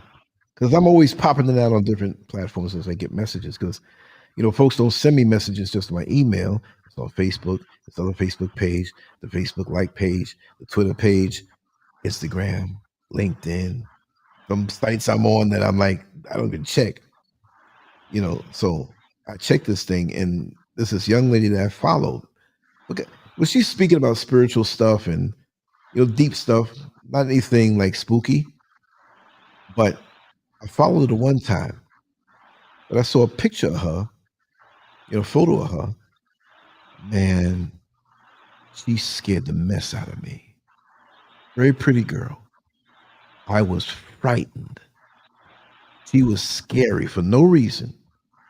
I said, oh, hell. I went down in the profile, and every photo I looked at scared me. I'm saying to myself, what the heck is this? I was like, I would, if I see her coming or walking near me, I mean, she's in America. She doesn't know me. But I'm running. I don't want to go near that woman. She was decent, dressed, saying intelligent things, some videos of her, but she frightened me. Not like I'm a little punk and I want to run away, but like I don't want no dealing with her. I don't think she's evil, but there's something about her that scares me. You can It's see got it to be there. evil. There's something. Yeah. Yeah. You can sense negative energy. Like, No, go ahead. No, I'm like the same way. I'm very energy. They call I don't know what they call it, clairvoyant, but I said I didn't go with my gut. They call it intuition, but I can feel energy. I can feel I'm dealing with a decent person. That's like that Dr. Umar Johnson. Before this even happened, something told me something's not right with him.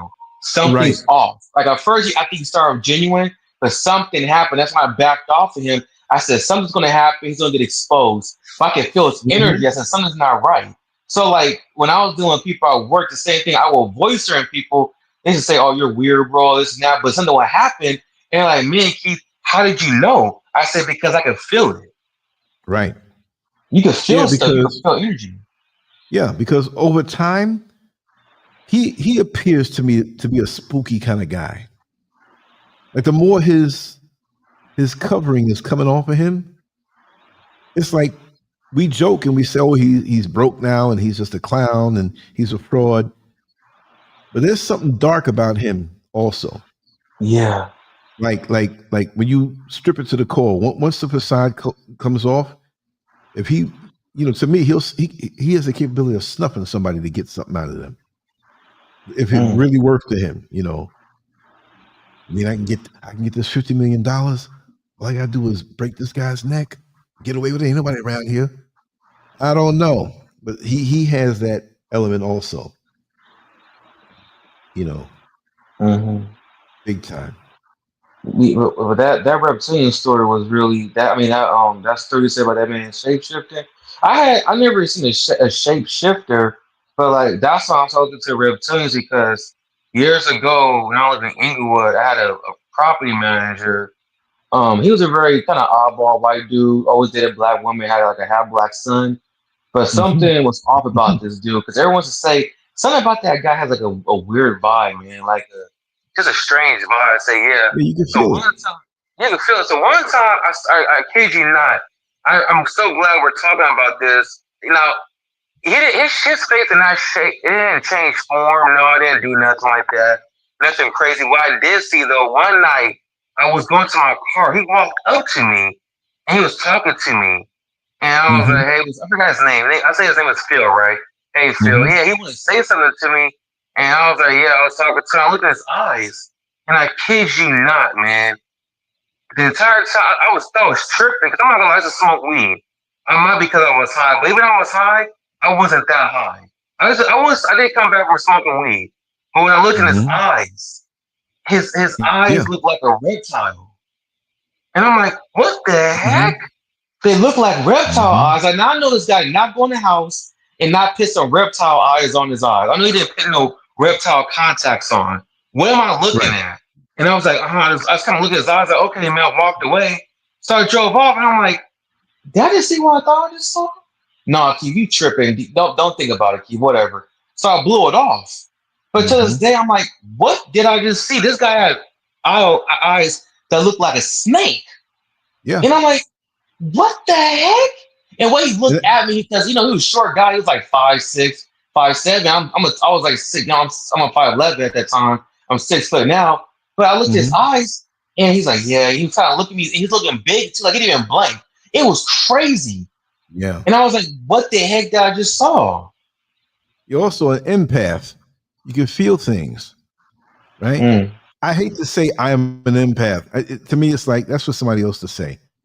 My mother always told me I had a great gift of discernment from really young, because I would always feel people's spirits, and not in that sense I would say it that way, but she talked that way, and I came up that way, and I was always aware of those things. I can feel the good, the bad, and not always. I could be fooled too. Sometimes I do take things on face value. I'm not paying it no mind, especially if it's some transaction, or you're in a bank somewhere, or you're in a restaurant, whatever, and you're like, and you see him again, you're like, oh man, I didn't realize. But yeah, when people, let me tell you something. When I'm just revealing this and sharing this. When I am really zoned, it's like I'm not actually experiencing this, but symbolically, it's like I'm walking above the crowd. It's not like I feel like I'm high up, but I'm on a different level. And I'm walking normal, dressed down, nothing flashy, walking in the crowd. Notice these people, strangers passing by, are all staring at me a little longer. People pass you by in the street and they look at you and keep going. They will. If you dare turn around, you see these people turning around looking at you. I've experienced, and I know, first of all, I know everything's going to be all right that day. I know the whole day is going to be synchronized in my favor. If I walk to the street light and it's green, it's red, it's going to turn green. If I go into a restaurant I've never been in before, I'm going to find something that I love. Everything is going to work out for the best. Days in this, like, okay, today was Saturdays in Accra, it's mayhem. Traffic, oh my God. You better get down there and get back, or you might get stranded, because there'll be so many people waiting for the vans, and the cars are packed up, because everybody's getting these stuff together, because it's big here on a Sunday morning. Everybody go to church. So they're in the beauty parlor, they're shopping, looking for something to eat, or a dress to wear, or the nails done, hair done, whatever. Everybody's out. So today I experienced that also.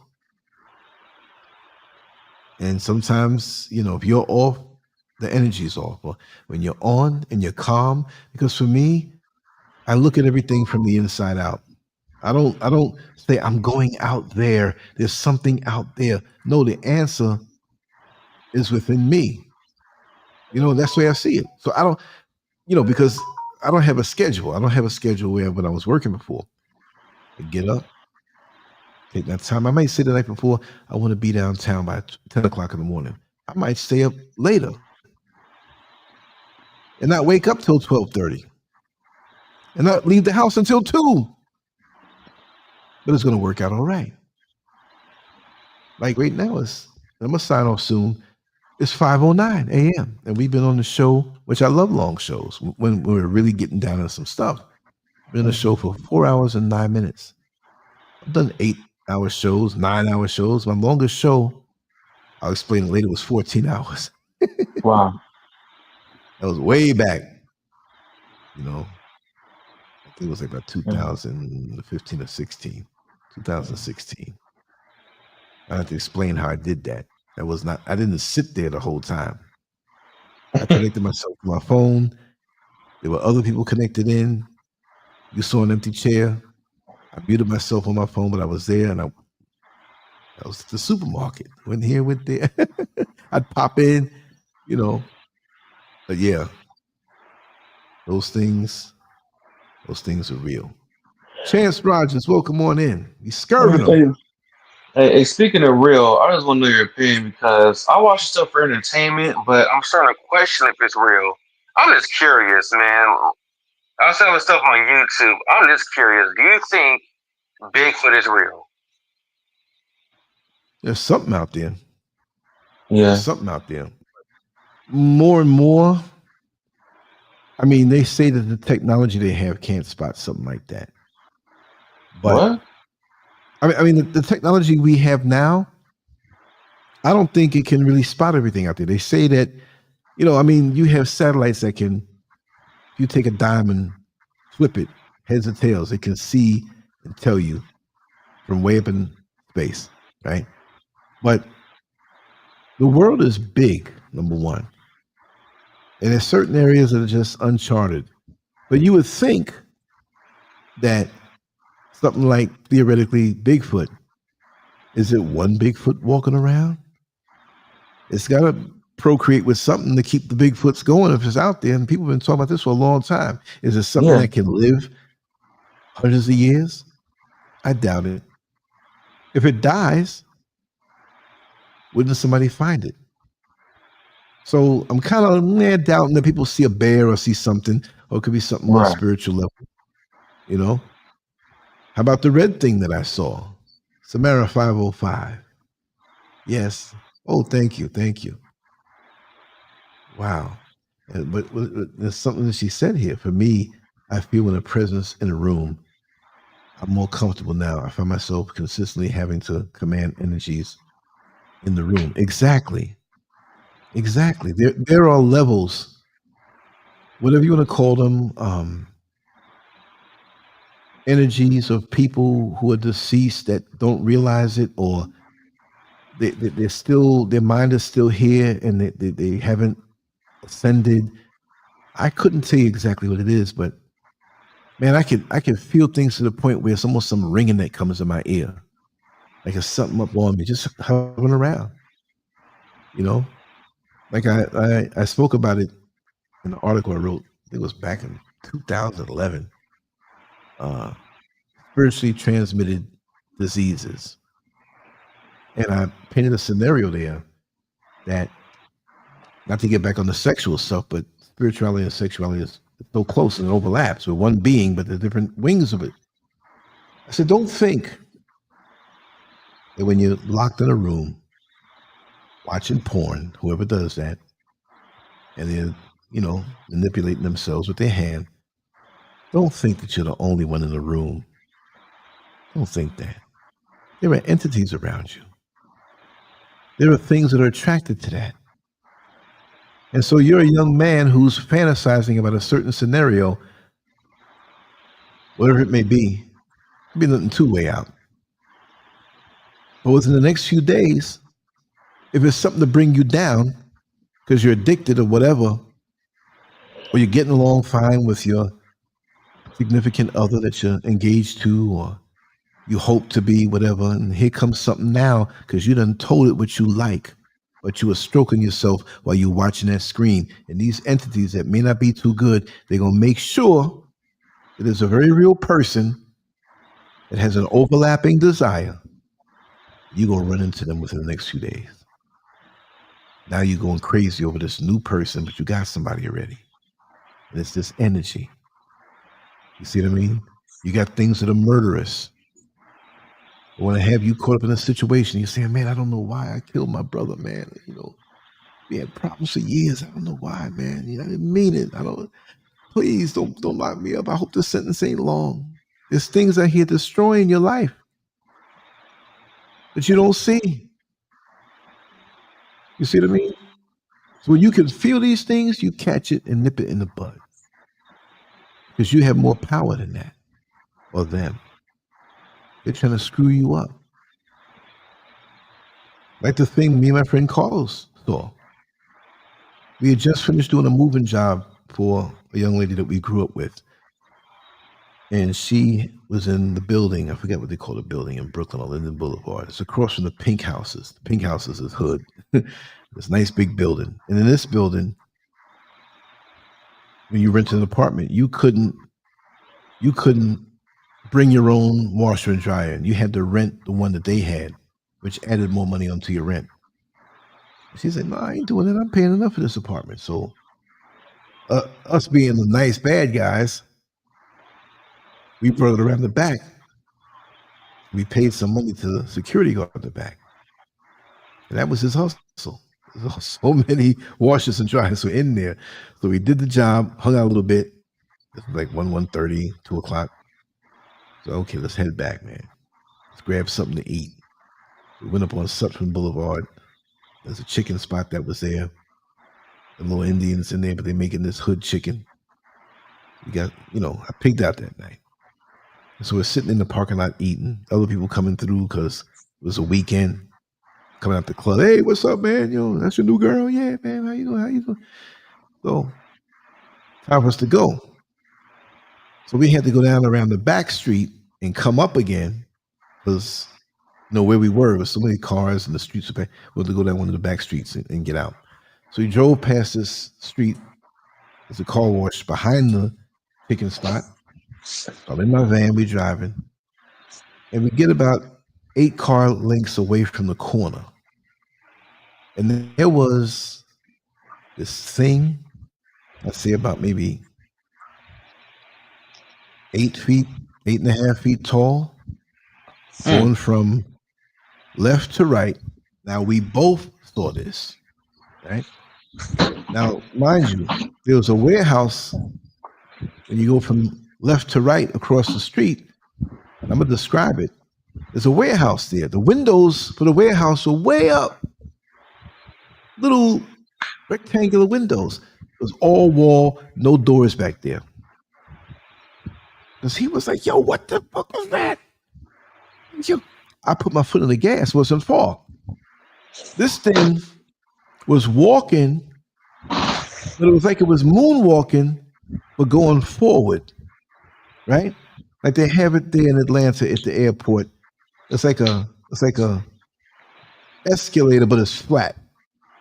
And some airports have it, but this in Atlanta, I heard they have like a really big one. I've been to the airport out there, but like it was gliding. Yeah. So every step this thing took, if it took a step that would make it move maybe 3 feet, it moved 6 feet because it was moving, it was floating and walking slow, but it was moving fast a little bit. And the body looked like a long flowing robe. But you ever see the models when they have an outfit on, they have their hair blowing, and there's a fan near them, and they have the photographer taking pictures, and the clothes are rippling because, the wind is hitting it hard. But it was like on fire. It was orange, a little red, some yellow flames. It was like flames within the outline of this body with this floating robe looking thing. You couldn't see it. It's just, it was an outline, and it had a head. And when we got to the corner, nothing. My friend Carlos, good guy. We grew up together, knew him from 1971. We met when I was 8 years old. And he doesn't do drugs. I've never done drugs. I don't drink. It was late, but we were up late those days. But we both saw this thing. My friend Carlos, he did some time. He's gotten into shootouts, but he's not I know his story. We go back. He's not scared of much. Prison, anything. That thing put the fear of God in him. He was trembling like a dog that ran inside from the outside, and there was a big lightning strike, and the dog, boom, was shaking. See, We so were you actually spooked. saw them? Dang, so you did see something. Say it again. So you did see something like a Bigfoot. Yeah, but it was something flaming. It was like it was on fire. It was almost like the Human Torch from the Fantastic Oh, it was Four. on fire. Yeah, you did say it Yeah, was on fire. Wow. And it yeah, crossed the road. yeah, yeah. Floated And right it was on across. fire. We saw it. But Yeah, it was floating. it was about 8.5, 9 feet tall. That's crazy, man. That's terrifying. But how I'll tell close you was it another to one. you again? Uh-huh. I was I was by Baisley Park in Queens, Southside Queens. It's kind of like near 50 Cent's neighborhood. And they have a place called a Lover's Lane. It was a parking lot for the park. And they had parking lots all around the lake. Big lake. Big lake. Nice. People go out there on a Friday, Saturday, all during the week. Some people go out there and sit, they talk. Some people go out there and get busy. Well, I was with a young lady and we were just talking. We grew up together, even though we had kind of had a little time on those levels. And so in the van that I had, she was sitting in the front seat. I was sitting in the driver's seat. She was sitting in the passenger seat. And people were playing music. They were standing outside. So it wasn't like crazy stuff going on where you could see it, because there are times you drive around there, you're not parking next to nobody. You're giving their privacy. Well, anyway, she fell asleep. I dozed, which I never did. It just took me over. It was late. Man, she screamed so hard. 'Cause I was half asleep. I was looking at the lake, and sometimes people walk by, whatever, and kiss or do something. She screamed. She screamed so loud and tried her best, like she was fighting to get away from that front window. It scared me. And I'm looking, and I see the side mirror. I can look down the side. I'm looking at my side. I don't see anything. She was one who can pick up a lot. She was trembling. I said, "What happened?" I saw this face. It was right there, like it was pressed up against the glass. And I looked right in it. It was this old woman. It was an old woman. It was so evil. She was gray looking. Her hair was gray. Her skin was just, take me out of here. I got to go home. I started getting scared. You know what I mean? All in the back. I had heavy tint on my van. I'm looking at the seats in the back. With something back there. We got out of there. I said, "Call me tomorrow." I was driving, looking at my rear view, which you see inside the van. And as you drive by the lights, it looks like something's moving. It was nothing in my van, but I was just spooked. I was spooked. She saw it. I didn't see anything. You know what I mean? There was a lady named in this small storefront church, like around 2 corners from where my house was growing up. A lady named Sister Audrey. I'll never forget her. They said that she can see things all the time. People thought she was crazy. Like if you see her walking down the street, which I saw her walking down the street one day. And it was like I would always talk like I know her real good, but my mother knew somebody in the church, and she would always go there every now and then. And that's how I got to know her from a distance and hear about her abilities. Sister Audrey's walking down the street by herself. She doesn't see you yet, but she looks up abruptly, looks behind her. I saw her. That's what I knew. And she tried to hold it in, but she crossed the street, walking toward me, but she kept looking back. And she looked at me. "Oh, hi, how are you, Lance?" I go, "How are you, Sister Audrey?" She's a grown woman. It might have been like 13, 14, but I saw that. So if you see Sister Audrey and she gets up out of a place like what happened to me on Parsons Boulevard in Jamaica, Queens. I was in the McDonald's. I was sitting there eating. She was already there. She waved at me. And these guys came in, like maybe high school guys, and some guys that were older, but they were roughnecks. And she got up when they came in. And she said, "You better come on with me." young man. She knew my name is Lance, but she would always call me young man too. As soon as we got out of there and got to the corner, they started fighting in there. I'm like, this thing must be real with her. But she was shook up. Like, she was always shook up. Like, she was just messed up because she was having a view into other realms, which I've seen enough to know. I don't mind feeling, but I don't want to see. I don't want to see. And after this one, I'm going to sign off, but I'm going to tell you this one too. I've told this before. It's when we first moved into this house, because there's a lot more work to be done here, but we're paying rent in an apartment down in the Yarafa. And at that particular time, Mrs. Scurv was going to travel to take care of some business back in the States. And I would be the one, which we would come together to come up all the way in the mountain and let the guys in who are going to do work. That meant sometimes getting up at 4:30 and 5 and taking the van up to be here at 5 and 5:30. Then it starts raining. Then they call, oh, we're not going to come today. I'm like, man, I could have stayed in the bed. Maybe like 1/3 of the times they're just not coming. They didn't even call you. So if you're going to leave and go to America and I'm here by myself, I don't be getting up every morning and going, because she'd come all the time to work in the garden, work in the yard, and plant stuff.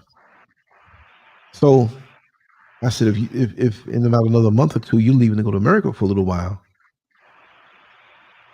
and the lease is up in 2 weeks, you go out there, I know you're going to stay for a while. I'm going up there in the mountain. You ain't going to pay the rent and me go back and forth. I'm going up there. Oh, but this is not done and that's not done. Didn't have the wall up, didn't have nothing up. I said, I'm coming. Don't worry about me. I'll be all right. A lot of times I was spooked because of being in this big old house and the ceilings weren't on, but the roof was on. So the birds landed like boom, boom, boom. I'm like, oh man. One night I ran from the top floor down to the bottom floor with the machete in my hand, looking to see, in my mind, because when I was younger, I had a guy broke into my room when I was 17 years old. So I'm freaked on that. I'm big on security. I check if I get off the show. I'm going outside and walk around. I lock the gates and I'm gonna check them again. So somebody shot, and the bars in the window too, right? So that's what it is. But before she left that time, maybe a week before, I had my equipment and my computers and stuff on the middle floor, which is really the ground floor. I call it middle floor because this property is on a grade. It goes down. So where I am now in the studio on the bottom floor is partially under the ground, right? So in front of the house, the ground level turns into the second floor when you move back. So because guys are working here and I'm trying to avoid dust, I got to move my equipment upstairs. Or they're going to work over there, I got to move it down to the basement. Or I got to move it over here. I had my stuff set up all over the house. Now I got the studio, I don't have to move nothing. So I'm in the middle floor. It's 2:08 in the morning. No wall around the house yet. Anybody could walk right up. Had all my lights off. The computer light you couldn't see because it was turned sideways. I looked toward the front, and there's a female figure standing there. So I'm in the cut. I'm sitting there. I cut the computer off because I thought, well, maybe she could see me. I can't see her face. It's a silhouette. We had the street light installed, so the light was shining in. I couldn't see who this was. 2:08 in the morning. You don't want to be out. I mean, there's nothing out there to get you, but it's kind of spooky. Ain't nobody cabs running and stuff like that up here in this mountain. So after 3 minutes of her being perfectly still, like a cardboard cutout in a supermarket, of a grown person. I got up and walked close to the wall. I was like that cat that's kind of, you mess around with the cat and he gets down low and starts creeping toward you, the eyes, you know what I mean? And as soon as I got into the living room, she starts flailing her arms. But the way the windows are kind of dark and inside the living room was dark, I'm like, how does she see me? So she starts not screaming, but damn near screaming. So I walked to the other window. I don't want to come face on with her. The windows were cracked. And we had the bars in the window. So she starts screaming, oh, please, I have to see my grandmother in Kumasi. She's dying and I have to get to Kumasi and I don't have any money. Please help me, sir, please. Spook me out. I'm very observant. It rained 2 days prior. It was still muddy out there on the dirt road. She had on these shoes. That was dark. I didn't put the porch lights on. But the shoes didn't have no dirt on them. No mud. That was spooky. So Mrs. Scurv wakes up, comes downstairs. She's standing back, observing. So this lady's saying she got to get to Kumasi. I don't have any money. Could you help me? I said, let me tell you, Kumasi's 5 hours away if you're speeding. All right? There are vans that go to Kumasi, and there are vans that go all over Ghana that you can drive in, but it's nowhere near. You're going to have to drive an hour and a half to get to that part of Accra. Accra is big. That's where you get the Kumasi vans. 2:08 in the morning? Where you going? You going to walk down there? You can't. If you walk down there, it's going to take you a week. Maybe not that long. So Mrs. Scurv was standing back, but she said, Lance, don't open that door and don't go out there. I didn't intend to do that. But for a split second, I said, why did she say it like that? So I thought that because, before we lived in here, they broke into the house. I think we believe it was some of the workers that were here, right? But I was a little spooked. And I said, okay, she's probably casing the joint because we had all these cinder blocks out there. We didn't put the wall up yet. And she's coming by to case the joint. And she didn't have no mud in her shoes. Somebody drove her here. And they're probably waiting down the road to come in here. So I wanted to scare her.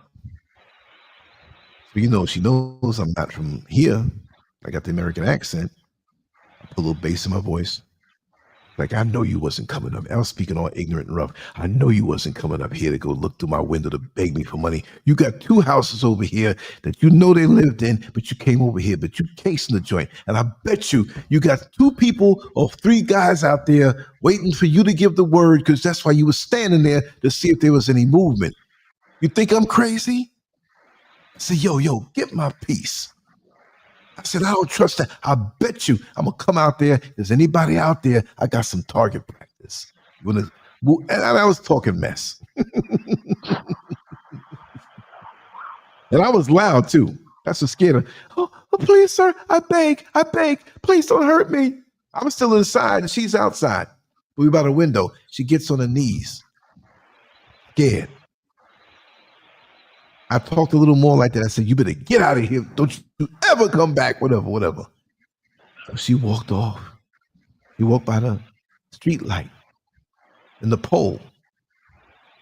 And when she turned, she went on the dirt road, turned left, she was gone. Gone out of sight. Not gone like you walked away. When she got behind the street light and walked, man, I didn't see that part. Mrs. Scurv saw it. And I'm walking in the back and I'm waiting. I went upstairs to look down the road. It's dark and everything. There's another light down there. I didn't see her. And she's not spooky. You know what she told me? She said, Lance, that girl wasn't real. Wasn't real. I said, what? That girl wasn't real. But 2 days later, in the middle of the night, the window I'm looking at right now down in the studio, somebody came and tried to pull back the gate that's over the window, because when they broke it to break in, it was never closed, permanently, replaced. The only thing that stopped it is I had some things intertwined in there. And that's when we decided, I got to weld this thing shut where nobody can get in or out. Once the wall came up, I felt a lot better. But people around here, they tell you, don't go out at night. Wow. Don't walk up the road. Don't go out at night. They say you will see people pretty much. Some may be real, some may not be real. Just walk past you. They ain't gonna bother you. Another girl told me, don't, if you wash your clothes and they dry, don't go out there at night and get them. There's a lot of little things. I'm not saying it's all real, but it is what it is. I'm not trying to tempt nothing. I ain't Superman, but I can't punch a ghost out. Right. But All right, Lance. I'm gonna get I'm out gonna of sign here. off, brother. I'll be back tomorrow. All right, but we're gonna do this after dark thing next Saturday, and we're gonna make it work. Please, that'll be great, man. That'll be so good. We're gonna do it. Oh yeah, there'll be no restrictions on language or nothing. I'll try to keep it. I'm not gonna just be straight out grimy, but you're gonna hear some things. You ask me a question, I'm gonna answer for real. But everybody who's here and who hung in with us, thank you so much. Brother, thank you so much. Get some rest. The birds are singing and the sky is going to be light in 24 minutes. I'll probably get 6 hours of sleep because I want to get up. But whatever happens, whatever. I'm good. Great conversation. Thank you for being here. And our other brother that came on. And I'll see you soon and hopefully next week. Thank you, Reese. Yes, indeed. It's a beautiful show. Take care, brother. Take care. All right, so we're going to wrap this up. And I still got my lungs. I still can talk. That on too soon. I just want to say thanks again. And I'm going to wrap this down, get a little liquid. My throat's a little sore. Not sore, but, dry. And I'm glad it's going to be light soon because these spooky stories, I'm not trying to... This house is dark right now, too. Thank you all, though. Thank you all. And for those who hear it in the future, leave your comments and whatever you want to talk about, we'll talk about on the After Dark next Saturday. I love this. This is a good one. Thank you. Thank you. Peace.